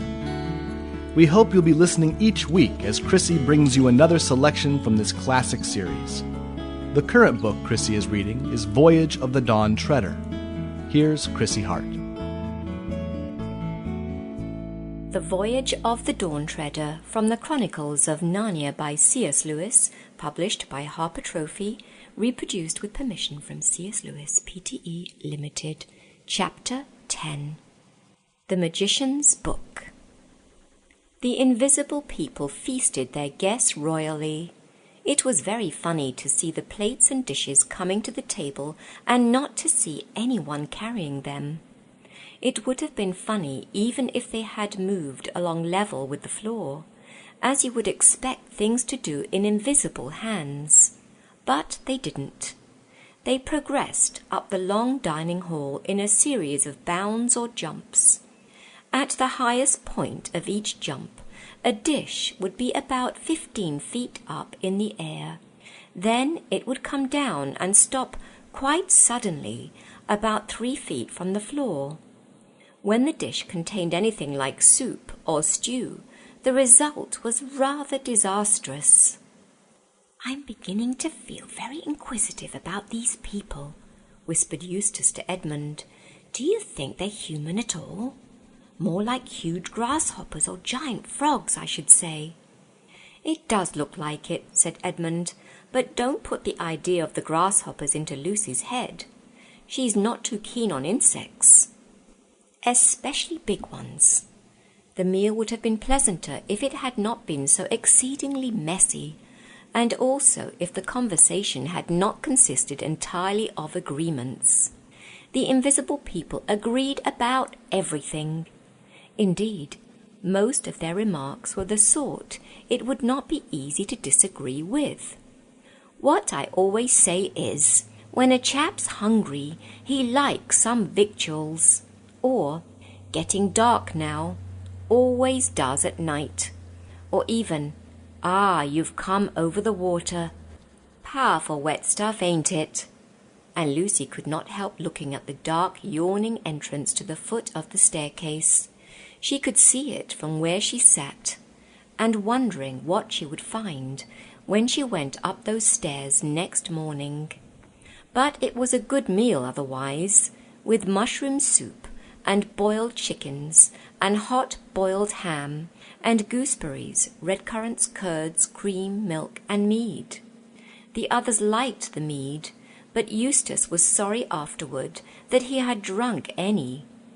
When Lucy woke up next morning, it was like waking up on the day of an examination, or a day when you are going to the dentist. It was a lovely morning, with bees buzzing in and out of her open window, and the lawn outside looking very like somewhere in England. She got up and dressed, and tried to talk and eat ordinarily at breakfast. Then, after being instructed by the chief voice about what she was to do upstairs, she bid good-bye to the others, said nothing, walked to the bottom of the stairs, and began going up them without once looking back. It was quite light. That was one good thing. There was, indeed, a window straight ahead of her at the top of the first flight. As long as she was on that flight, she could hear the tick-tock, tick-tock of a grandfather clock in the hall below. Then she came to the landing and had to turn to her left up the next flight. After that, she couldn't hear the clock any more. Now she had come to the top of the stairs. Lucy looked and saw a long, wide passage with a large window at the far end. Apparently, the passage ran the whole length of the house. It was carved and panelled and carpeted, and very many doors opened off it on each side. She stood still and couldn't hear the squeak of a mouse, or the buzzing of a fly, or the swaying of a curtain, or anything, except the beating of her own heart. "The last doorway on the left," she said to herself. It did seem a bit hard that it should be the last. To reach it, she would have to walk past room after room, and in any room there might be the magician, asleep, or awake, or invisible, or even dead. But it wouldn't do to think about that. She set out on her journey. The carpet was so thick that her feet made no noise. "There's nothing whatever to be afraid of yet," Lucy told herself. And certainly it was a quiet, sunlit passage. Perhaps a bit too quiet. It would have been nicer if there had not been strange signs painted in scarlet on the doors, twisty, complicated things which obviously had a meaning, and it mightn't be a very nice meaning either. It would have been nicer still if there weren't those masks hanging on the wall. Not that they were exactly ugly, or not so very ugly, but the empty eye holes did look queer. And if you let yourself, you would soon start imagining that the masks were doing things as soon as your back was turned to them. After about the 6th door, she got her first real fright. For 1 second, she felt almost certain that a wicked little bearded face had popped out of the wall and made a grimace at her. She forced herself to stop and look at it. And it was not a face at all.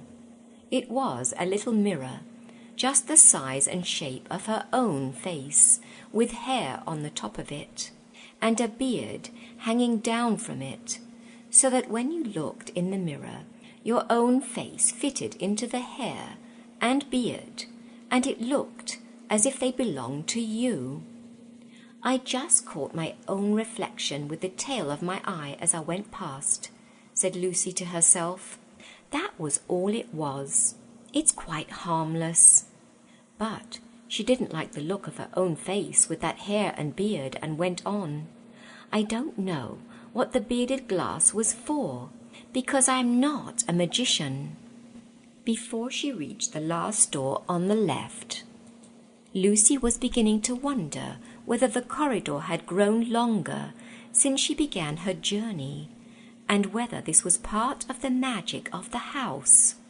But she got to it at last, and the door was open. It was a large room with 3 big windows, and it was lined from floor to ceiling with books, more books than Lucy had ever seen before. Tiny little books, fat and dumpy books, and books bigger than any church Bible you have ever seen, all bound in leather, and smelling old and learned and magical. But she knew from her instructions that she need not bother about any of these, for the book, the magic book, was lying on a reading desk in the very middle of the room. She saw she would have to read it standing, and anyway there were no chairs, and also that she would have to stand with her back to the door while she read it. So at once she turned to shut the door. It wouldn't shut. Some people may disagree with Lucy about this, but I think she was quite right. She said she wouldn't have minded if she could have shut the door, but that it was unpleasant to have to stand in a place like that with an open doorway right behind your back. I should have felt just the same, but there was nothing else to be done. One thing that worried her a good deal was the size of the book. The chief voice had not been able to give her any idea whereabouts in the book the spell for making things visible was. He even seemed rather surprised at her asking. He expected her to begin at the beginning and go on till she came to it. Obviously he had never thought that there was any other way of finding a place in a book. But it might take me days and weeks, said Lucy, looking at the huge volume, and I feel already as if I'd been in this place for hours. She went up to the desk and laid her hand on the book. Her fingers tingled when she touched it, as if it were full of electricity.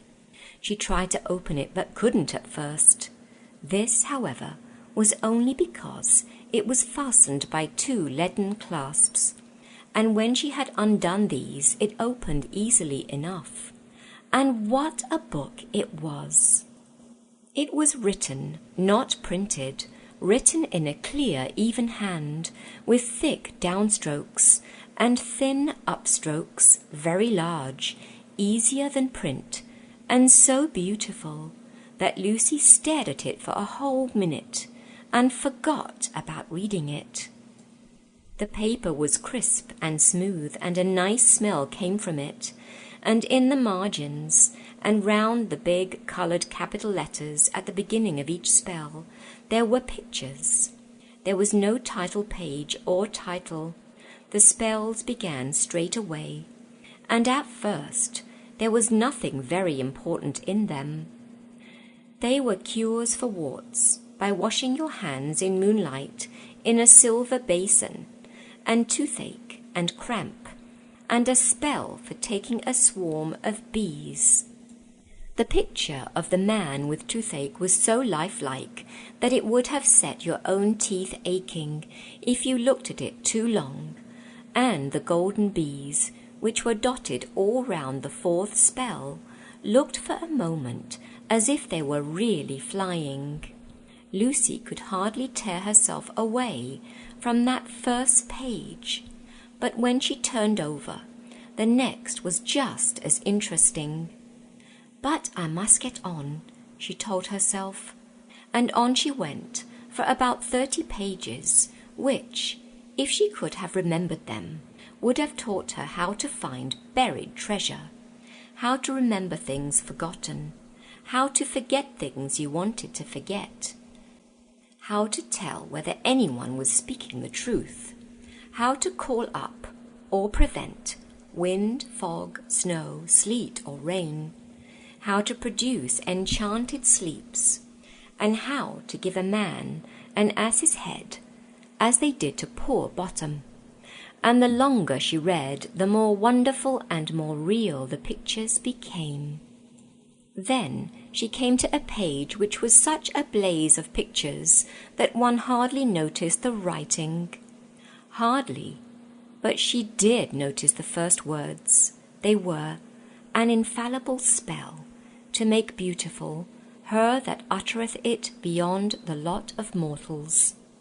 Lucy peered at the pictures with her face close to the page, and though they had seemed crowded and muddlesome before, she found she could now see them quite clearly. The first was a picture of a girl standing at a reading desk, reading in a huge book, and the girl was dressed exactly like Lucy.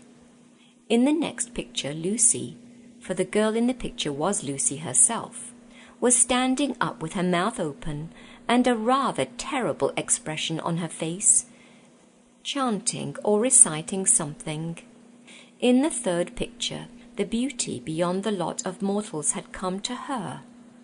It was strange, considering how small the pictures had looked at first, that the Lucy in the picture now seemed quite as big as the real Lucy, and they looked into each other's eyes, and the real Lucy looked away after a few minutes because she was dazzled by the beauty of the other Lucy, though she could still see a sort of likeness to herself in that beautiful face.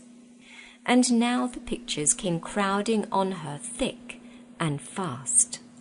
She saw herself throned on high at a great tournament in Calamen, and all the kings of the world fought because of her beauty. After that it turned from tournaments to real wars, and all Narnia and Archenland, Telmar and Calamen, Galmar and Terebinthia were laid waste with the fury of the kings and dukes and great lords who fought for her favour. Then it changed, and Lucy, still beautiful beyond the lot of mortals, was back in England. And Susan, who had always been the beauty of the family, came home from America. The Susan in the picture looked exactly like the real Susan, only plainer and with a nasty expression. And Susan was jealous of the dazzling beauty of Lucy, but that didn't matter a bit, because no one cared anything about Susan now. "I will say the spell," said Lucy. "I don't care. I will." She said, "I don't care," because she had a strong feeling that she mustn't. But when she looked back at the opening words of the spell, there in the middle of the writing, where she felt quite sure there had been no picture before, she found the great face of a lion, of the lion, Aslan himself, staring into hers. It was painted such a bright gold that it seemed to be coming toward her out of the page. And indeed, she never was quite sure afterward that it hadn't really moved a little. At any rate, she knew the expression on his face quite well. He was growling, and you could see most of his teeth. She became horribly afraid and turned over the page at once. A little later she came to a spell which would let you know what your friends thought about you. Now Lucy had wanted very badly to try the other spell, the one that made you beautiful beyond the lot of mortals. So she felt that to make up for not having said it, she really would say this one. And all in a hurry, for fear her mind would change, she said the words, "Nothing will induce me to tell you what they were." Then she waited for something to happen. As nothing happened, she began looking at the pictures, and all at once she saw the very last thing she expected, a picture of a third-class carriage in a train with 2 schoolgirls sitting in it. She knew them at once. They were Marjorie Preston and Anne Featherstone. Only now it was much more than a picture. It was alive. She could see the telegraph posts flicking past outside the window. Then gradually, like when the radio is coming on, she could hear what they were saying. "Shall I see anything of you this term?" said Anne. "Or are you still going to be all taken up with Lucy Pevensey?" "Don't know what you mean by taken up," said Marjorie. "Oh, yes, you do," said Anne. "You were crazy about her last term." "No, I wasn't," said Marjorie. "I've got more sense than that. Not a bad little kid in her way. But I was getting pretty tired of her before the end of term." "Well, you jolly well won't have the chance any other term," shouted Lucy. "Two-faced little beast." But the sound of her own voice at once reminded her that she was talking to a picture and that the real Marjorie was far away in another world. "Well," said Lucy to herself, "I did think better of her than that. And I did all sorts of things for her last term. And I stuck to her when not many other girls would. And she knows it too. And to Anne Featherstone, of all people, I wonder, are all my friends the same? There are lots of other pictures. No, I won't look at any more. I won't. I won't." And with a great effort she turned over the page, but not before a large, angry tear had splashed on it. On the next page she came to a spell for the refreshment of the spirit. The pictures were fewer here, but very beautiful. And what Lucy found herself reading was more like a story than a spell. It went on for 3 pages, and before she had read to the bottom of the page, she had forgotten that she was reading at all. She was living in the story as if it were real, and all the pictures were real too. When she had got to the 3rd page and come to the end, she said, "That is the loveliest story I've ever read, or ever shall read in my whole life. Oh, I wish I could have gone on reading it for 10 years, at least. I'll read it over again." But here, part of the magic of the book came into play. You couldn't turn back. The right-hand pages, the ones ahead, could be turned. The left-hand pages could not. "Oh, what a shame," said Lucy. I did so want to read it again. Well, at least I must remember it. Let's see. It was about... Oh dear, it's all fading away again. And even this last page is going blank. This is a very queer book. How can I have forgotten? It was about a cup and a sword and a tree and a green hill.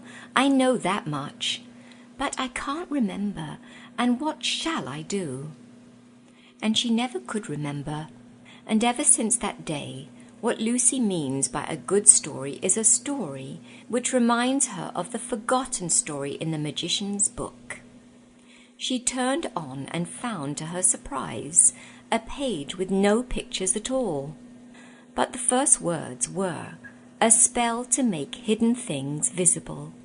She read it through to make sure of all the hard words and then said it out loud. And she knew at once that it was working, because as she spoke the colours came into the capital letters at the top of the page, and the pictures began appearing in the margins. It was like when you hold to the fire something written in invisible ink, and the writing gradually shows up, only instead of the dingy colour of lemon juice, which is the easiest invisible ink, this was all gold and blue and scarlet. They were odd pictures, and contained many figures that Lucy did not much like the look of. And then she thought, I suppose I've made everything visible, and not only the thumpers. There might be lots of other invisible things hanging about a place like this. I'm not sure that I want to see them all. At that moment she heard soft, heavy footfalls coming along the corridor behind her, and of course she remembered what she had been told about the magician walking in his bare feet and making no more noise than a cat. It is always better to turn round than to have anything creeping up behind your back. Lucy did so. Then her face lit up till, for a moment, but of course she didn't know it, she looked almost as beautiful as that other Lucy in the picture, and she ran forward with a little cry of delight, and with her arms stretched out. For what stood in the doorway was Aslan himself, the lion, the highest of all high kings. And he was solid and real, and warm, and he let her kiss him, and bury herself in his shining mane. And from the low, earthquake-like sound that came from inside him, Lucy even dared to think that he was purring. "Oh, Aslan," said she, "it was kind of you to come." "I have been here all the time," said he, "but you have just made me visible." "Aslan," said Lucy almost a little reproachfully, "don't make fun of me, as if anything I could do would make you visible." "It did," said Aslan. "Do you think I wouldn't obey my own rules?" After a little pause he spoke again. "Child," he said, "I think you have been eavesdropping." "Eavesdropping?" "You listened to what your 2 schoolfellows were saying about you." "Oh, that! I never thought that was eavesdropping, Aslan. Wasn't it magic?" "Spying on people by magic is the same as spying on them in any other way. And you have misjudged your friend. She is weak, but she loves you. She was afraid of the older girl, and said what she does not mean. I don't think I'd ever be able to forget what I heard her say." "No, you won't." "Oh dear," said Lucy, "have I spoiled everything? Do you mean we would have gone on being friends if it hadn't been for this? And been really great friends, all our lives perhaps, and now we never shall?" "Child," said Aslan, "did I not explain to you once before that no one is ever told what would have happened?" "Yes, Aslan, you did," said Lucy. "I'm sorry, but please speak on, dear heart." Shall I ever be able to read that story again? The one I couldn't remember? Will you tell it to me, Aslan? Oh, do, do, do. Indeed, yes. I will tell it to you for years and years. But now, come. We must meet the master of this house. To be continued next week. You have been listening to The Voyage of the Dawn Treader from the Chronicles of Narnia by C.S. Lewis, published by Harper Trophy. Reproduced with permission from C.S. Lewis Pte. Limited on Ancient Faith Radio. And that was Dr. Chrissy Hart with a special edition of Readings from Under the Grapevine. The Chronicles of Narnia, written by C.S. Lewis, published by HarperCollins, and read by permission of C.S. Lewis Pte. Limited. Be listening each week as Dr. Chrissy Hart brings us another exciting chapter from the Chronicles of Narnia. This is a listener-supported presentation of Ancient Faith Radio, on the web at ancientfaith.com.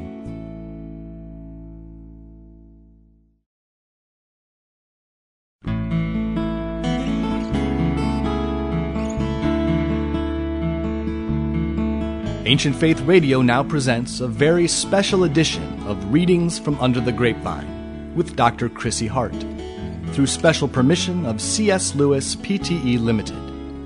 Chrissy is reading The Chronicles of Narnia by C.S. Lewis. This classic series is published by HarperCollins and is available at their website at harpercollins.com. Dr. Chrissy Hart is the author of Under the Grapevine and The Hermit, the Icon, and the Emperor, published by Conciliar Press. She's a licensed psychologist from England and now lives in York, Pennsylvania. We hope you'll be listening each week as Chrissy brings you another selection from this classic series. The current book Chrissy is reading is Voyage of the Dawn Treader. Here's Chrissy Hart. The Voyage of the Dawn Treader from the Chronicles of Narnia by C.S. Lewis, published by Harper Trophy, reproduced with permission from C.S. Lewis Pte. Limited.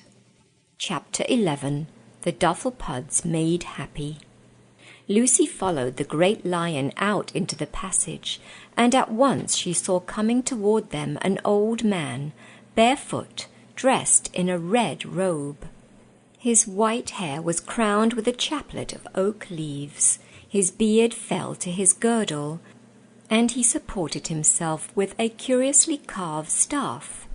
When he saw Aslan he bowed low and said, "Welcome, sir, to the least of your houses. Do you grow weary, Coryakin, of ruling such foolish subjects as I have given you here?" "No," said the magician. "They are very stupid, but there is no real harm in them. I begin to grow rather fond of the creatures.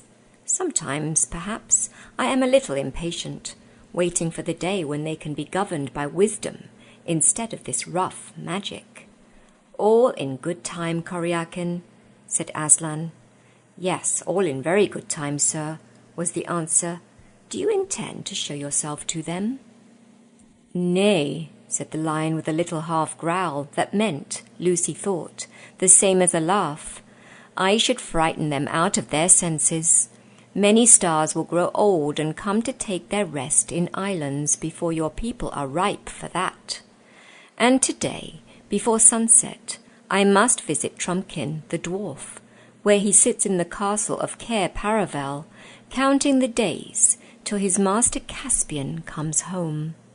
I will tell him all your story, Lucy. Do not look so sad. We shall meet soon again." "Please, Aslan," said Lucy, "what do you call soon?" "I call all time soon," said Aslan, and instantly he was vanished away, and Lucy was alone with the magician. "Gone," said he, "and you and I quite crestfallen. It's always like that. You can't keep him. It's not as if he were a tame lion. And how did you enjoy my book?" "Parts of it very much indeed," said Lucy. "Did you know I was there all the time?" "Well, of course I knew, when I let the duffers make themselves invisible, that you would be coming along presently to take the spell off. I wasn't quite sure of the exact day, and I wasn't especially on the watch this morning. You see, they had made me invisible too, and being invisible always makes me so sleepy. Hey-ho, there I'm yawning again. Are you hungry? Well, perhaps I am a little, said Lucy. I've no idea what the time is. Come, said the magician, all times may be soon to Aslan, but in my home all hungry times are 1 o'clock. He led her a little way down the passage and opened a door. Passing in, Lucy found herself in a pleasant room full of sunlight and flowers. The table was bare when they entered, but it was of course a magic table, and, at a word from the old man, the tablecloth, silver plates, glasses, and food appeared. I hope that is what you would like, said he. I have tried to give you food more like the food of your own land than perhaps you have had lately. It's lovely, said Lucy, and so it was. An omelette, piping hot, cold lamb, and green peas, a strawberry ice, lemon squash to drink with the meal, and a cup of chocolate to follow. But the magician himself drank only wine and ate only bread. There was nothing alarming about him, and Lucy and he were soon chatting away like old friends. When will the spell work? Asked Lucy. Will the duffers be visible again at once? Oh yes, they're visible now, but they're probably all asleep still. They always take a rest in the middle of the day. And now that they're visible, are you going to let them off being ugly? Will you make them as they were before? Well, that's rather a delicate question, said the magician. You see, it's only they who think they were so nice to look at before. They say they've been uglified, but that isn't what I called it. Many people might say the change was for the better. Are they awfully conceited? They are, or at least the chief duffer is, and he's taught all the rest to be. They always believe every word he says. We'd noticed that, said Lucy. Yes, we'd get on better without him, in a way. Of course, I could turn him into something else, or even put a spell on him, which would make them not believe a word he said. But I don't like to do that. It's better for them to admire him than to admire nobody. Don't they admire you? Asked Lucy.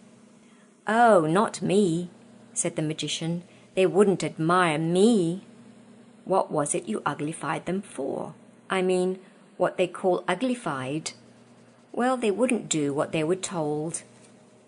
Their work is to mind the garden and raise food, not for me, as they imagine, but for themselves. They wouldn't do it at all if I didn't make them. And of course, for a garden you want water. There is a beautiful spring about 1/2 mile up the hill, and from that spring there flows a stream which comes right past the garden.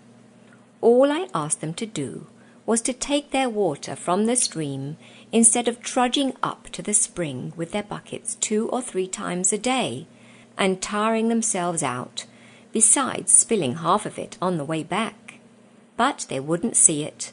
In the end, they refused point blank. Are they as stupid as all that? Asked Lucy. The magician sighed. You wouldn't believe the troubles I've had with them. A few months ago, they were all for washing up the plates and knives before dinner. They said it saved time afterward. I've caught them planting boiled potatoes to save cooking them when they were dug up. One day, the cat got into the dairy, and 20 of them were at work moving all the milk out. No one thought of moving the cat. But I see you've finished. Let's go and look at the duffers now. They can be looked at. They went into another room which was full of polished instruments hard to understand, such as astrolabes, oraries, chronoscopes, posimeters, choriambuses, and theodolines. And here, when they had come to the window, the magician said, "There are your duffers." "I don't see anybody," said Lucy. "And what are those mushroom things?" The things she pointed at were dotted all over the level grass. They were certainly very like mushrooms, but far too big. The stalks about 3 feet high, and the umbrellas about the same length from edge to edge. When she looked carefully, she noticed too that the stalks joined the umbrellas not in the middle, but at one side, which gave an unbalanced look to them. And there was something, a sort of little bundle, lying on the grass at the foot of each stalk. In fact, the longer she gazed at them, the less like mushrooms they appeared. The umbrella part was not really round as she had thought at first. It was longer than it was broad, and it widened at one end. There were a great many of them, 50 or more. The clock struck 3. Instantly a most extraordinary thing happened. Each of the mushrooms suddenly turned upside down. The little bundles which had lain at the bottom of the stalks were heads and bodies. The stalks themselves were legs, but not 2 legs to each body. Each body had a single thick leg right under it, not to one side, like the leg of a one-legged man, and at the end of it a single enormous foot, a broad toed foot with the toes curling up a little, so that it looked rather like a small canoe. She saw in a moment why they had looked like mushrooms. They had been lying flat on their backs, each with its single leg straight up in the air, and its enormous foot spread out above it. She learned afterward that this was their ordinary way of resting, for the foot kept off both rain and sun, and for a monopod to lie under its own foot is almost as good as being in a tent. "Oh, the funnies, the funnies!" cried Lucy, bursting into laughter. "Did you make them like that?" Yes, I made the duffers into monopods," said the magician. He too was laughing, till the tears ran down his cheeks. "But watch," he added. It was worth watching. Of course, these little one-footed men couldn't walk or run as we do. They got about by jumping, like fleas or frogs. And what jumps they made! As if each big foot were a mass of springs. And with what a bounce they came down! That was what made the thumping noise which had so puzzled Lucy yesterday. For now they were jumping in all directions and calling out to one another. "Hey, lads, we're visible again!" "Visible we are," said one in a tasselled red cap who was obviously the chief monopod. "And what I say is, when chaps are visible, why, they can see one another." "Ah, there it is, chief," cried all the others. "There's the point. No one's got a clearer head than you. You couldn't have made it plainer." She caught the old man napping. "That little girl did," said the chief monopod. "We've beaten him this time." "Just what we were going to say ourselves," chimed the chorus. "You're going stronger than ever today, chief. Keep it up. Keep it up." "But do they dare to talk about you like that?" said Lucy. "They seemed to be so afraid of you yesterday. Don't they know you might be listening?" "That's one of the funny things about the duffers," said the magician. "One minute they talk as if I ran everything and overheard everything and was extremely dangerous. The next moment they think they can take me in by tricks that a baby would see through. Bless them." "Will they have to be turned back into their proper shapes?" asked Lucy. "Oh, I do hope it wouldn't be unkind to leave them as they are. Do they really mind very much? They seem pretty happy. I say, look at that jump. What were they like before?" "Common little dwarfs," said he. Nothing like so nice as the sort you have in Narnia. It would be a pity to change them back, said Lucy. They're so funny, and they're rather nice. Do you think it would make any difference if I told them that? I'm sure it would, if you could get it into their heads. Will you come with me and try? No, you'll get on far better without me. Thanks awfully for the lunch, said Lucy, and turned quickly away.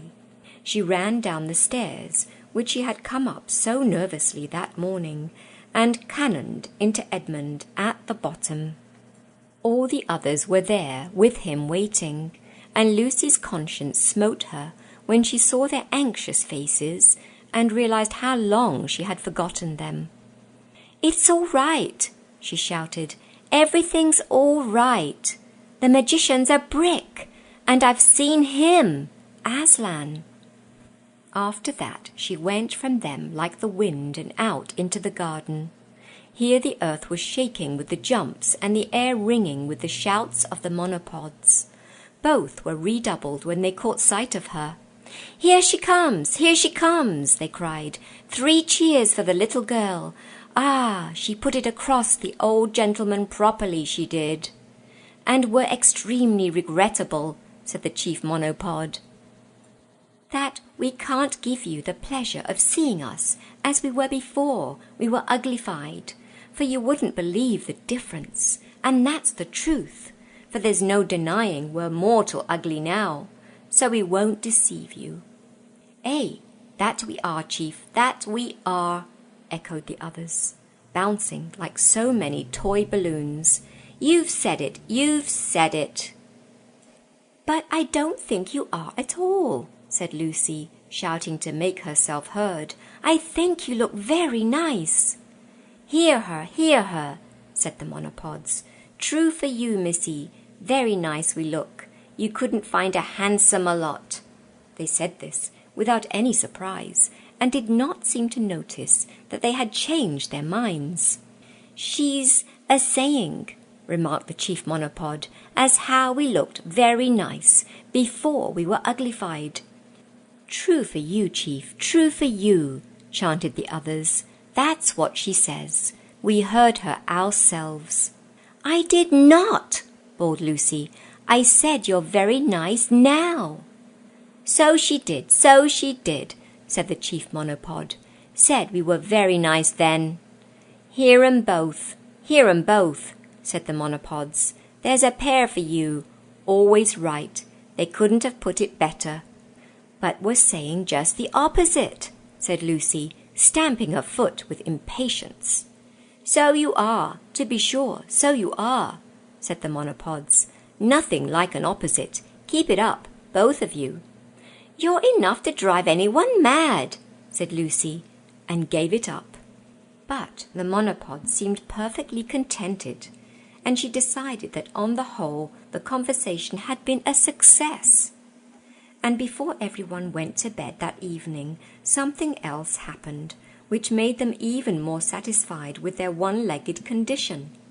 Caspian and all the Narnians went back as soon as possible to the shore, to give their news to Rince and the others on board the Dawn Treader, who were by now very anxious. And of course the monopods went with them, bouncing like footballs, and agreeing with one another in loud voices, till Eustace said, "I wish the magician would make them inaudible instead of invisible."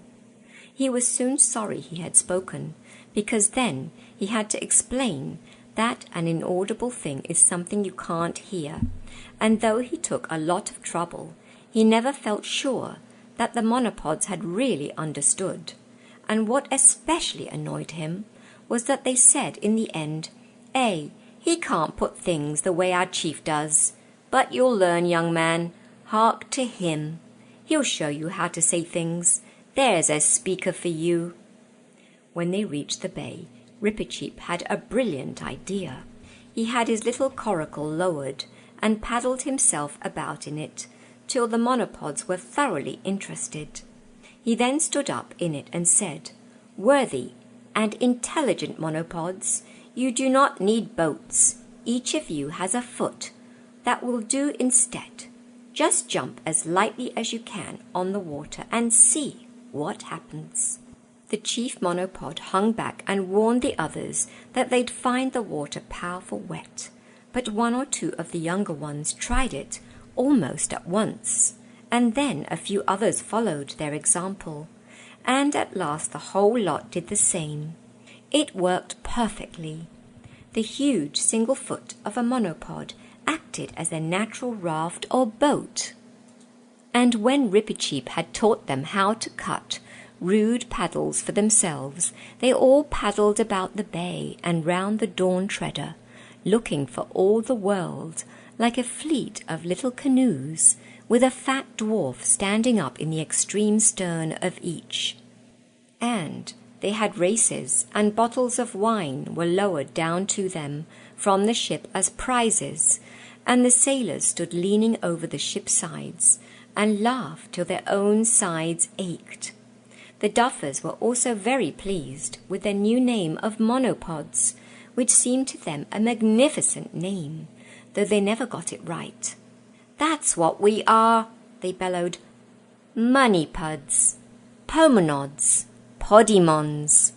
Just what it was on the tips of our tongue to call ourselves.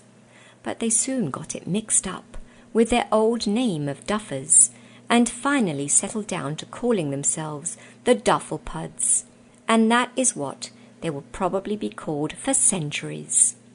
That evening, all the Narnians dined upstairs with the magician, and Lucy noticed how different the whole top floor looked now that she was no longer afraid of it.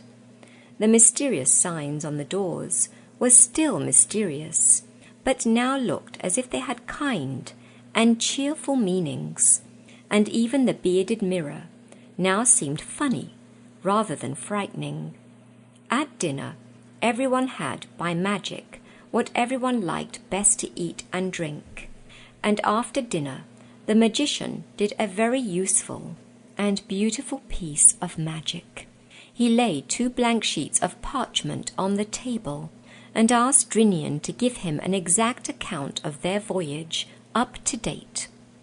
And as Drinian spoke, everything he described came out on the parchment in fine, clear lines, till at last each sheet was a splendid map of the Eastern Ocean, showing Galma, Terebinthia, the 7 Isles, the Lone Islands, Dragon Island, Burnt Island, Deathwater, and the land of the Duffers itself, all exactly the right sizes and in the right positions.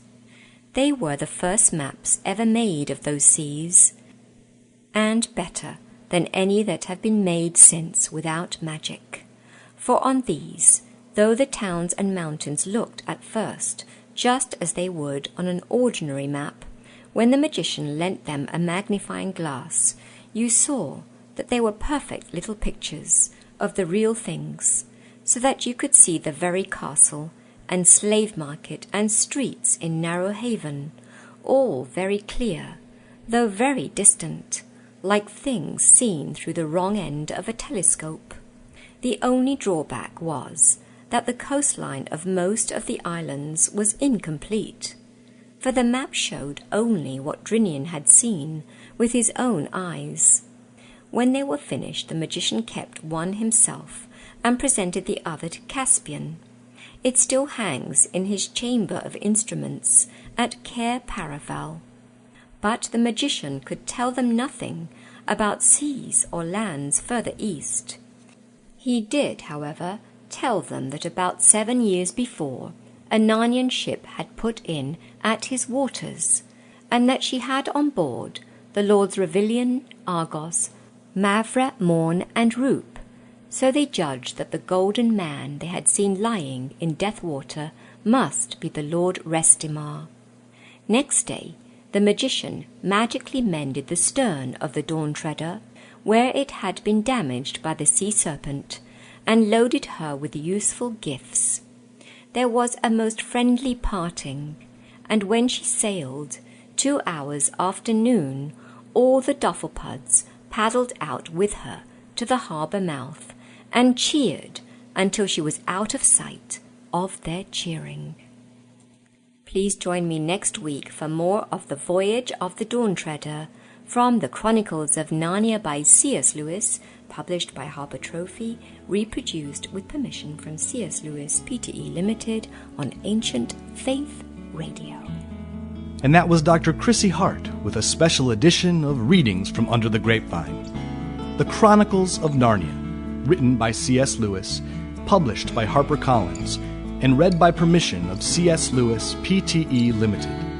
Be listening each week as Dr. Chrissy Hart brings us another exciting chapter from the Chronicles of Narnia. This is a listener-supported presentation of Ancient Faith Radio, on the web at ancientfaith.com.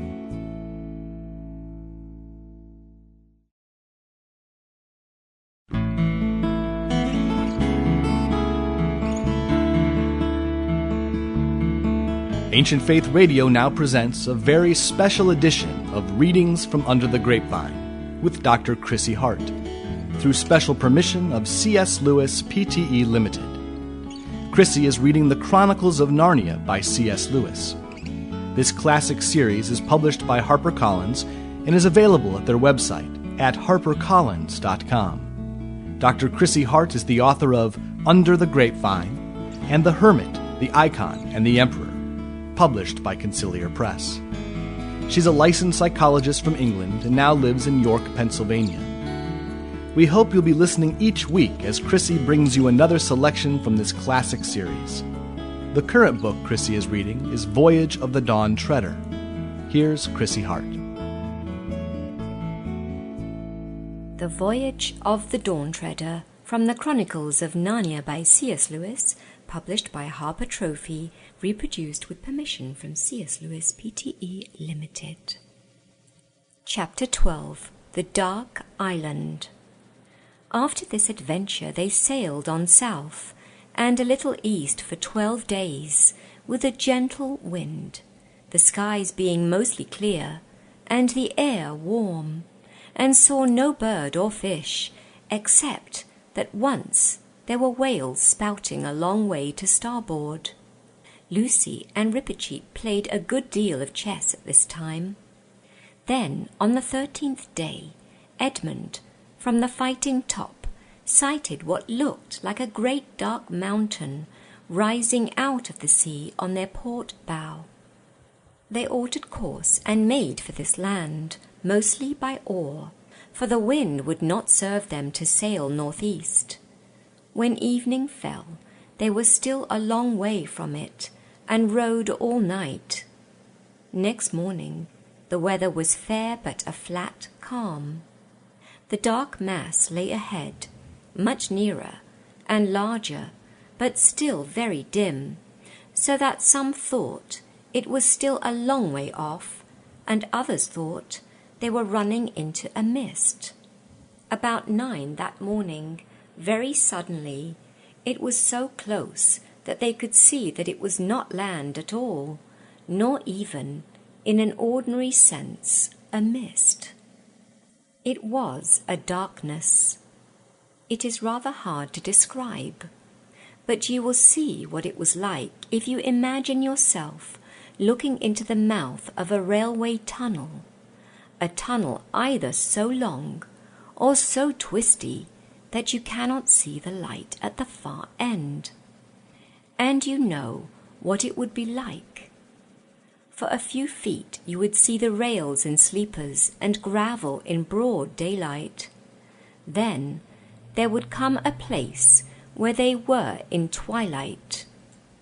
And then, pretty suddenly, but of course without a sharp dividing line, they would vanish altogether into smooth, solid blackness. It was just so here. For a few feet in front of their bows, they could see the swell of the bright, greenish-blue water. Beyond that, they could see the water looking pale and grey, as it would look late in the evening. But beyond that again, utter blackness, as if they had come to the edge of moonless and starless night. Caspian shouted to the boatswain to keep her back, and all except the rowers rushed forward and gazed from the bows. But there was nothing to be seen by gazing. Behind them was the sea and the sun. Before them, the darkness. "Do we go into this?" asked Caspian at length. "Not by my advice," said Drinian. "The captain's right," said several sailors. "I almost think he is," said Edmund. Lucy and Eustace didn't speak, but they felt very glad inside at the turn things seemed to be taking. But all at once the clear voice of Rippercheap broke in upon the silence. "And why not?" he said. "Will someone explain to me why not?" No one was anxious to explain, so Rippercheap continued. "If I were addressing peasants or slaves," he said, "I might suppose that this suggestion proceeded from cowardice. But I hope it will never be told in Narnia that a company of noble and royal persons in the flower of their age turned tail because they were afraid of the dark." "But what manner of use would it be, ploughing through that blackness?" asked Drinian. "Use," replied Rippercheap. "Use, Captain. If by use you mean filling our bellies or our purses, I confess it will be no use at all. So far as I know, we did not set sail to look for things useful, but to seek honour and adventure. And here is as great an adventure as ever I heard of, and here, if we turn back, no little impeachment of all our honours."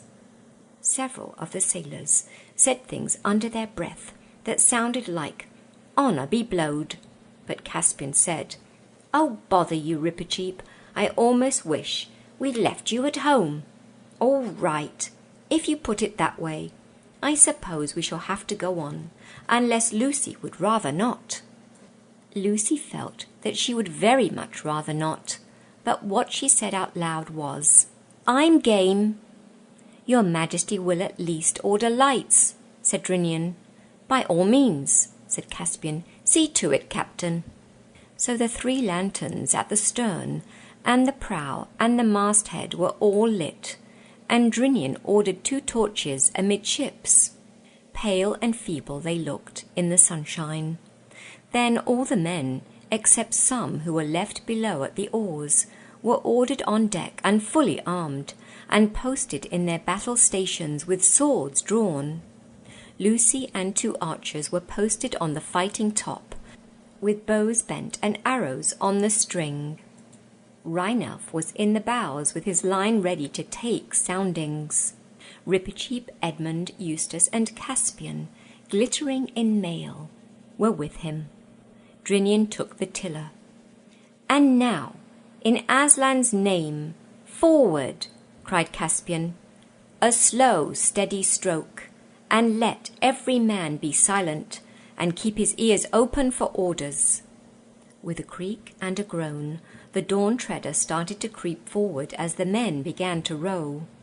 Lucy, up in the fighting top, had a wonderful view of the exact moment at which they entered the darkness. The bows had already disappeared before the sunlight had left the stern. She saw it go. At 1 minute, the gilded stern, the blue sea, and the sky were all in broad daylight. Next minute, the sea and sky had vanished. The stern lantern, which had been hardly noticeable before, was the only thing to show where the ship ended. In front of the lantern she could see the black shape of Drinian crouching at the tiller. Down below her, the 2 torches made visible 2 small patches of deck, and gleamed on swords and helmets, and forward there was another island of light on the forecastle. Apart from that, the fighting top, lit by the masthead light, which was only just above her, seemed to be a little lighted world of its own, floating in lonely darkness. And the lights themselves, as always happens with lights when you have to have them at the wrong time of day, looked lurid and unnatural. She also noticed that she was very cold. How long this voyage into the darkness lasted nobody knew. Except for the creak of the rowlocks and the splash of the oars, there was nothing to show that they were moving at all. Edmund, peering from the bows, could see nothing except the reflection of the lantern in the water before him. It looked a greasy sort of reflection, and the ripple made by the advancing prow appeared to be heavy, small, and lifeless. As time went on, everyone except the rowers began to shiver with cold. Suddenly, from somewhere, no one's sense of direction was very clear by now, there came a cry, either of some inhuman voice, or else a voice of one in such extremity of terror that he had almost lost his humanity. Caspian was still trying to speak. His mouth was too dry, when the shrill voice of Rippercheap, which sounded louder than usual in that silence, was heard. "Who calls?" it piped. "If you are a foe, we do not fear you, and if you are a friend, your enemies shall be taught the fear of us." "Mercy!" cried the voice. "Mercy! Even if you are only one more dream, have mercy. Take me on board. Take me, even if you strike me dead. But in the name of all mercies, do not fade away and leave me in this horrible land." "Where are you?" shouted Caspian. "Come aboard and welcome." There came another cry, whether of joy or terror, and then they knew that someone was swimming toward them. "Stand by to heave him up, men," said Caspian. "Aye, aye, your majesty," said the sailors. Several crowded to the port bulwark with ropes, and one, leaning far out over the side, held the torch. A wild, white face appeared in the blackness of the water, and then, after some scrambling and pulling, a dozen friendly hands had heaved the stranger on board. Edmund thought he had never seen a wilder-looking man. Though he did not otherwise look very old, his hair was an untidy mop of white. His face was thin and drawn, and, for clothing, only a few wet rags hung about him. But what one mainly noticed were his eyes, which were so widely opened that he seemed to have no eyelids at all, and stared as if in an agony of pure fear. The moment his feet reached the deck, he said, "Fly, fly! About with your ship and fly! Row, row, row for your lives away from this accursed shore!" "Compose yourself," said Rippercheap, "and tell us what the danger is. We are not used to flying." The stranger started horribly at the voice of the mouse, which he had not noticed before. "Nevertheless, you will fly from here," he gasped. "This is the island where dreams come true." "That's the island I've been looking for this long time," said one of the sailors. "I reckon I'd find I was married to Nancy if we landed here." "And I'd find Tom alive again," said another. "Fools!" said the man, stamping his feet with rage. "That is the sort of talk that brought me here, and I'd better have been drowned or never born. Do you hear what I say? This is where dreams, do you understand, come to life, come real, not daydreams, dreams." There was about half a minute's silence, and then, with a great clatter of armour, the whole crew were tumbling down the main hatch as quick as they could, and flinging themselves on the oars to row as they had never rowed before. Andrinian was swinging round the tiller, and the boatswain was giving out the quickest stroke that had ever been heard at sea. For it had taken everyone just that half-minute to remember certain dreams they had had, dreams that make you afraid of going to sleep again, and to realize what it would mean to land on a country where dreams come true. Only Repeacheep remained unmoved. "Your Majesty, Your Majesty," he said, "are you going to tolerate this mutiny, this poltroonery? This is a panic. This is a rout." "Row, row," bellowed Caspian. "Pull for all your lives. Is her head right, Drinian? You can say what you like, Repeacheep. There are some things no man can face." "It is, then, my good fortune not to be a man," replied Repeacheep, with a very stiff bow. Lucy, from up aloft, had heard it all. In an instant that one of her own dreams, which she had tried hardest to forget, came back to her as vividly as if she had only just woken from it. So that was what was behind them, on the island, in the darkness. For a second she wanted to go down to the deck and be with Edmund and Caspian. But what was the use? If dreams began coming true, Edmund and Caspian themselves might turn into something horrible just as she reached them. She gripped the rail of the fighting top and tried to steady herself. They were rowing back to the light as hard as they could. It would be all right in a few seconds. But oh, if only it could be all right now. Though the rowing made a good deal of noise, it did not quite conceal the total silence which surrounded the ship. Everyone knew it would be better not to listen, not to strain his ears for any sound from the darkness. But no one could help listening. And soon everyone was hearing things. Each one heard something different. "Do you hear a noise like a huge pair of scissors opening and shutting? Over there?" Eustace asked Rheinelf. "Hush," said Rheinelf. "I can hear them crawling up the sides of the ship." "It's just going to settle on the mast," said Caspian. "Ah," said a sailor, "there are the gongs beginning. I knew they would." Caspian, trying not to look at anything, especially not to keep looking behind him, went aft to Drinian. "Drinian," he said in a very low voice, "how long did we take rowing in? I mean, rowing to where we picked up the stranger." "5 minutes, perhaps," whispered Drinian. "Why?" "Because we've been more than that already trying to get out." Drinian's hand shook on the tiller, and a line of cold sweat ran down his face. The same idea was occurring to everyone on board.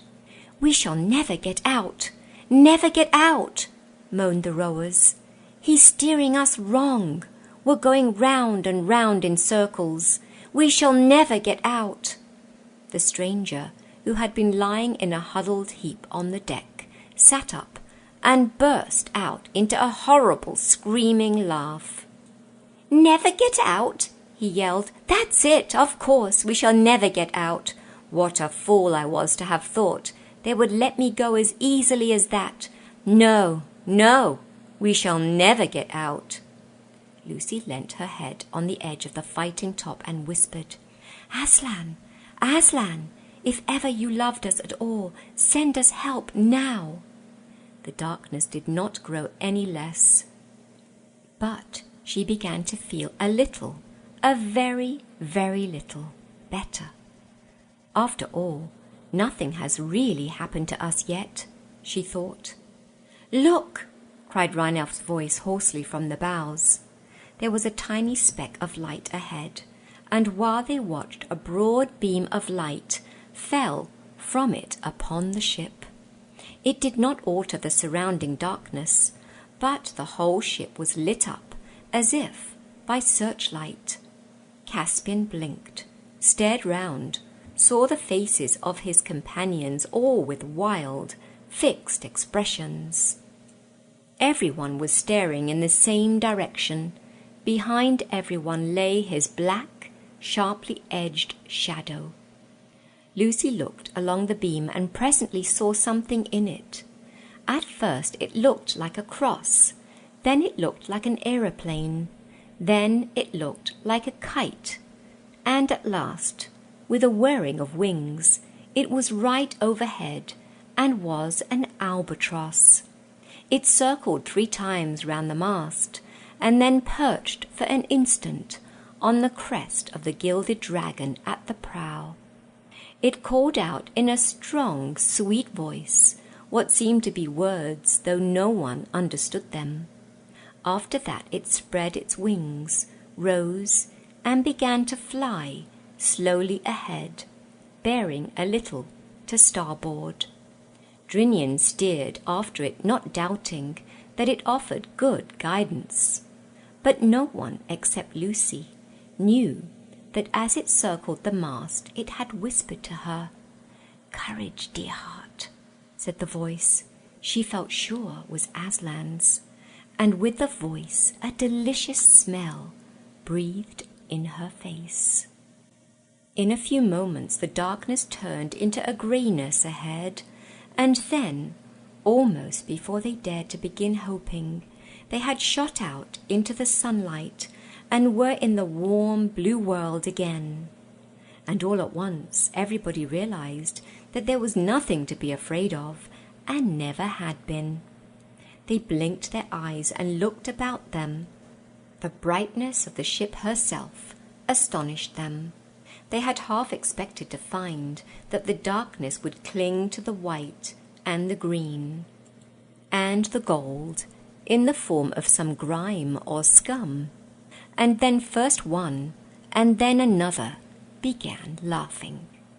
"I reckon we've made pretty good fools of ourselves," said Rheinelf. Lucy lost no time in coming down to the deck, where she found the others all gathered round the newcomer. For a long time he was too happy to speak, and could only gaze at the sea and the sun, and feel the bulwarks and the ropes, as if to make sure he was really awake, while tears rolled down his cheeks. "Thank you," he said at last. "You have saved me from... but I won't talk of that. And now let me know who you are. I am a Telmarine of Narnia, and when I was worth anything, men called me the Lord Roop." "And I," said Caspian, "am Caspian, King of Narnia, and I sail to find you and your companions who are my father's friends." Lord Roop fell on his knees and kissed the king's hand. "Sire," he said, "you are the man in all the world I most wish to see. Grant me a boon." "What is it?" asked Caspian. "Never to bring me back there," he said. He pointed astern. They all looked, but they saw only bright blue sea and bright blue sky. The dark island and the darkness had vanished forever. "Why," cried Lord Roop, "you have destroyed it." "I don't think it was us," said Lucy. "Sire," said Drinian, "this wind is fair for the southeast. Shall I have our poor fellows up and set sail? And after that every man who can be spared to his hammock?" "Yes," said Caspian, "and let there be grog all round. Hey-ho, I feel I could sleep the clock round myself." So all afternoon with great joy they sailed southeast with a fair wind. But nobody noticed when the albatross had disappeared. To be continued next week. You have been listening to The Voyage of the Dawn Treader from the Chronicles of Narnia by C.S. Lewis, published by Harper Trophy, reproduced with permission from C.S. Lewis, Pte. Limited on Ancient Faith Radio. And that was Dr. Chrissy Hart with a special edition of Readings from Under the Grapevine. The Chronicles of Narnia, written by C.S. Lewis, published by HarperCollins, and read by permission of C.S. Lewis, Pte. Limited. Be listening each week as Dr. Chrissy Hart brings us another exciting chapter from the Chronicles of Narnia. This is a listener-supported presentation of Ancient Faith Radio, on the web at ancientfaith.com.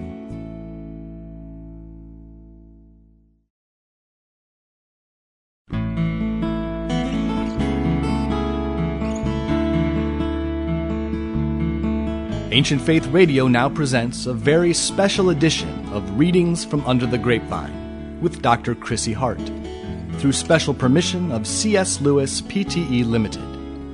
Chrissy is reading the Chronicles of Narnia by C.S. Lewis. This classic series is published by HarperCollins and is available at their website at harpercollins.com. Dr. Chrissy Hart is the author of Under the Grapevine and The Hermit, the Icon, and the Emperor, published by Conciliar Press. She's a licensed psychologist from England and now lives in York, Pennsylvania. We hope you'll be listening each week as Chrissy brings you another selection from this classic series. The current book Chrissy is reading is Voyage of the Dawn Treader. Here's Chrissy Hart. The Voyage of the Dawn Treader from the Chronicles of Narnia by C.S. Lewis, published by Harper Trophy, reproduced with permission from C.S. Lewis Pte. Limited. Chapter 13. The Three Sleepers. The wind never failed, but it grew gentler every day, till at length the waves were little more than ripples, and the ship glided on hour after hour, almost as if they were sailing on a lake. And every night they saw that there rose in the east new constellations which no one had ever seen in Narnia, and perhaps, as Lucy thought with a mixture of joy and fear, no living eye had seen at all. Those new stars were big and bright, and the nights were warm. Most of them slept on deck and talked far into the night, or hung over the ship's side, watching the luminous dance of the foam thrown up by their bows. On an evening of startling beauty, when the sunset behind them was so crimson and purple and widely spread that the very sky itself seemed to have grown larger, they came in sight of land on their starboard bow. It came slowly nearer, and the light behind them made it look as if the capes and headlands of this new country were all on fire. But presently there was sailing along its coast, and its western cape now rose up astern of them, black against the red sky, and sharp as if it was cut out of cardboard, and then they could see better what this country was like. It had no mountains, but many gentle hills with slopes like pillows. An attractive smell came from it, what Lucy called a dim, purple kind of smell, which Edmund said, and Rince thought, was rot. But Caspian said, "I know what you mean." They sailed on a good way, past point after point, hoping to find a nice deep harbour, but had to content themselves in the end with a wide and shallow bay. Though it had seemed calm out at sea, there was of course surf breaking on the sand, and they could not bring the Dawn Treader as far in as they would have liked. They dropped anchor a good way from the beach, and had a wet and tumbling landing in the boat. The Lord Roop remained on board the Dawn Treader. He wished to see no more islands. All the time that they remained in this country, the sound of the long breakers were in their ears. 2 men were left to guard the boat, and Caspian led the others inland, but not far, because it was too late for exploring, and the light would soon go. But there was no need to go far to find an adventure. The level valley, which lay at the head of the bay, showed no road or track or other sign of habitation. Underfoot was fine, springy turf, dotted here and there with a low bushy growth, which Edmund and Lucy took for heather. Eustace, who was really rather good at botany, said it wasn't, and he was probably right. But it was something of very much the same kind. When they had gone less than a bow-shot from the shore, Drinian said, "Look, what's that?" And everyone stopped. "Are they great trees?" said Caspian. "Towers, I think," said Eustace. "It might be giants," said Edmund in a lower voice. "The way to find out is to go right in among them," said Rippercheap, drawing his sword and pattering off ahead of everyone else. "I think it's a ruin," said Lucy, when they had got a good deal nearer, and her guess was the best so far. What they now saw was a wide oblong space, flagged with smooth stones, and surrounded by grey pillars but unroofed. And from end to end of it ran a long table laid with a rich crimson cloth that came down nearly to the pavement. At either side of it were many chairs of stone, richly carved, and with silken cushions upon the seats. But on the table itself there was set out such a banquet as had never been seen, not even when Peter the High King kept his court at Cair Paravel. There were turkeys and geese and peacocks. There were boars' heads and sides of venison. There were pies shaped like ships under full sail, or like dragons and elephants. There were ice puddings and bright lobsters and gleaming salmon. There were nuts and grapes, pineapples and peaches, pomegranates and melons and tomatoes. There were flagons of gold and silver and curiously wrought glass, and the smell of the fruit and the wine blew toward them like a promise of all happiness. "I say," said Lucy. They came nearer and nearer, all very quietly. "But where are the guests?" asked Eustace. "We can provide that, sir," said Rince. "Look," said Edmund sharply. They were actually within the pillars now and standing on the pavement. Everyone looked where Edmund had pointed. The chairs were not all empty. At the head of the table, and in the two places beside it, there was something, or possibly 3 somethings. "What are those?" asked Lucy in a whisper. "It looks like 3 beavers sitting on the table." "Or a huge bird's nest," said Edmund. "It looks more like a haystack to me," said Caspian.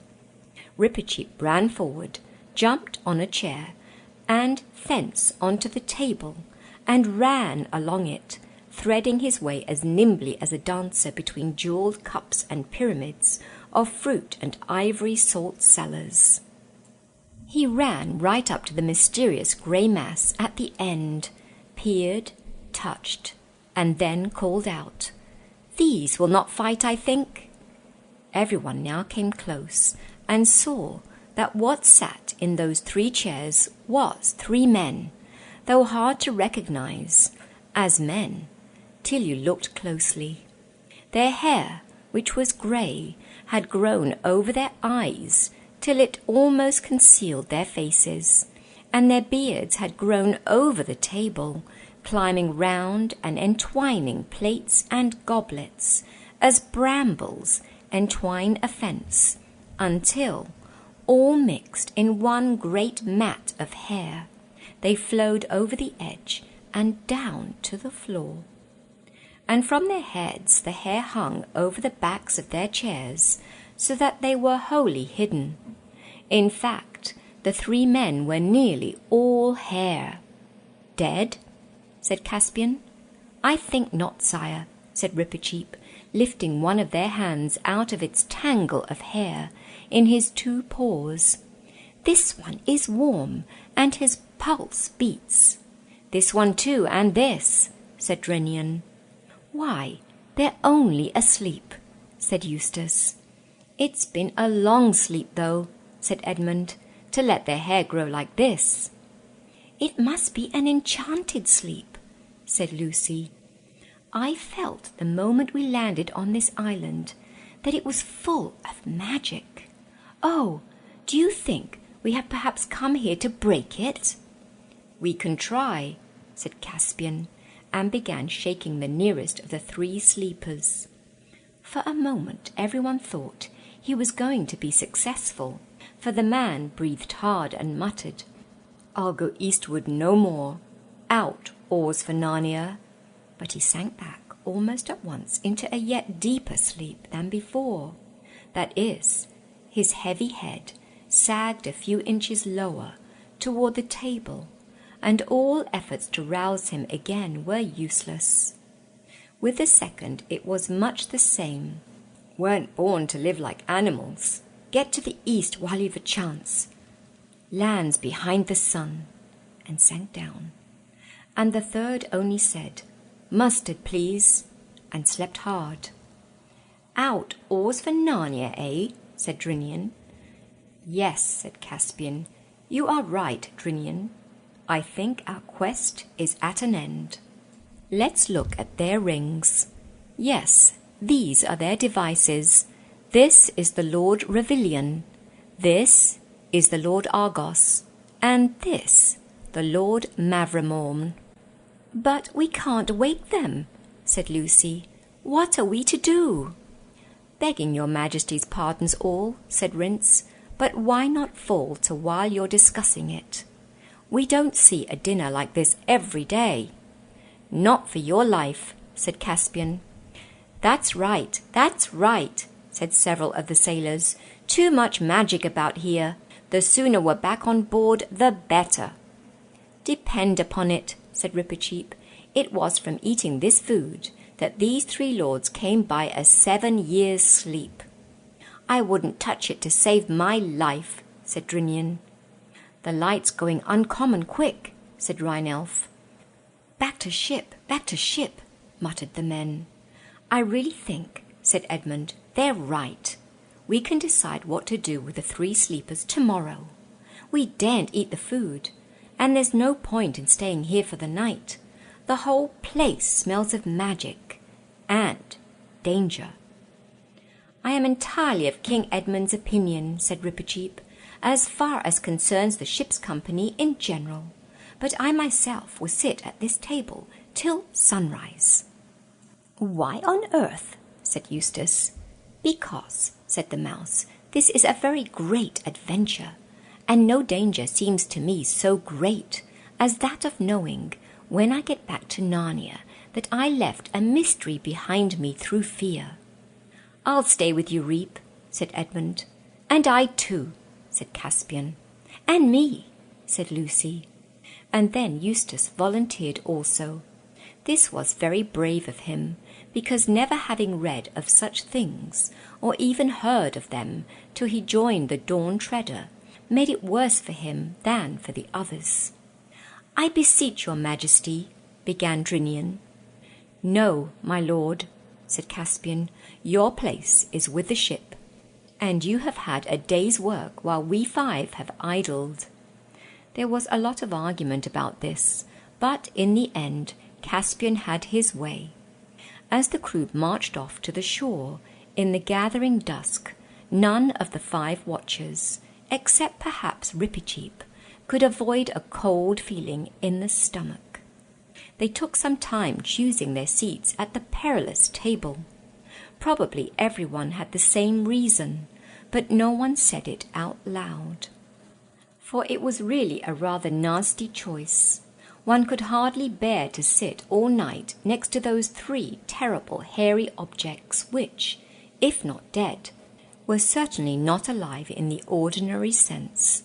On the other hand, to sit at the far end, so that you would see them less and less as the night grew darker, and wouldn't know if they were moving, and perhaps wouldn't see them at all by about 2 o'clock. No, it was not to be thought of. So they sauntered round and round the table, saying, "What about here?" and, "Or perhaps a bit further on," or, "Why not on this side?" till at last they settled down somewhere about the middle, but nearer to the sleepers than to the other end. It was about 10 by now, and almost dark. Those strange new constellations burned in the east. Lucy would have liked it better if they had been the leopard and the ship and other old friends of the Narnian sky. They wrapped themselves in their sea cloaks and sat still and waited. At first there was some attempt at talk, but it didn't come to much, and they sat and sat, and all the time they heard the waves breaking on the beach. After hours that seemed like ages, there came a moment when they all knew they had been dozing a moment before, but were all suddenly wide awake. The stars were all in quite different positions from those they had last noticed. The sky was very black, except for the faintest possible greyness in the east.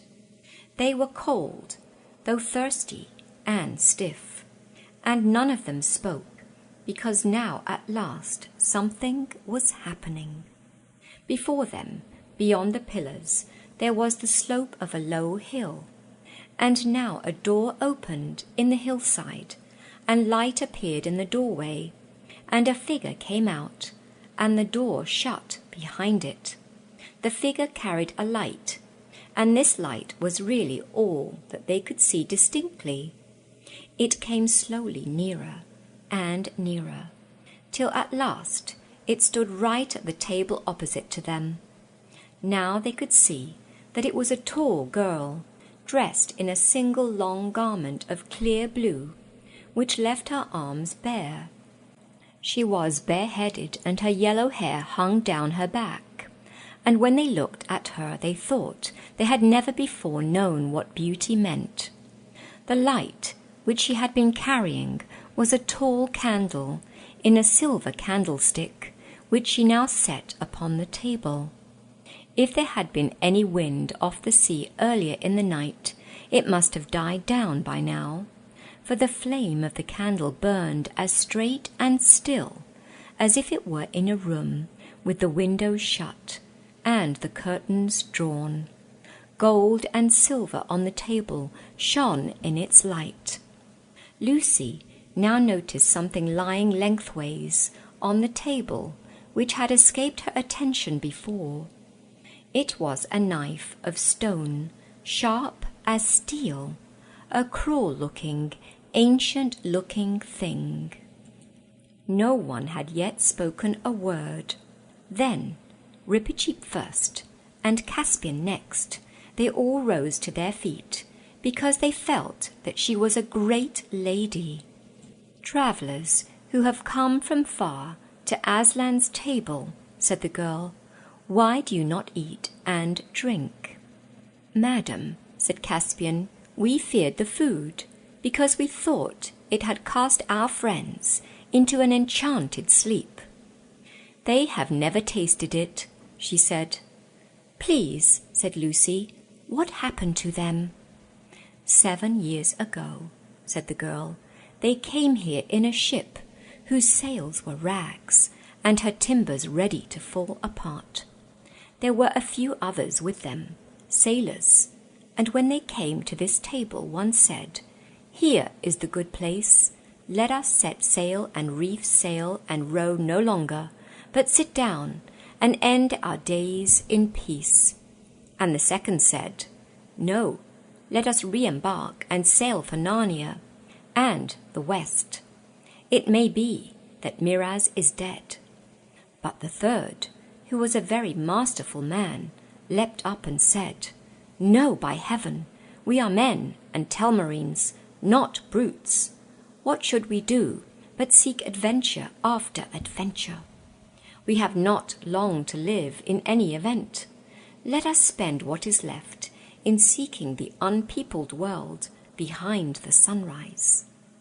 And as they quarrelled, he caught up the knife of stone which lies there on the table, and would have fought with his comrades. But it is a thing not right for him to touch.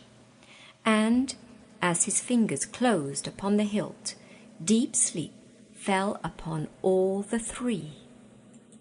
And till the enchantment is undone, they will never wake." "What is this knife of stone?" asked Eustace. "Do none of you know it?" said the girl. I think," said Lucy, "I've seen something like it before. It was a knife, like it, that the White Witch used when she killed Aslan at the stone table, long ago." "It was the same," said the girl, "and it was brought here to be kept in honour while the world lasts. Edmund, who had been looking more and more uncomfortable for the last few minutes, now spoke. "Look here," he said, "I hope I'm not a coward. About eating this food, I mean. And I'm sure I don't mean to be rude. But we have had a lot of queer adventures on this voyage of ours, and things aren't always what they seem. When I look in your face, I can't help believing all you say. But then, that's just what might happen with a witch too. How are we to know you're a friend?" "You can't know," said the girl. "You can only believe, or not." After a moment's pause, Rippercheap's small voice was heard. "Sire," he said to Caspian, "of your courtesy, fill my cup with wine from that flagon. It is too big for me to lift. I will drink to the lady." Caspian obeyed, and the mouse, standing on the table, held up a golden cup between its tiny paws and said, "Lady, I pledge you." Then it fell to on Cold Peacock, and in a short while everyone else followed his example. All were very hungry, and the meal, if not quite what you wanted for a very early breakfast, was excellent as a very late supper. "Why is it called Aslan's table?" asked Lucy presently. "It is set here by his bidding," said the girl, "for those who come so far. Some call this island the world's end, for though you can sail further, this is the beginning of the end." "But how does the food keep?" asked the practical Eustace. "It is eaten and renewed every day," said the girl. "This you will see." "And what are we to do about the sleepers?" asked Caspian. "In the world from which my friends come," here he nodded at Eustace, "and the Pevenses, they have a story of a prince or a king coming to a castle where all the people lay in an enchanted sleep. In that story, he could not dissolve the enchantment until he had kissed the princess. But here," said the girl, "it is different. Here he cannot kiss the princess till he has dissolved the enchantment."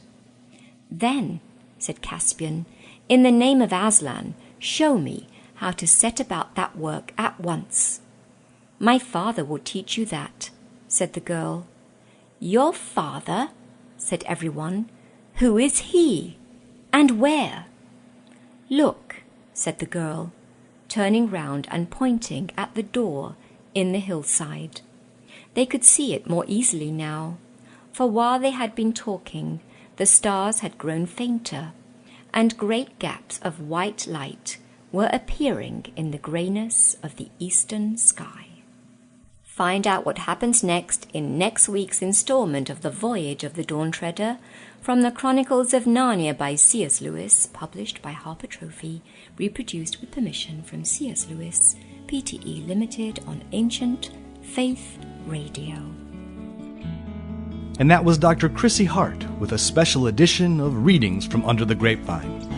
The Chronicles of Narnia, written by C.S. Lewis, published by HarperCollins, and read by permission of C.S. Lewis, Pte. Limited. Be listening each week as Dr. Chrissy Hart brings us another exciting chapter from the Chronicles of Narnia. This is a listener-supported presentation of Ancient Faith Radio, on the web at ancientfaith.com.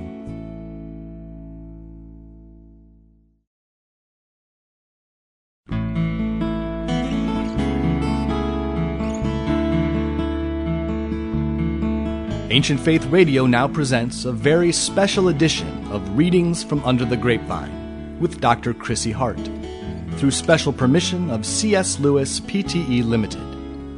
Chrissy is reading The Chronicles of Narnia by C.S. Lewis.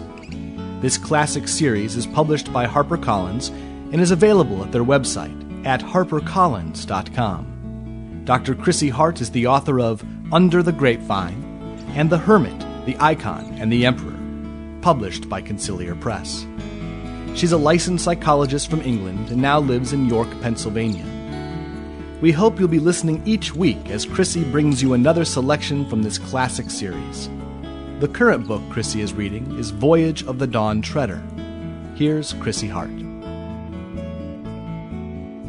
The Voyage of the Dawn Treader from the Chronicles of Narnia by C.S. Lewis, published by Harper Trophy, reproduced with permission from C.S. Lewis, Pte. Limited. Chapter 14. The Beginning of the End of the World.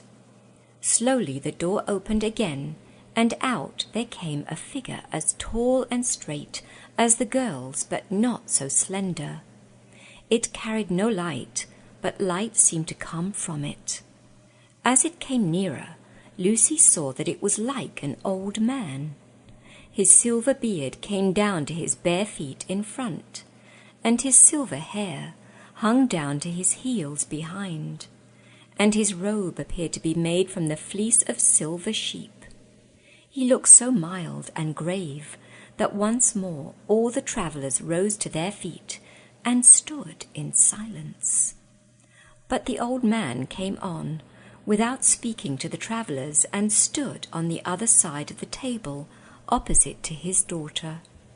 Then both of them held up their arms before them and turned to face the east. In that position they began to sing. I wish I could write down the song, but no one who was present could remember it. Lucy said afterward that it was high, almost shrill, but very beautiful. A cold kind of song, an early morning kind of song. And as they sang, the grey clouds lifted from the eastern sky, and the white patches grew bigger and bigger, till it was all white, and the sea began to shine like silver.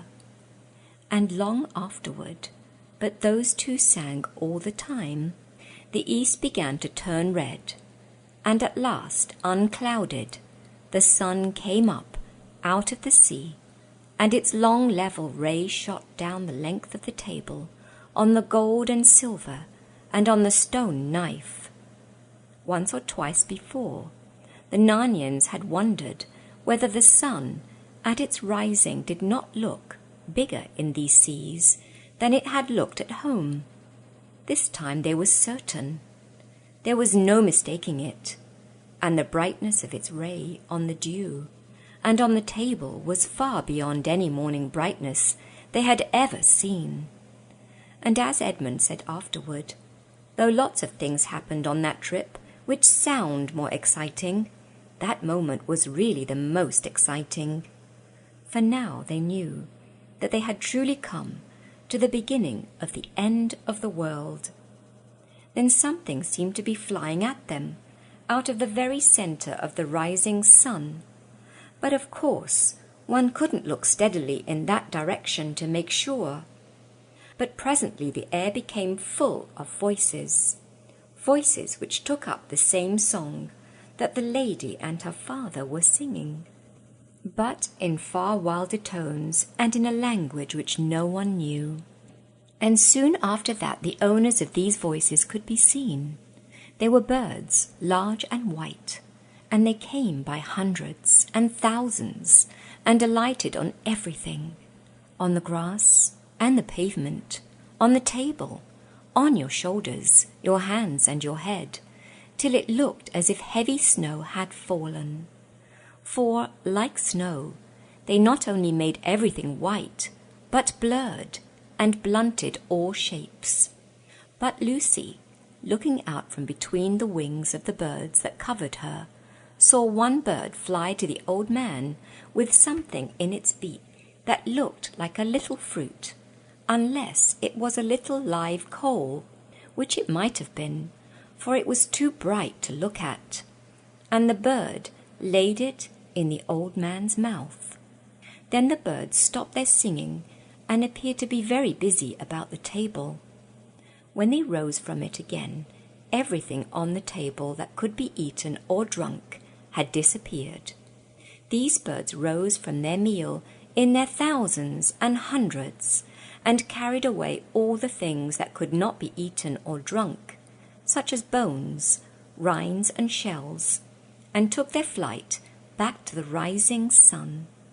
But now, because they were not singing, The whir of their wings seemed to set the whole air a-tremble.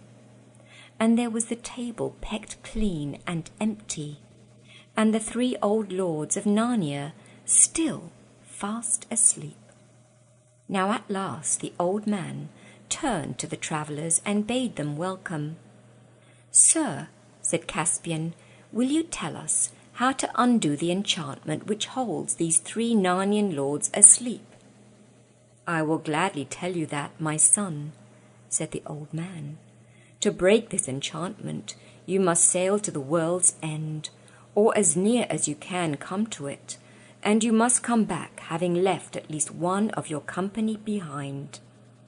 "And what must happen to that one?" asked Rippercheap. "He must go on into the utter east and never return into the world." "That is my heart's desire," said Rippercheap. "And are we near the world's end now, sir?" asked Caspian. "Have you any knowledge of the seas and lands further east than this?" "I saw them long ago," said the old man, "but it was from a great height. I cannot tell you such things as sailors need to know." "Do you mean you were flying in the air?" Eustace blurted out. "I was a long way above the air, my son," replied the old man. "I am Ramandu, but I see that you stare at one another and have not heard this name. And no wonder, for the days when I was a star had ceased long before any of you knew this world, and all the constellations have changed." "Golly," said Edmund under his breath, "he's a retired star." "Aren't you a star any longer?" asked Lucy. "I am a star at rest, my daughter," answered Ramandu. "When I set for the last time, decrepit and old beyond all that you can reckon, I was carried to this island. I am not so old now as I was then.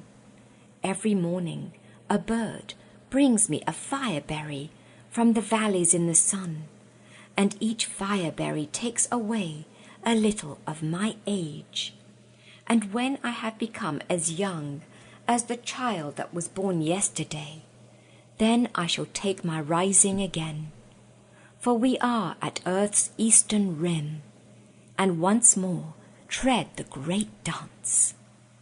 "In our world," said Eustace, "a star is a huge ball of flaming gas." "Even in your world, my son, that is not what a star is, but only what it is made of. And in this world you have already met a star, for I think you have been with Coryacan." "Is he a retired star too?" said Lucy. "Well, not quite the same," said Ramandu. "It was not quite as a rest that he was set to govern the Duffers. You might call it a punishment. He might have shone for thousands of years more in the southern winter sky if all had gone well." "What did he do, sir?" asked Caspian. "My son," said Ramandu, "it is not for you, a son of Adam, to know what faults a star can commit. But come, we waste time in such talk. Are you yet resolved? Will you sail further east, and come again, leaving one to return no more, and so break the enchantment, or will you sail westward?" "Surely, sire," said Rippercheap, "there is no question about that. It is very plainly part of our quest, to rescue these 3 lords from enchantment." "I think the same, Rippercheap," replied Caspian. "And even if it were not so, it would break my heart not to go as near the world's end as the Dawn Treader will take us. But I am thinking of the crew. They signed on to seek the 7 lords, not to reach the rim of the earth. If we sail east from here, we sail to find the edge, the utter east, and no one knows how far it is. They're brave fellows, but I see signs that some of them are weary of the voyage and long to have our prow pointing to Narnia again. I don't think I should take them further without their knowledge and consent. And then there's the poor Lord Roop. He's a broken man." "My son," said the star, "it would be no use, even though you wished it, to sail for the world's end with men unwilling or men deceived. That is not how great unenchantments are achieved. They must know where they go and why. But who is this broken man you speak of? Caspian told Ramandu the story of Roop. I can give him what he needs most, said Ramandu. In this island there is sleep without stint or measure, and sleep in which no faintest footfall of a dream was ever heard. Let him sit beside these other three and drink oblivion till your return. Oh, let's do that, Caspian, said Lucy. I'm sure it's just what he would love. At that moment they were interrupted by the sound of many feet and voices. Drinian and the rest of the ship's company were approaching. They halted in surprise when they saw Ramandu and his daughter, and then, because these were obviously great people, every man uncovered his head. Some sailors eyed the empty dishes and flagons on the table with eyes filled with regret. My lord, said the king to Drinian, pray send 2 men back to the Dawn Treader with a message to the Lord Roop.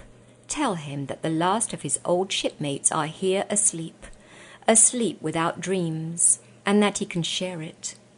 When this had been done, Caspian told the rest to sit down and laid the whole situation before them.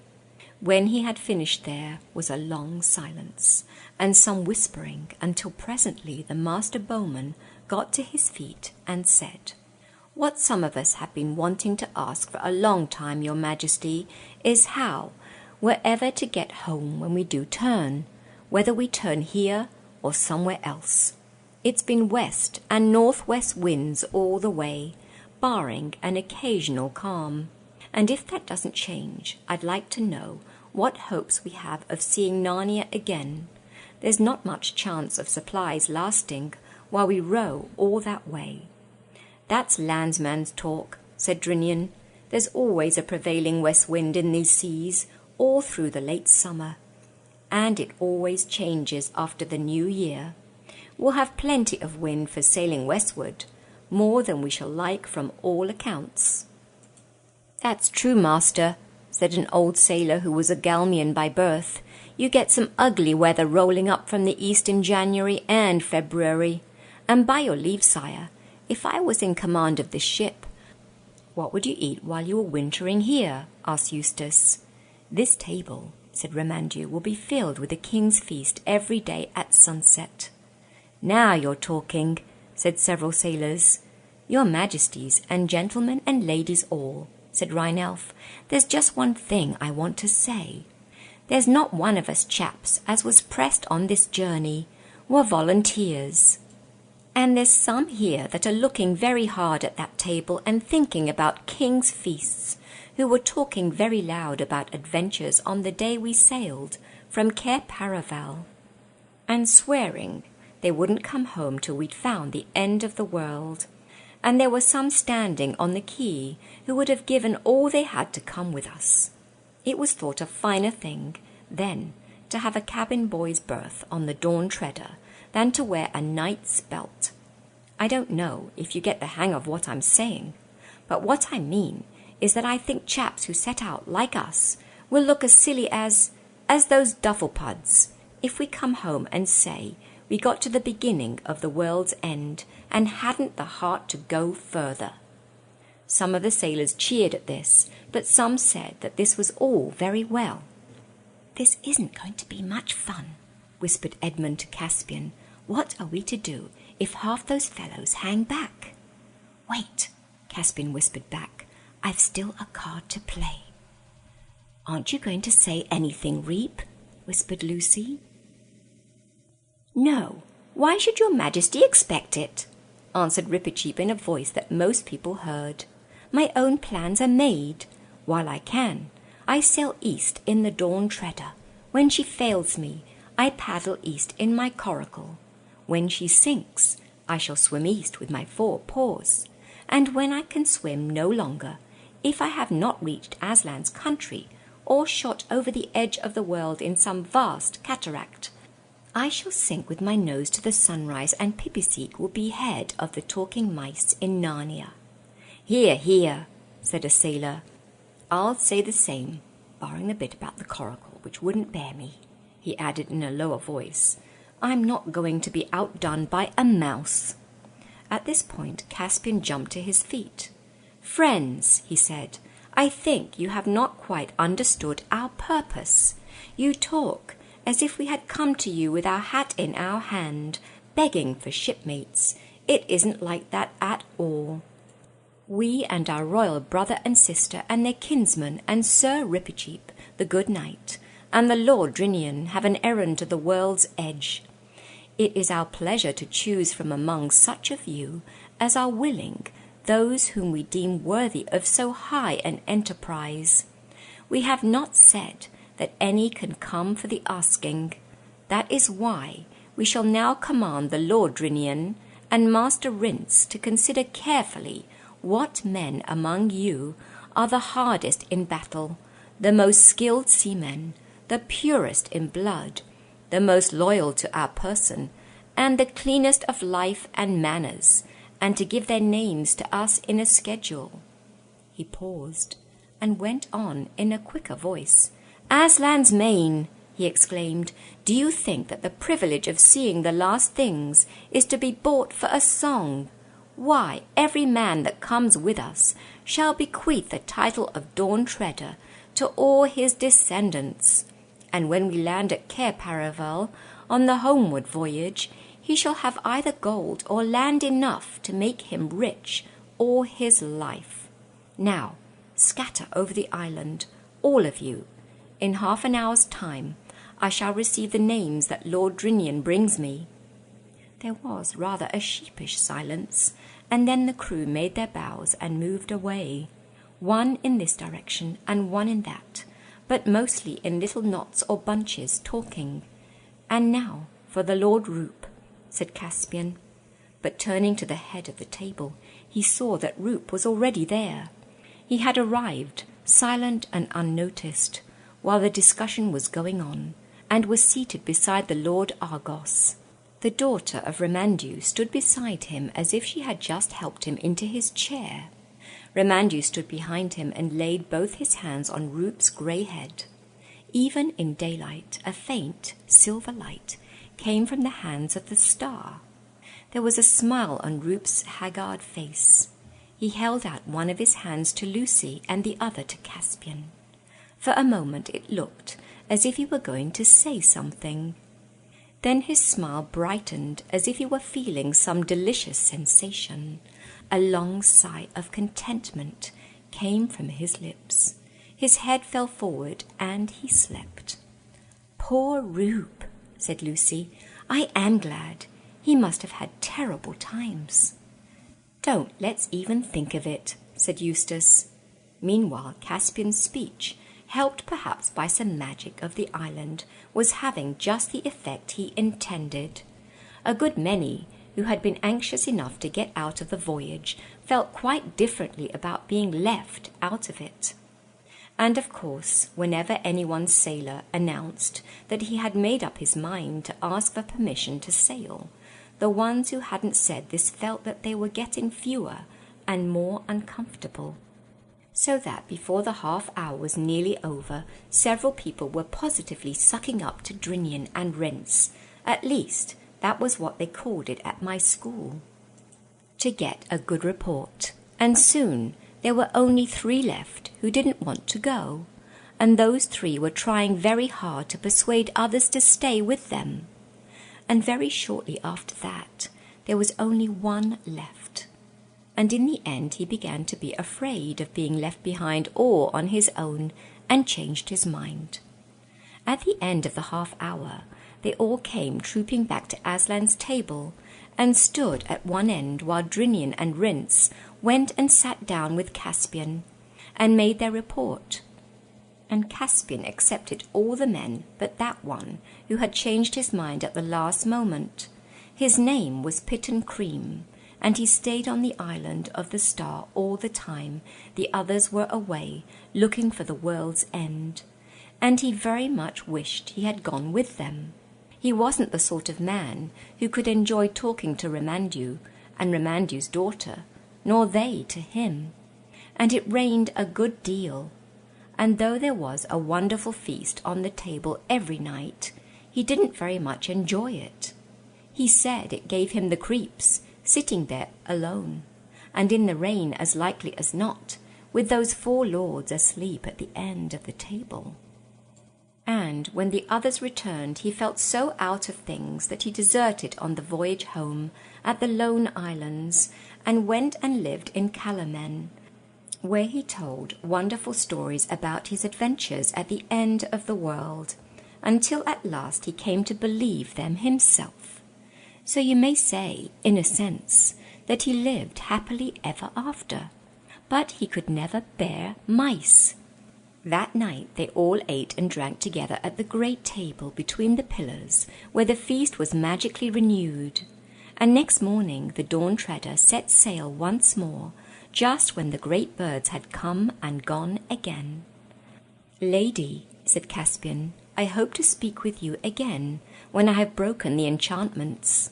And Remandu's daughter looked at him and smiled.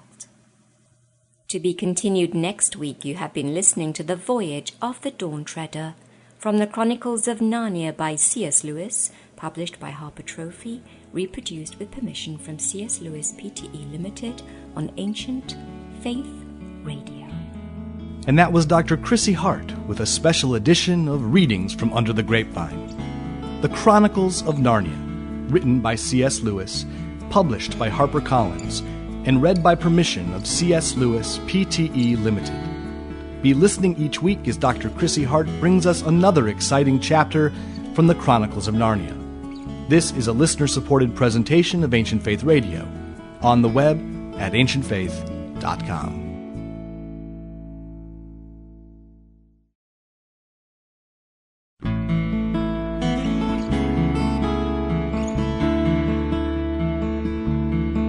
Ancient Faith Radio now presents a very special edition of Readings from Under the Grapevine with Dr. Chrissy Hart, through special permission of C.S. Lewis Pte. Limited. Chrissy is reading The Chronicles of Narnia by C.S. Lewis. This classic series is published by HarperCollins and is available at their website at harpercollins.com. Dr. Chrissy Hart is the author of Under the Grapevine and The Hermit, the Icon, and the Emperor, published by Conciliar Press. She's a licensed psychologist from England and now lives in York, Pennsylvania.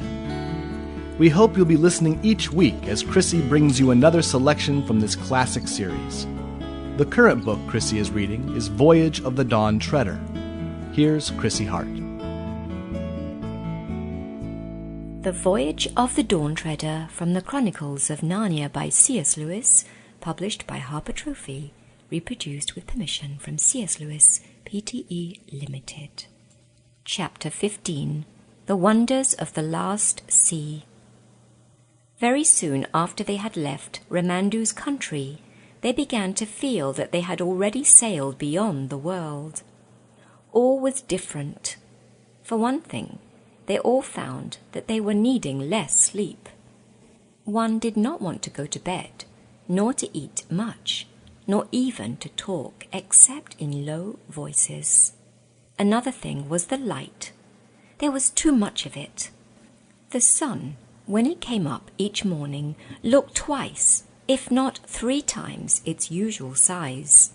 And every morning, which gave Lucy the strangest feeling of all, the huge white birds, singing their song with human voices, in a language no one knew, streamed overhead and vanished astern on their way to their breakfast at Aslan's table. A little later they came flying back and vanished into the east. "How beautifully clear the water is," said Lucy to herself, as she leaned over the port side early in the afternoon of the second day. And it was. The first thing that she noticed was a little black object about the size of a shoe, travelling along at the same speed as the ship. For a moment she thought it was something floating on the surface. But then there came floating past a bit of stale bread which the cook had just thrown out of the galley, and the bit of bread looked as if it were going to collide with the black thing, but it didn't. It passed above it, and Lucy now saw that the black thing could not be on the surface. Then the black thing suddenly got very much bigger, and flicked back to normal size a moment later. Now Lucy knew she had seen something just like that happen somewhere else, if only she could remember where. She held her hand to her head and screwed up her face and put out her tongue in the effort to remember. At last she did. Of course! It was like what you saw from a train on a bright sunny day. You saw the black shadow of your own coach running along the fields at the same pace as the train. Then you went into a cutting, and immediately the same shadow flicked close up to you and got big, racing along the grass of the cutting bank. Then you came out of the cutting, and flick, once more, the black shadow had gone back to its normal size and was running along the fields. "It's our shadow, the shadow of the Dawn Treader," said Lucy. "Our shadow running along on the bottom of the sea. That time when it got bigger it went over a hill. But in that case the water must be clearer than I thought. Good gracious, I must be seeing the bottom of the sea, fathoms and fathoms down." As soon as she had said this, she realized that the great silvery expanse which she had been seeing without noticing for some time was really the sand on the seabed, and that all sorts of darker or brighter patches were not lights and shadows on the surface, but real things on the bottom. At present, for instance, they were passing over a mass of soft, purply green, with a broad, winding strip of pale grey in the middle of it. But now that she knew it was on the bottom, she saw it much better. She could see that bits of the dark stuff were much higher than other bits, and were waving gently. "Just like trees in a wind," said Lucy, "and I do believe that's what they are. It's a submarine forest."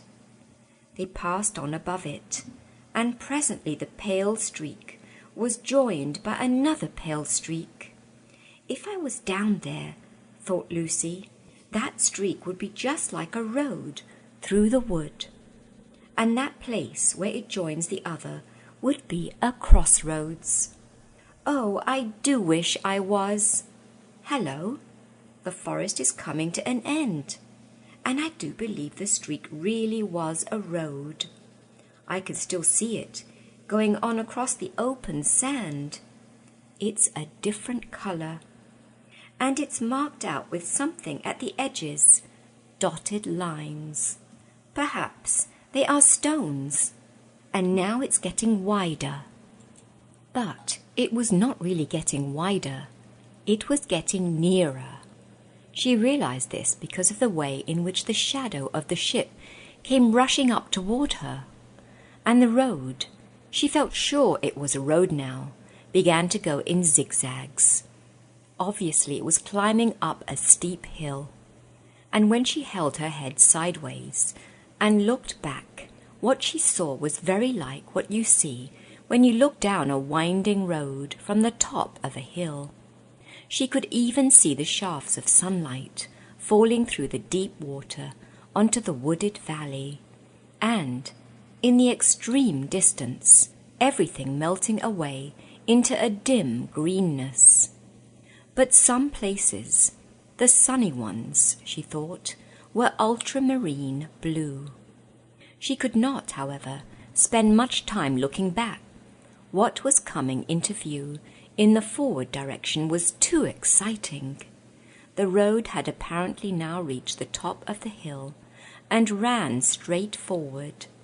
Little specks were moving to and fro on it, and now something most wonderful, fortunately in full sunlight, or as full as it can be when it falls through fathoms of water, flashed into sight. It was knobbly and jagged, and of a pearly or perhaps an ivory colour. She was so nearly straight above it that at first she could hardly make out what it was. But everything became plain when she noticed its shadow. The sunlight was falling across Lucy's shoulders, so the shadow of the thing lay stretched out on the sand behind it, and by its shape she saw clearly that it was a shadow of towers and pinnacles, minarets and domes. "Why, it's a city or a huge castle," said Lucy to herself. "But I wonder why they've built it on top of a high mountain." Long afterward, when she was back in England and talked all these adventures over with Edmund, they thought of a reason, and I am pretty sure it is the true one. In the sea, the deeper you go, the darker and colder it gets, and it is down there, in the dark and cold, that dangerous things live, the squid and the sea serpent and the kraken. The valleys are the wild, unfriendly places. The sea people feel about their valleys as we do about mountains, and feel about their mountains as we feel about valleys. It is on the heights, or, as we would say, in the shallows, that there is warmth and peace. The reckless hunters and brave knights of the sea go down into the depths on quests and adventures, but return home to the heights for rest and peace, courtesy and counsel, the sports, the dances, and the songs. They had passed the city, and the seabed was still rising. It was only a few 100 feet below the ship now. The road had disappeared. They were sailing above an open park-like country, dotted with little groves of brightly coloured vegetation. And then Lucy nearly squealed aloud with excitement. She had seen people. There were between 15 and 20 of them, and all mounted on seahorses, not the tiny little seahorses which you may have seen in museums, but horses rather bigger than themselves. They must be noble and lordly people, Lucy thought, for she could catch the gleam of gold on some of their foreheads, and streamers of emerald or orange-coloured stuff fluttered from their shoulders in the current. Then, "Oh, bother these fish," said Lucy, for a whole shoal of small fat fish, swimming quite close to the surface, had come between her and the sea people. But though this spoiled her view, it led to the most interesting thing of all. Suddenly, a fierce little fish of a kind she had never seen before came darting up from below, snapped, grabbed, and sank rapidly with one of the fat fish in its mouth. And all the sea people were sitting on their horses staring up at what had happened. They seemed to be talking and laughing, and before the hunting fish had got back to them with its prey, another of the same kind came up from the sea people, and Lucy was almost certain that one big seaman who sat on his seahorse in the middle of the party had sent it or released it, as if he had been holding it back till then in his hand or on his wrist. "Why, I do declare," said Lucy, "it's a hunting party, or more like a hawking party. Yes, that's it.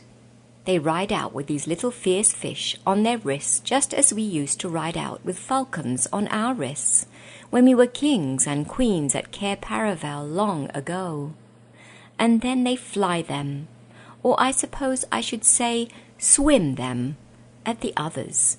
How—" She stopped suddenly, because the scene was changing.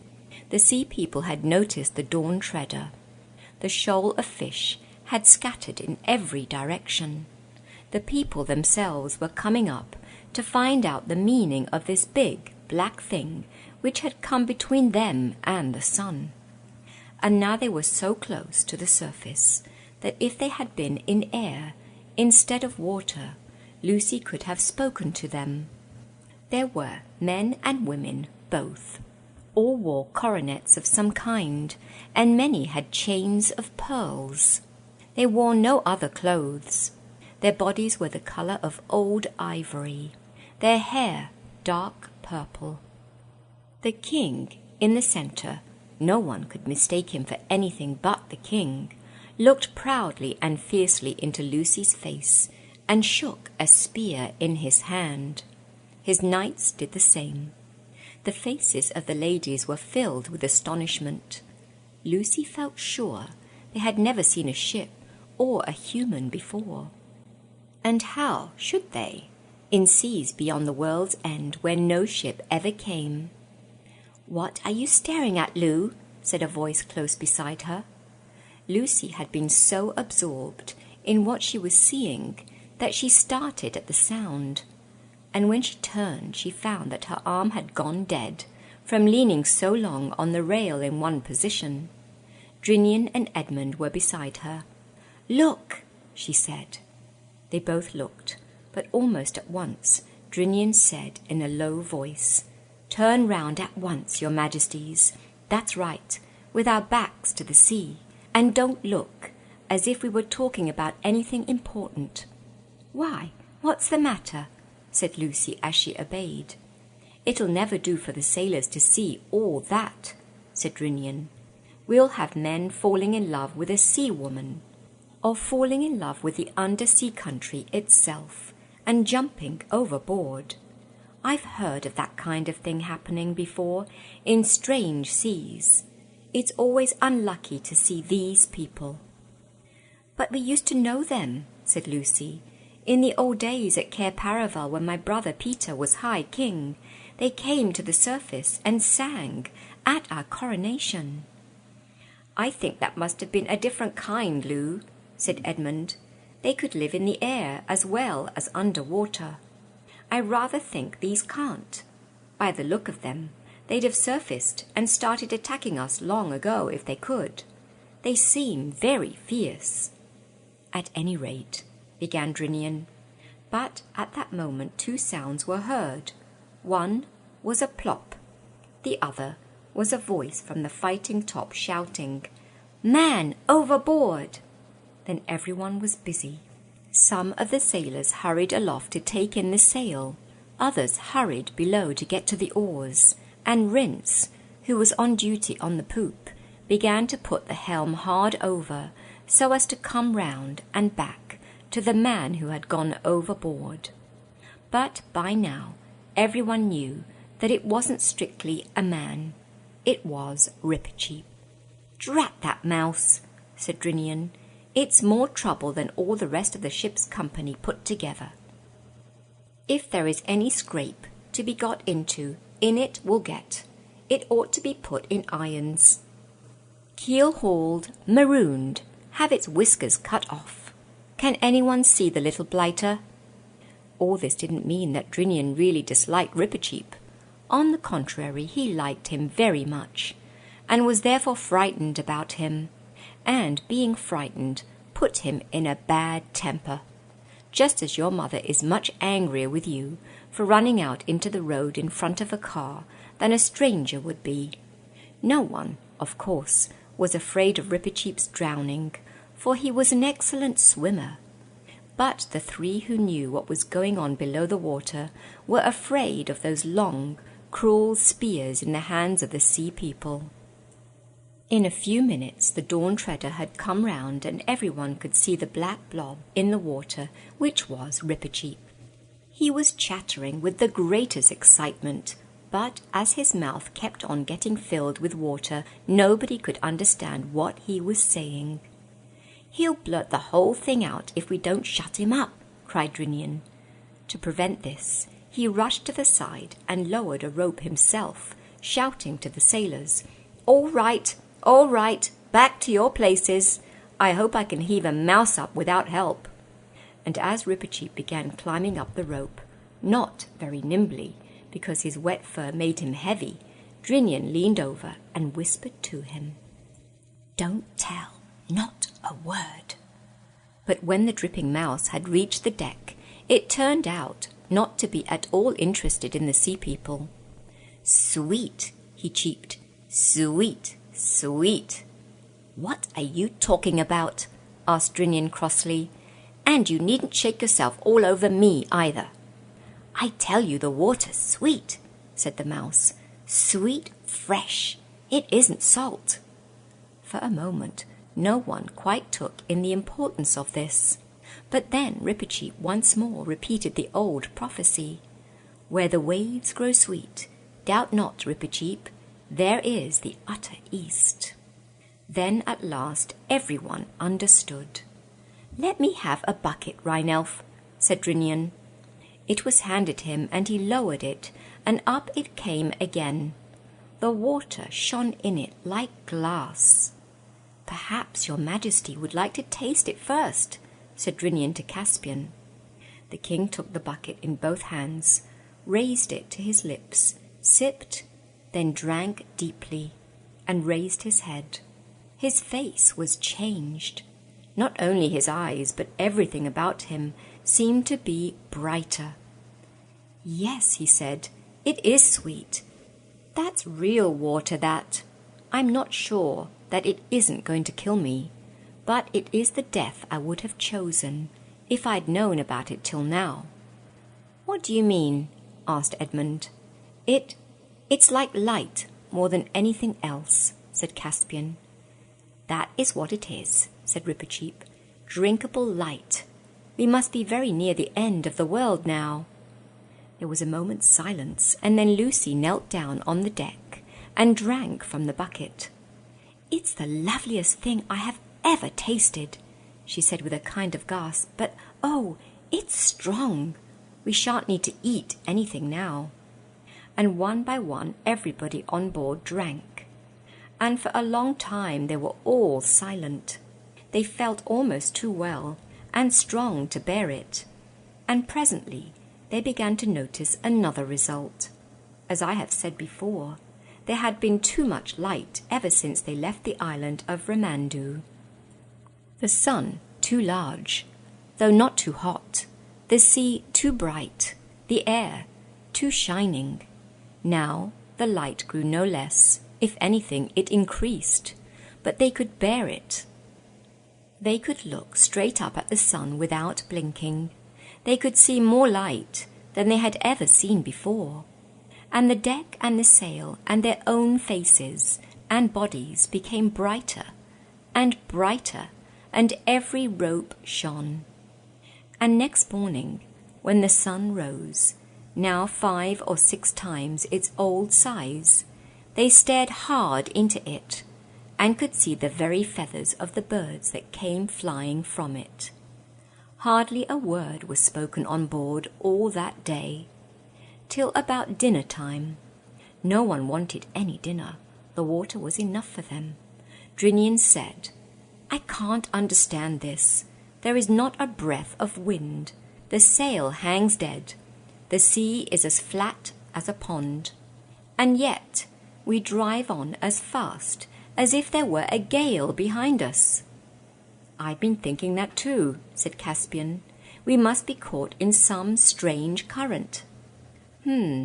Said Edmund. "That's not so nice if the world really has an edge and we're getting near it." "You mean," said Caspian, "that we might be just, well, poured over it?" "Yes, yes," cried Rippercheap, clapping his paws together. "That's how I've always imagined it. The world like a great round table, and the waters of all the oceans endlessly pouring over the edge. The ship will tip up, stand on her head. For one moment we shall see over the edge, and then down, down, the rush, the speed. And what do you think will be waiting for us at the bottom, eh?" said Drinian. "Aslan's country, perhaps," said the mouse, its eyes shining. "Or perhaps there isn't any bottom. Perhaps it goes down for ever and ever. But whatever it is, won't it be worth anything just to have looked for one moment beyond the edge of the world?" "But look here," said Eustace, "this is all rot. The world's round. I mean round like a ball, not like a table." "Our world is," said Edmund. "But is this?" "Do you mean to say," asked Caspian, "that you three come from a round world, round like a ball? And you've never told me? It's really too bad of you, because we have fairy tales in which there are round worlds, and I always loved them.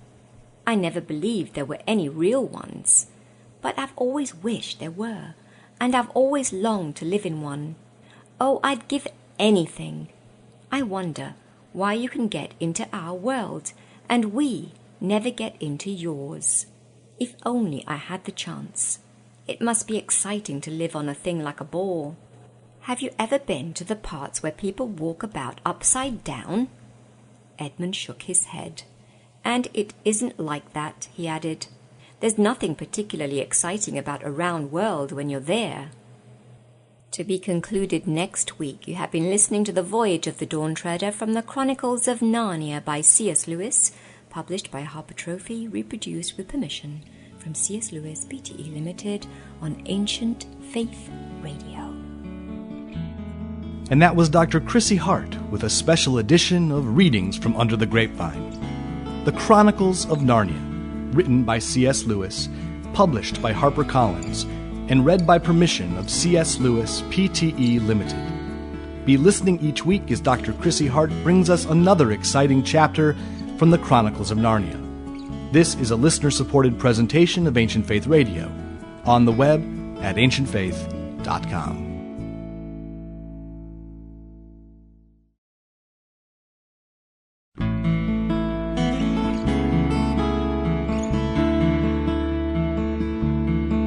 Ancient Faith Radio now presents a very special edition of Readings from Under the Grapevine with Dr. Chrissy Hart, through special permission of C.S. Lewis Pte. Limited. Chrissy is reading The Chronicles of Narnia by C.S. Lewis. This classic series is published by HarperCollins and is available at their website at harpercollins.com. Dr. Chrissy Hart is the author of Under the Grapevine and The Hermit, the Icon, and the Emperor, published by Conciliar Press. She's a licensed psychologist from England and now lives in York, Pennsylvania. We hope you'll be listening each week as Chrissy brings you another selection from this classic series. The current book Chrissy is reading is Voyage of the Dawn Treader. Here's Chrissy Hart. The Voyage of the Dawn Treader from the Chronicles of Narnia by C.S. Lewis, published by Harper Trophy, reproduced with permission from C.S. Lewis Pte. Limited. Chapter 16 and Conclusion. The very end of the world. Rippercheap was the only person on board, besides Drinian and the two Pevensies who had noticed the sea people. He had dived in at once when he saw the Sea King shaking his spear, for he regarded this as a sort of threat or challenge, and wanted to have the matter out there and then. The excitement of discovering that the water was now fresh had distracted his attention, and before he remembered the sea people again, Lucy and Drinian had taken him aside and warned him not to mention what he had seen. As things turned out, they need hardly have bothered, for by this time the Dawn Treader was gliding over a part of the sea which seemed to be uninhabited. No one except Lucy saw anything more of the people, and even she had only one short glimpse. All morning on the following day they sailed in fairly shallow water, and the bottom was weedy. Just before midday, Lucy saw a large shoal of fishes grazing on the weed. They were all eating steadily and all moving in the same direction. Just like a flock of sheep, thought Lucy. Suddenly she saw a little sea-girl of about her own age in the middle of them, a quiet, lonely-looking girl with a sort of crook in her hand. Lucy felt sure that this girl must be a shepherdess, or perhaps a fish-herdess, and that the shoal was really a flock at pasture. Both the fishes and the girl were quite close to the surface, and just as the girl, gliding in the shallow water, and Lucy, leaning over the bulwark, came opposite to one another, the girl looked up and stared straight into Lucy's face. Neither could speak to the other, and in a moment the sea-girl dropped astern. But Lucy will never forget her face. It did not look frightened or angry like those of the other sea people. Lucy had liked that girl, and she felt certain the girl had liked her. In that one moment they had somehow become friends. There does not seem to be much chance of their meeting again in that world or any other. But if ever they do, they will rush together with their hands held out. After that, for many days, without wind in her shrouds or foam at her bows, across a waveless sea, the Dawn Treader glided smoothly east. Every day and every hour the light became more brilliant, and still they could bear it. No one ate or slept, and no one wanted to. But they drew buckets of dazzling water from the sea, stronger than wine, and somehow wetter, more liquid than ordinary water, and pledged one another silently in deep draughts of it. And one or two of the sailors who had been oldish men when the voyage began now grew younger every day. Everyone on board was filled with joy and excitement, but not an excitement that made one talk. The further they sailed, the less they spoke, and then, almost in a whisper, the stillness of that last sea laid hold on them. "My lord," said Caspian to Drinian one day, "what do you see ahead?" "Sire," said Drinian, "I see whiteness all along the horizon from north to south, as far as my eyes can reach." "That is what I see too," said Caspian, "and I cannot imagine what it is." "If we were in higher latitudes, your majesty," said Drinian, "I would say it was ice, but it can't be, not here. All the same, we'd better get men to the oars and hold the ship back against the current. Whatever the stuff is, we don't want to crash into it at this speed." They did as Drinian said, and so continued to go slower and slower. The whiteness did not get any less mysterious as they approached it. If it was land, it must be a very strange land, for it seemed just as smooth as the water, and on the same level with it. When they got very close to it, Drinian put the helm hard over and turned the Dawn Treader south, so that she was broadside onto the current and rowed a little way southward along the edge of the whiteness. In so doing, they accidentally made the important discovery that the current was only about 40 feet wide, and the rest of the sea as still as a pond. This was good news for the crew, who had already begun to think that the return journey to Ramandu's land, rowing against stream all the way, would be pretty poor sport. It also explained why the shepherd girl had dropped so quickly astern. She was not in the current. If she had been, she would have been moving east at the same speed as the ship. And still, no one could make out what the white stuff was. Then the boat was lowered, and it put off to investigate. Those who remained on the Dawn Treader could see that the boat pushed right in amidst the whiteness. Then they could hear the voices of the party in the boat, clear across the still water, talking in a shrill and surprised way. Then there was a pause while Rhynef in the bows of the boat took a sounding, and when, after that, the boat came rowing back, There seemed to be plenty of the white stuff inside her. Everyone crowded to the side to hear the news. "Lilies, your Majesty!" shouted Rhynef, standing up in the bows. "What did you say?" asked Caspian. "Blooming lilies, your Majesty," said Rhynef, "same as in a pool or in a garden at home." "Look," said Lucy, who was in the stern of the boat. She held up her wet arms full of white petals and broad flat leaves. "What's the depth, Rhynelf?" asked Drinian. "That's the funny thing, Captain," said Rhynelf. "It's still deep, 3.5 fathoms clear." "They can't be real lilies, not what we call lilies," said Eustace. Probably they were not, but they were very like them. And when, after some consultation, the Dawn Treader turned back into the current and began to glide eastward through the Lily Lake or the Silver Sea, they tried both these names, but it was the Silver Sea that stuck, and is now on Caspian's map. The strangest part of their travels began. Very soon the open sea, which they were leaving, was only a thin rim of blue on the western horizon. Whiteness, shot with faintest colour of gold, spread round them on every side, except just astern, where their passage had thrust the lilies apart, and left an open lane of water that shone like dark green glass. To look at, this last sea was very like the Arctic, and if their eyes had not by now grown as strong as eagles, the sun on all that whiteness, especially at early morning, when the sun was hugest, would have been unbearable.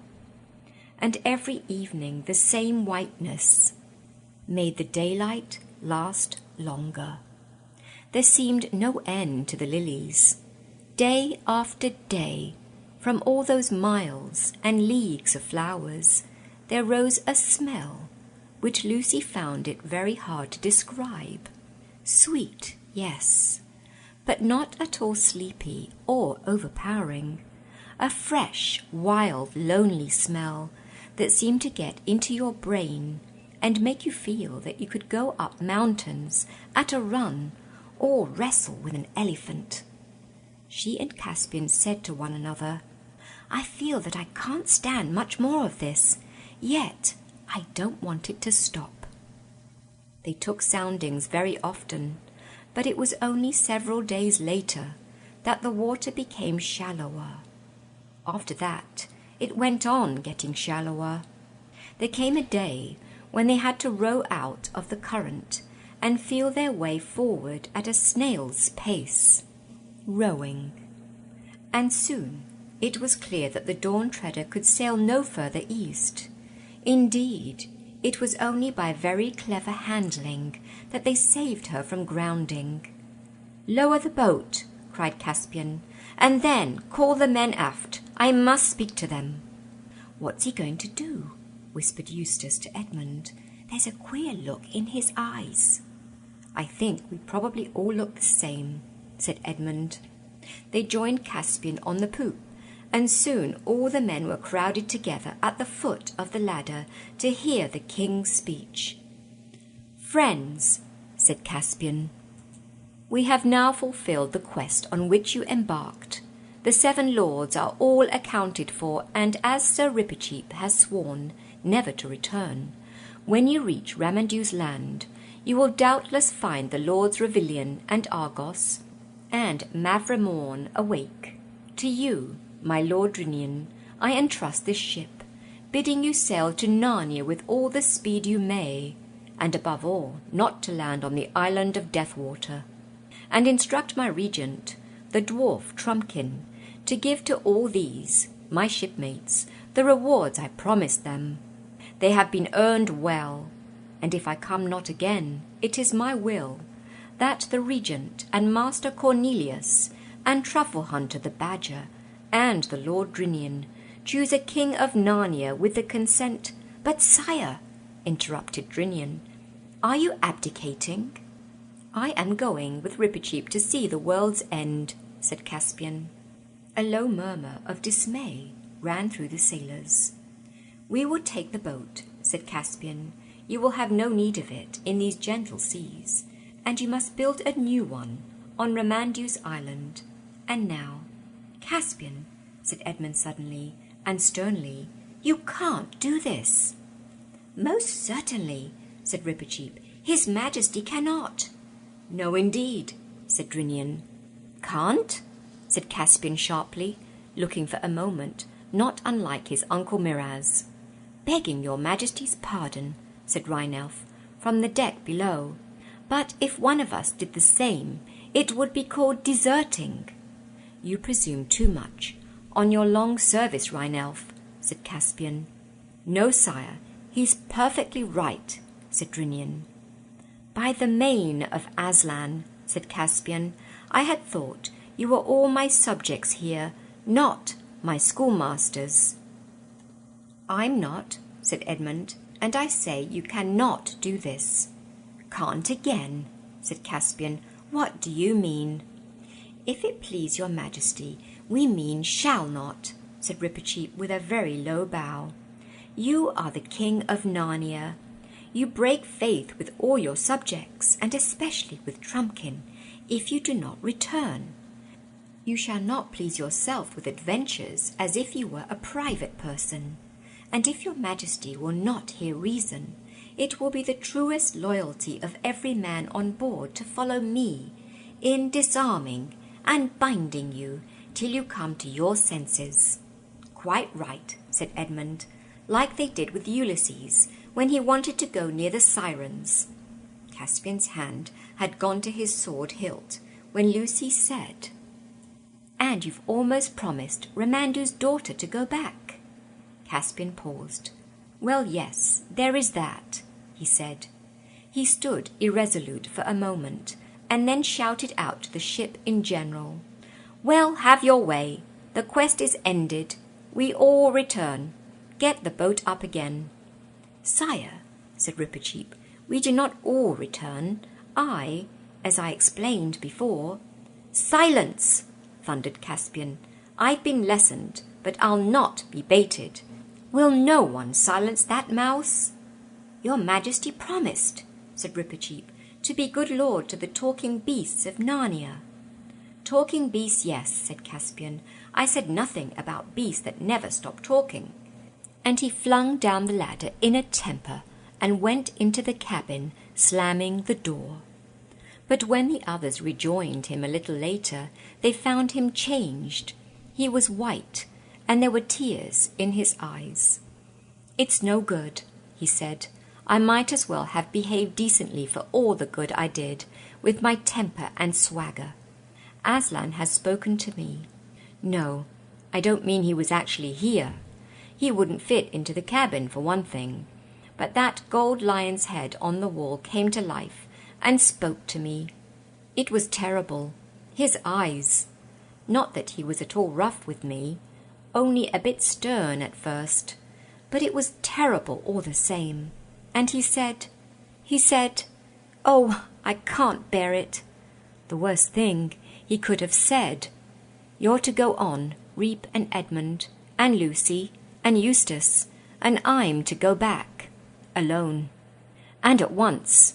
And what is the good of anything?" "Caspian, dear," said Lucy, "you knew we'd have to go back to our own world sooner or later." "Yes," said Caspian with a sob, "but this is sooner." "You'll feel better when you get back to Ramandu's island," said Lucy.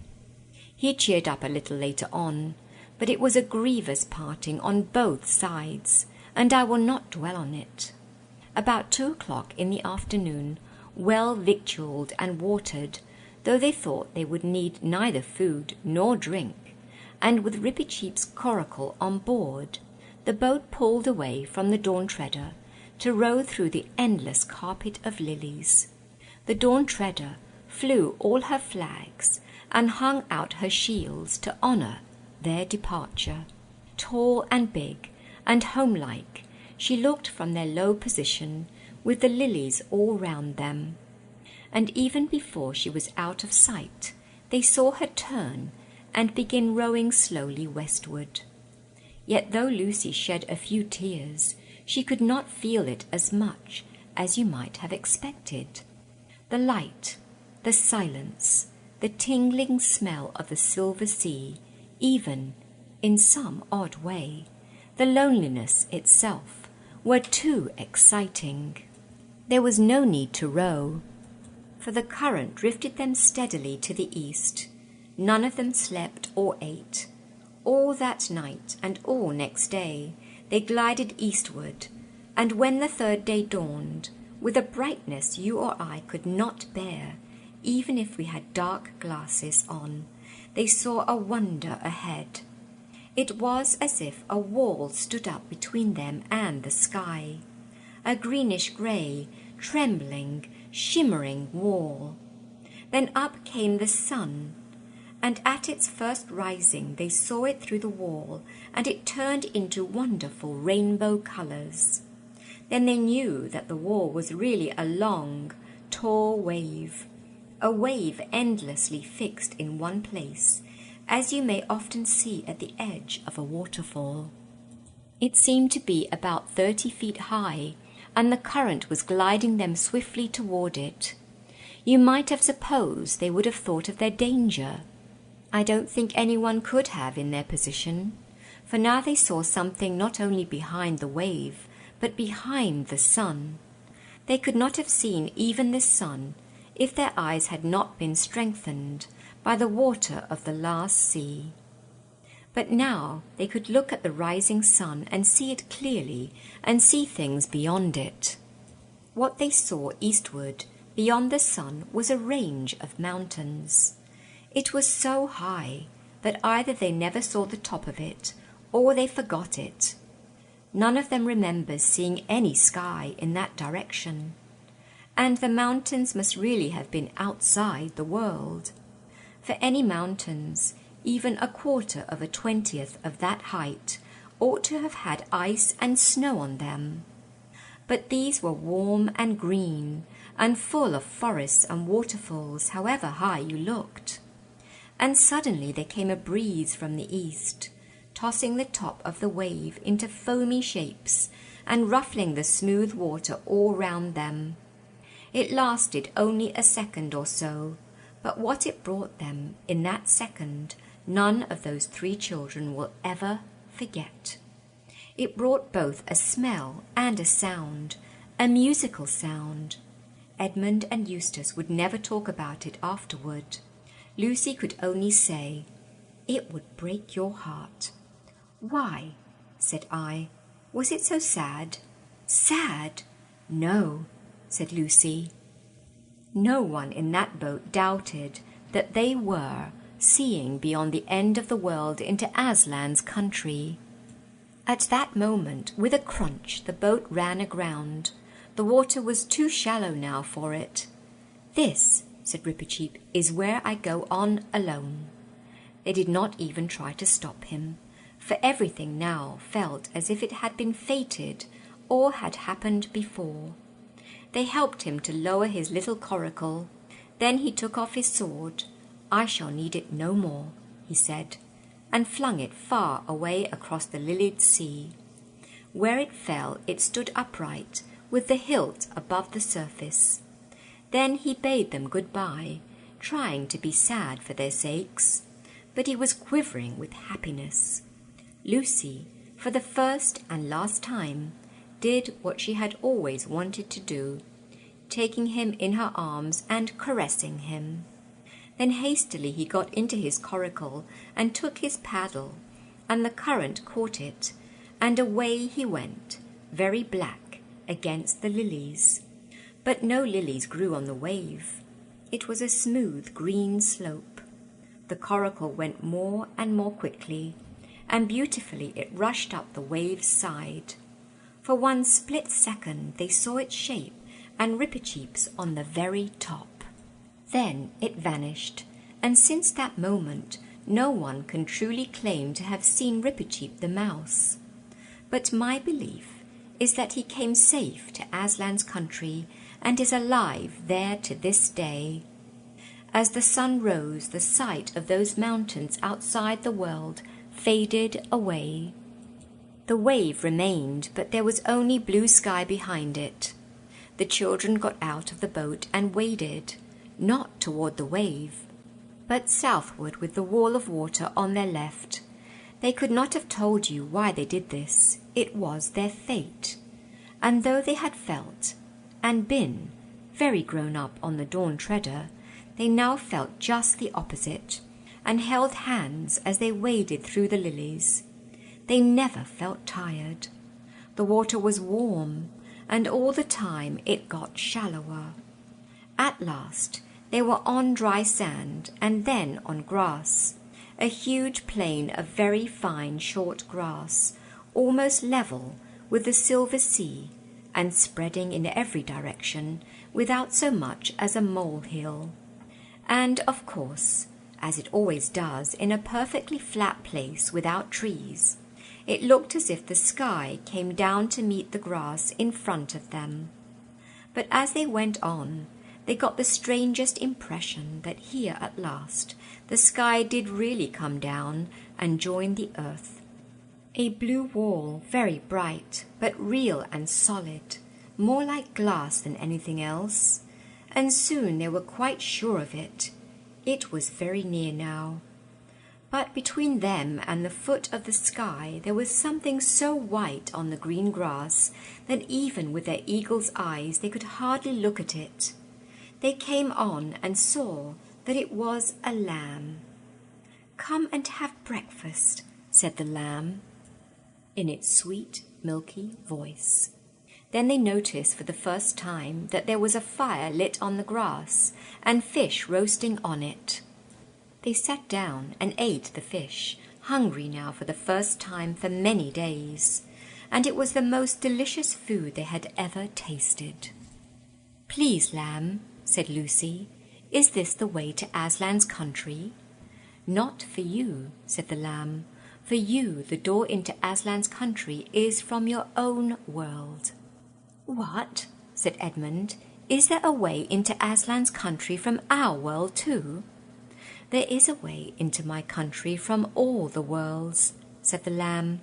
But as he spoke his snowy white flushed into tawny gold, and his size changed, and he was Aslan himself, towering above them and scattering light from his mane. "Oh, Aslan," said Lucy, "will you tell us how to get into your country from our world?" "I shall be telling you all the time," said Aslan, "but I will not tell you how long or short the way will be, only that it lies across a river. But do not fear that, for I am the great bridge builder. And now come, I will open the door in the sky and send you to your own land." "Please, Aslan," said Lucy, "before we go, will you tell us when we can come back to Narnia again? Please, and oh, do make it soon." "Dearest," said Aslan very gently, "you and your brother will never come back to Narnia." "Oh, Aslan," said Edmund and Lucy both together in despairing voices. "You are too old, children," said Aslan, "and you must begin to come close to your own world now." "It isn't Narnia, you know," sobbed Lucy. "It's you. We shan't meet you there, and how can we live never meeting you?" "But you shall meet me, dear one," said Aslan. Are you there too, sir?" said Edmund. "I am," said Aslan, "but there I have another name. You must learn to know me by that name. This was the very reason why you were brought to Narnia, that by knowing me here for a little, you may know me better there." "And is Eustace never to come back here either?" said Lucy. "Child," said Aslan, "do you really need to know that? Come, I am opening the door in the sky." Then, all in one moment, there was a rending of the blue wall, like a curtain being torn, and a terrible white light from beyond the sky, and the feel of Aslan's mane, and a lion's kiss on their foreheads, and then the back bedroom in Aunt Alberta's home at Cambridge. Only 2 more things need to be told. One is that Caspian and his men all came safely back to Ramandu's island, and the 3 lords woke from their sleep. Caspian married Ramandu's daughter, and they all reached Narnia in the end, and she became a great queen, and the mother and grandmother of great kings. The other is that back in our own world everyone soon started saying how Eustace had improved, and how you'd never know him for the same boy. Everyone except Aunt Alberta, who said he had become very commonplace and tiresome, and it must have been the influence of those Pevensey children. And that is the conclusion of the Voyage of the Dawn Treader from the Chronicles of Narnia by C.S. Lewis, published by Harper Trophy, reproduced with permission from C.S. Lewis Pte. Limited on Ancient Faith Radio. And that was Dr. Chrissy Hart with a special edition of Readings from Under the Grapevine. The Chronicles of Narnia, written by C.S. Lewis, published by HarperCollins, and read by permission of C.S. Lewis Pte. Limited. Be listening each week as Dr. Chrissy Hart brings us another exciting chapter from the Chronicles of Narnia. This is a listener-supported presentation of Ancient Faith Radio, on the web at ancientfaith.com.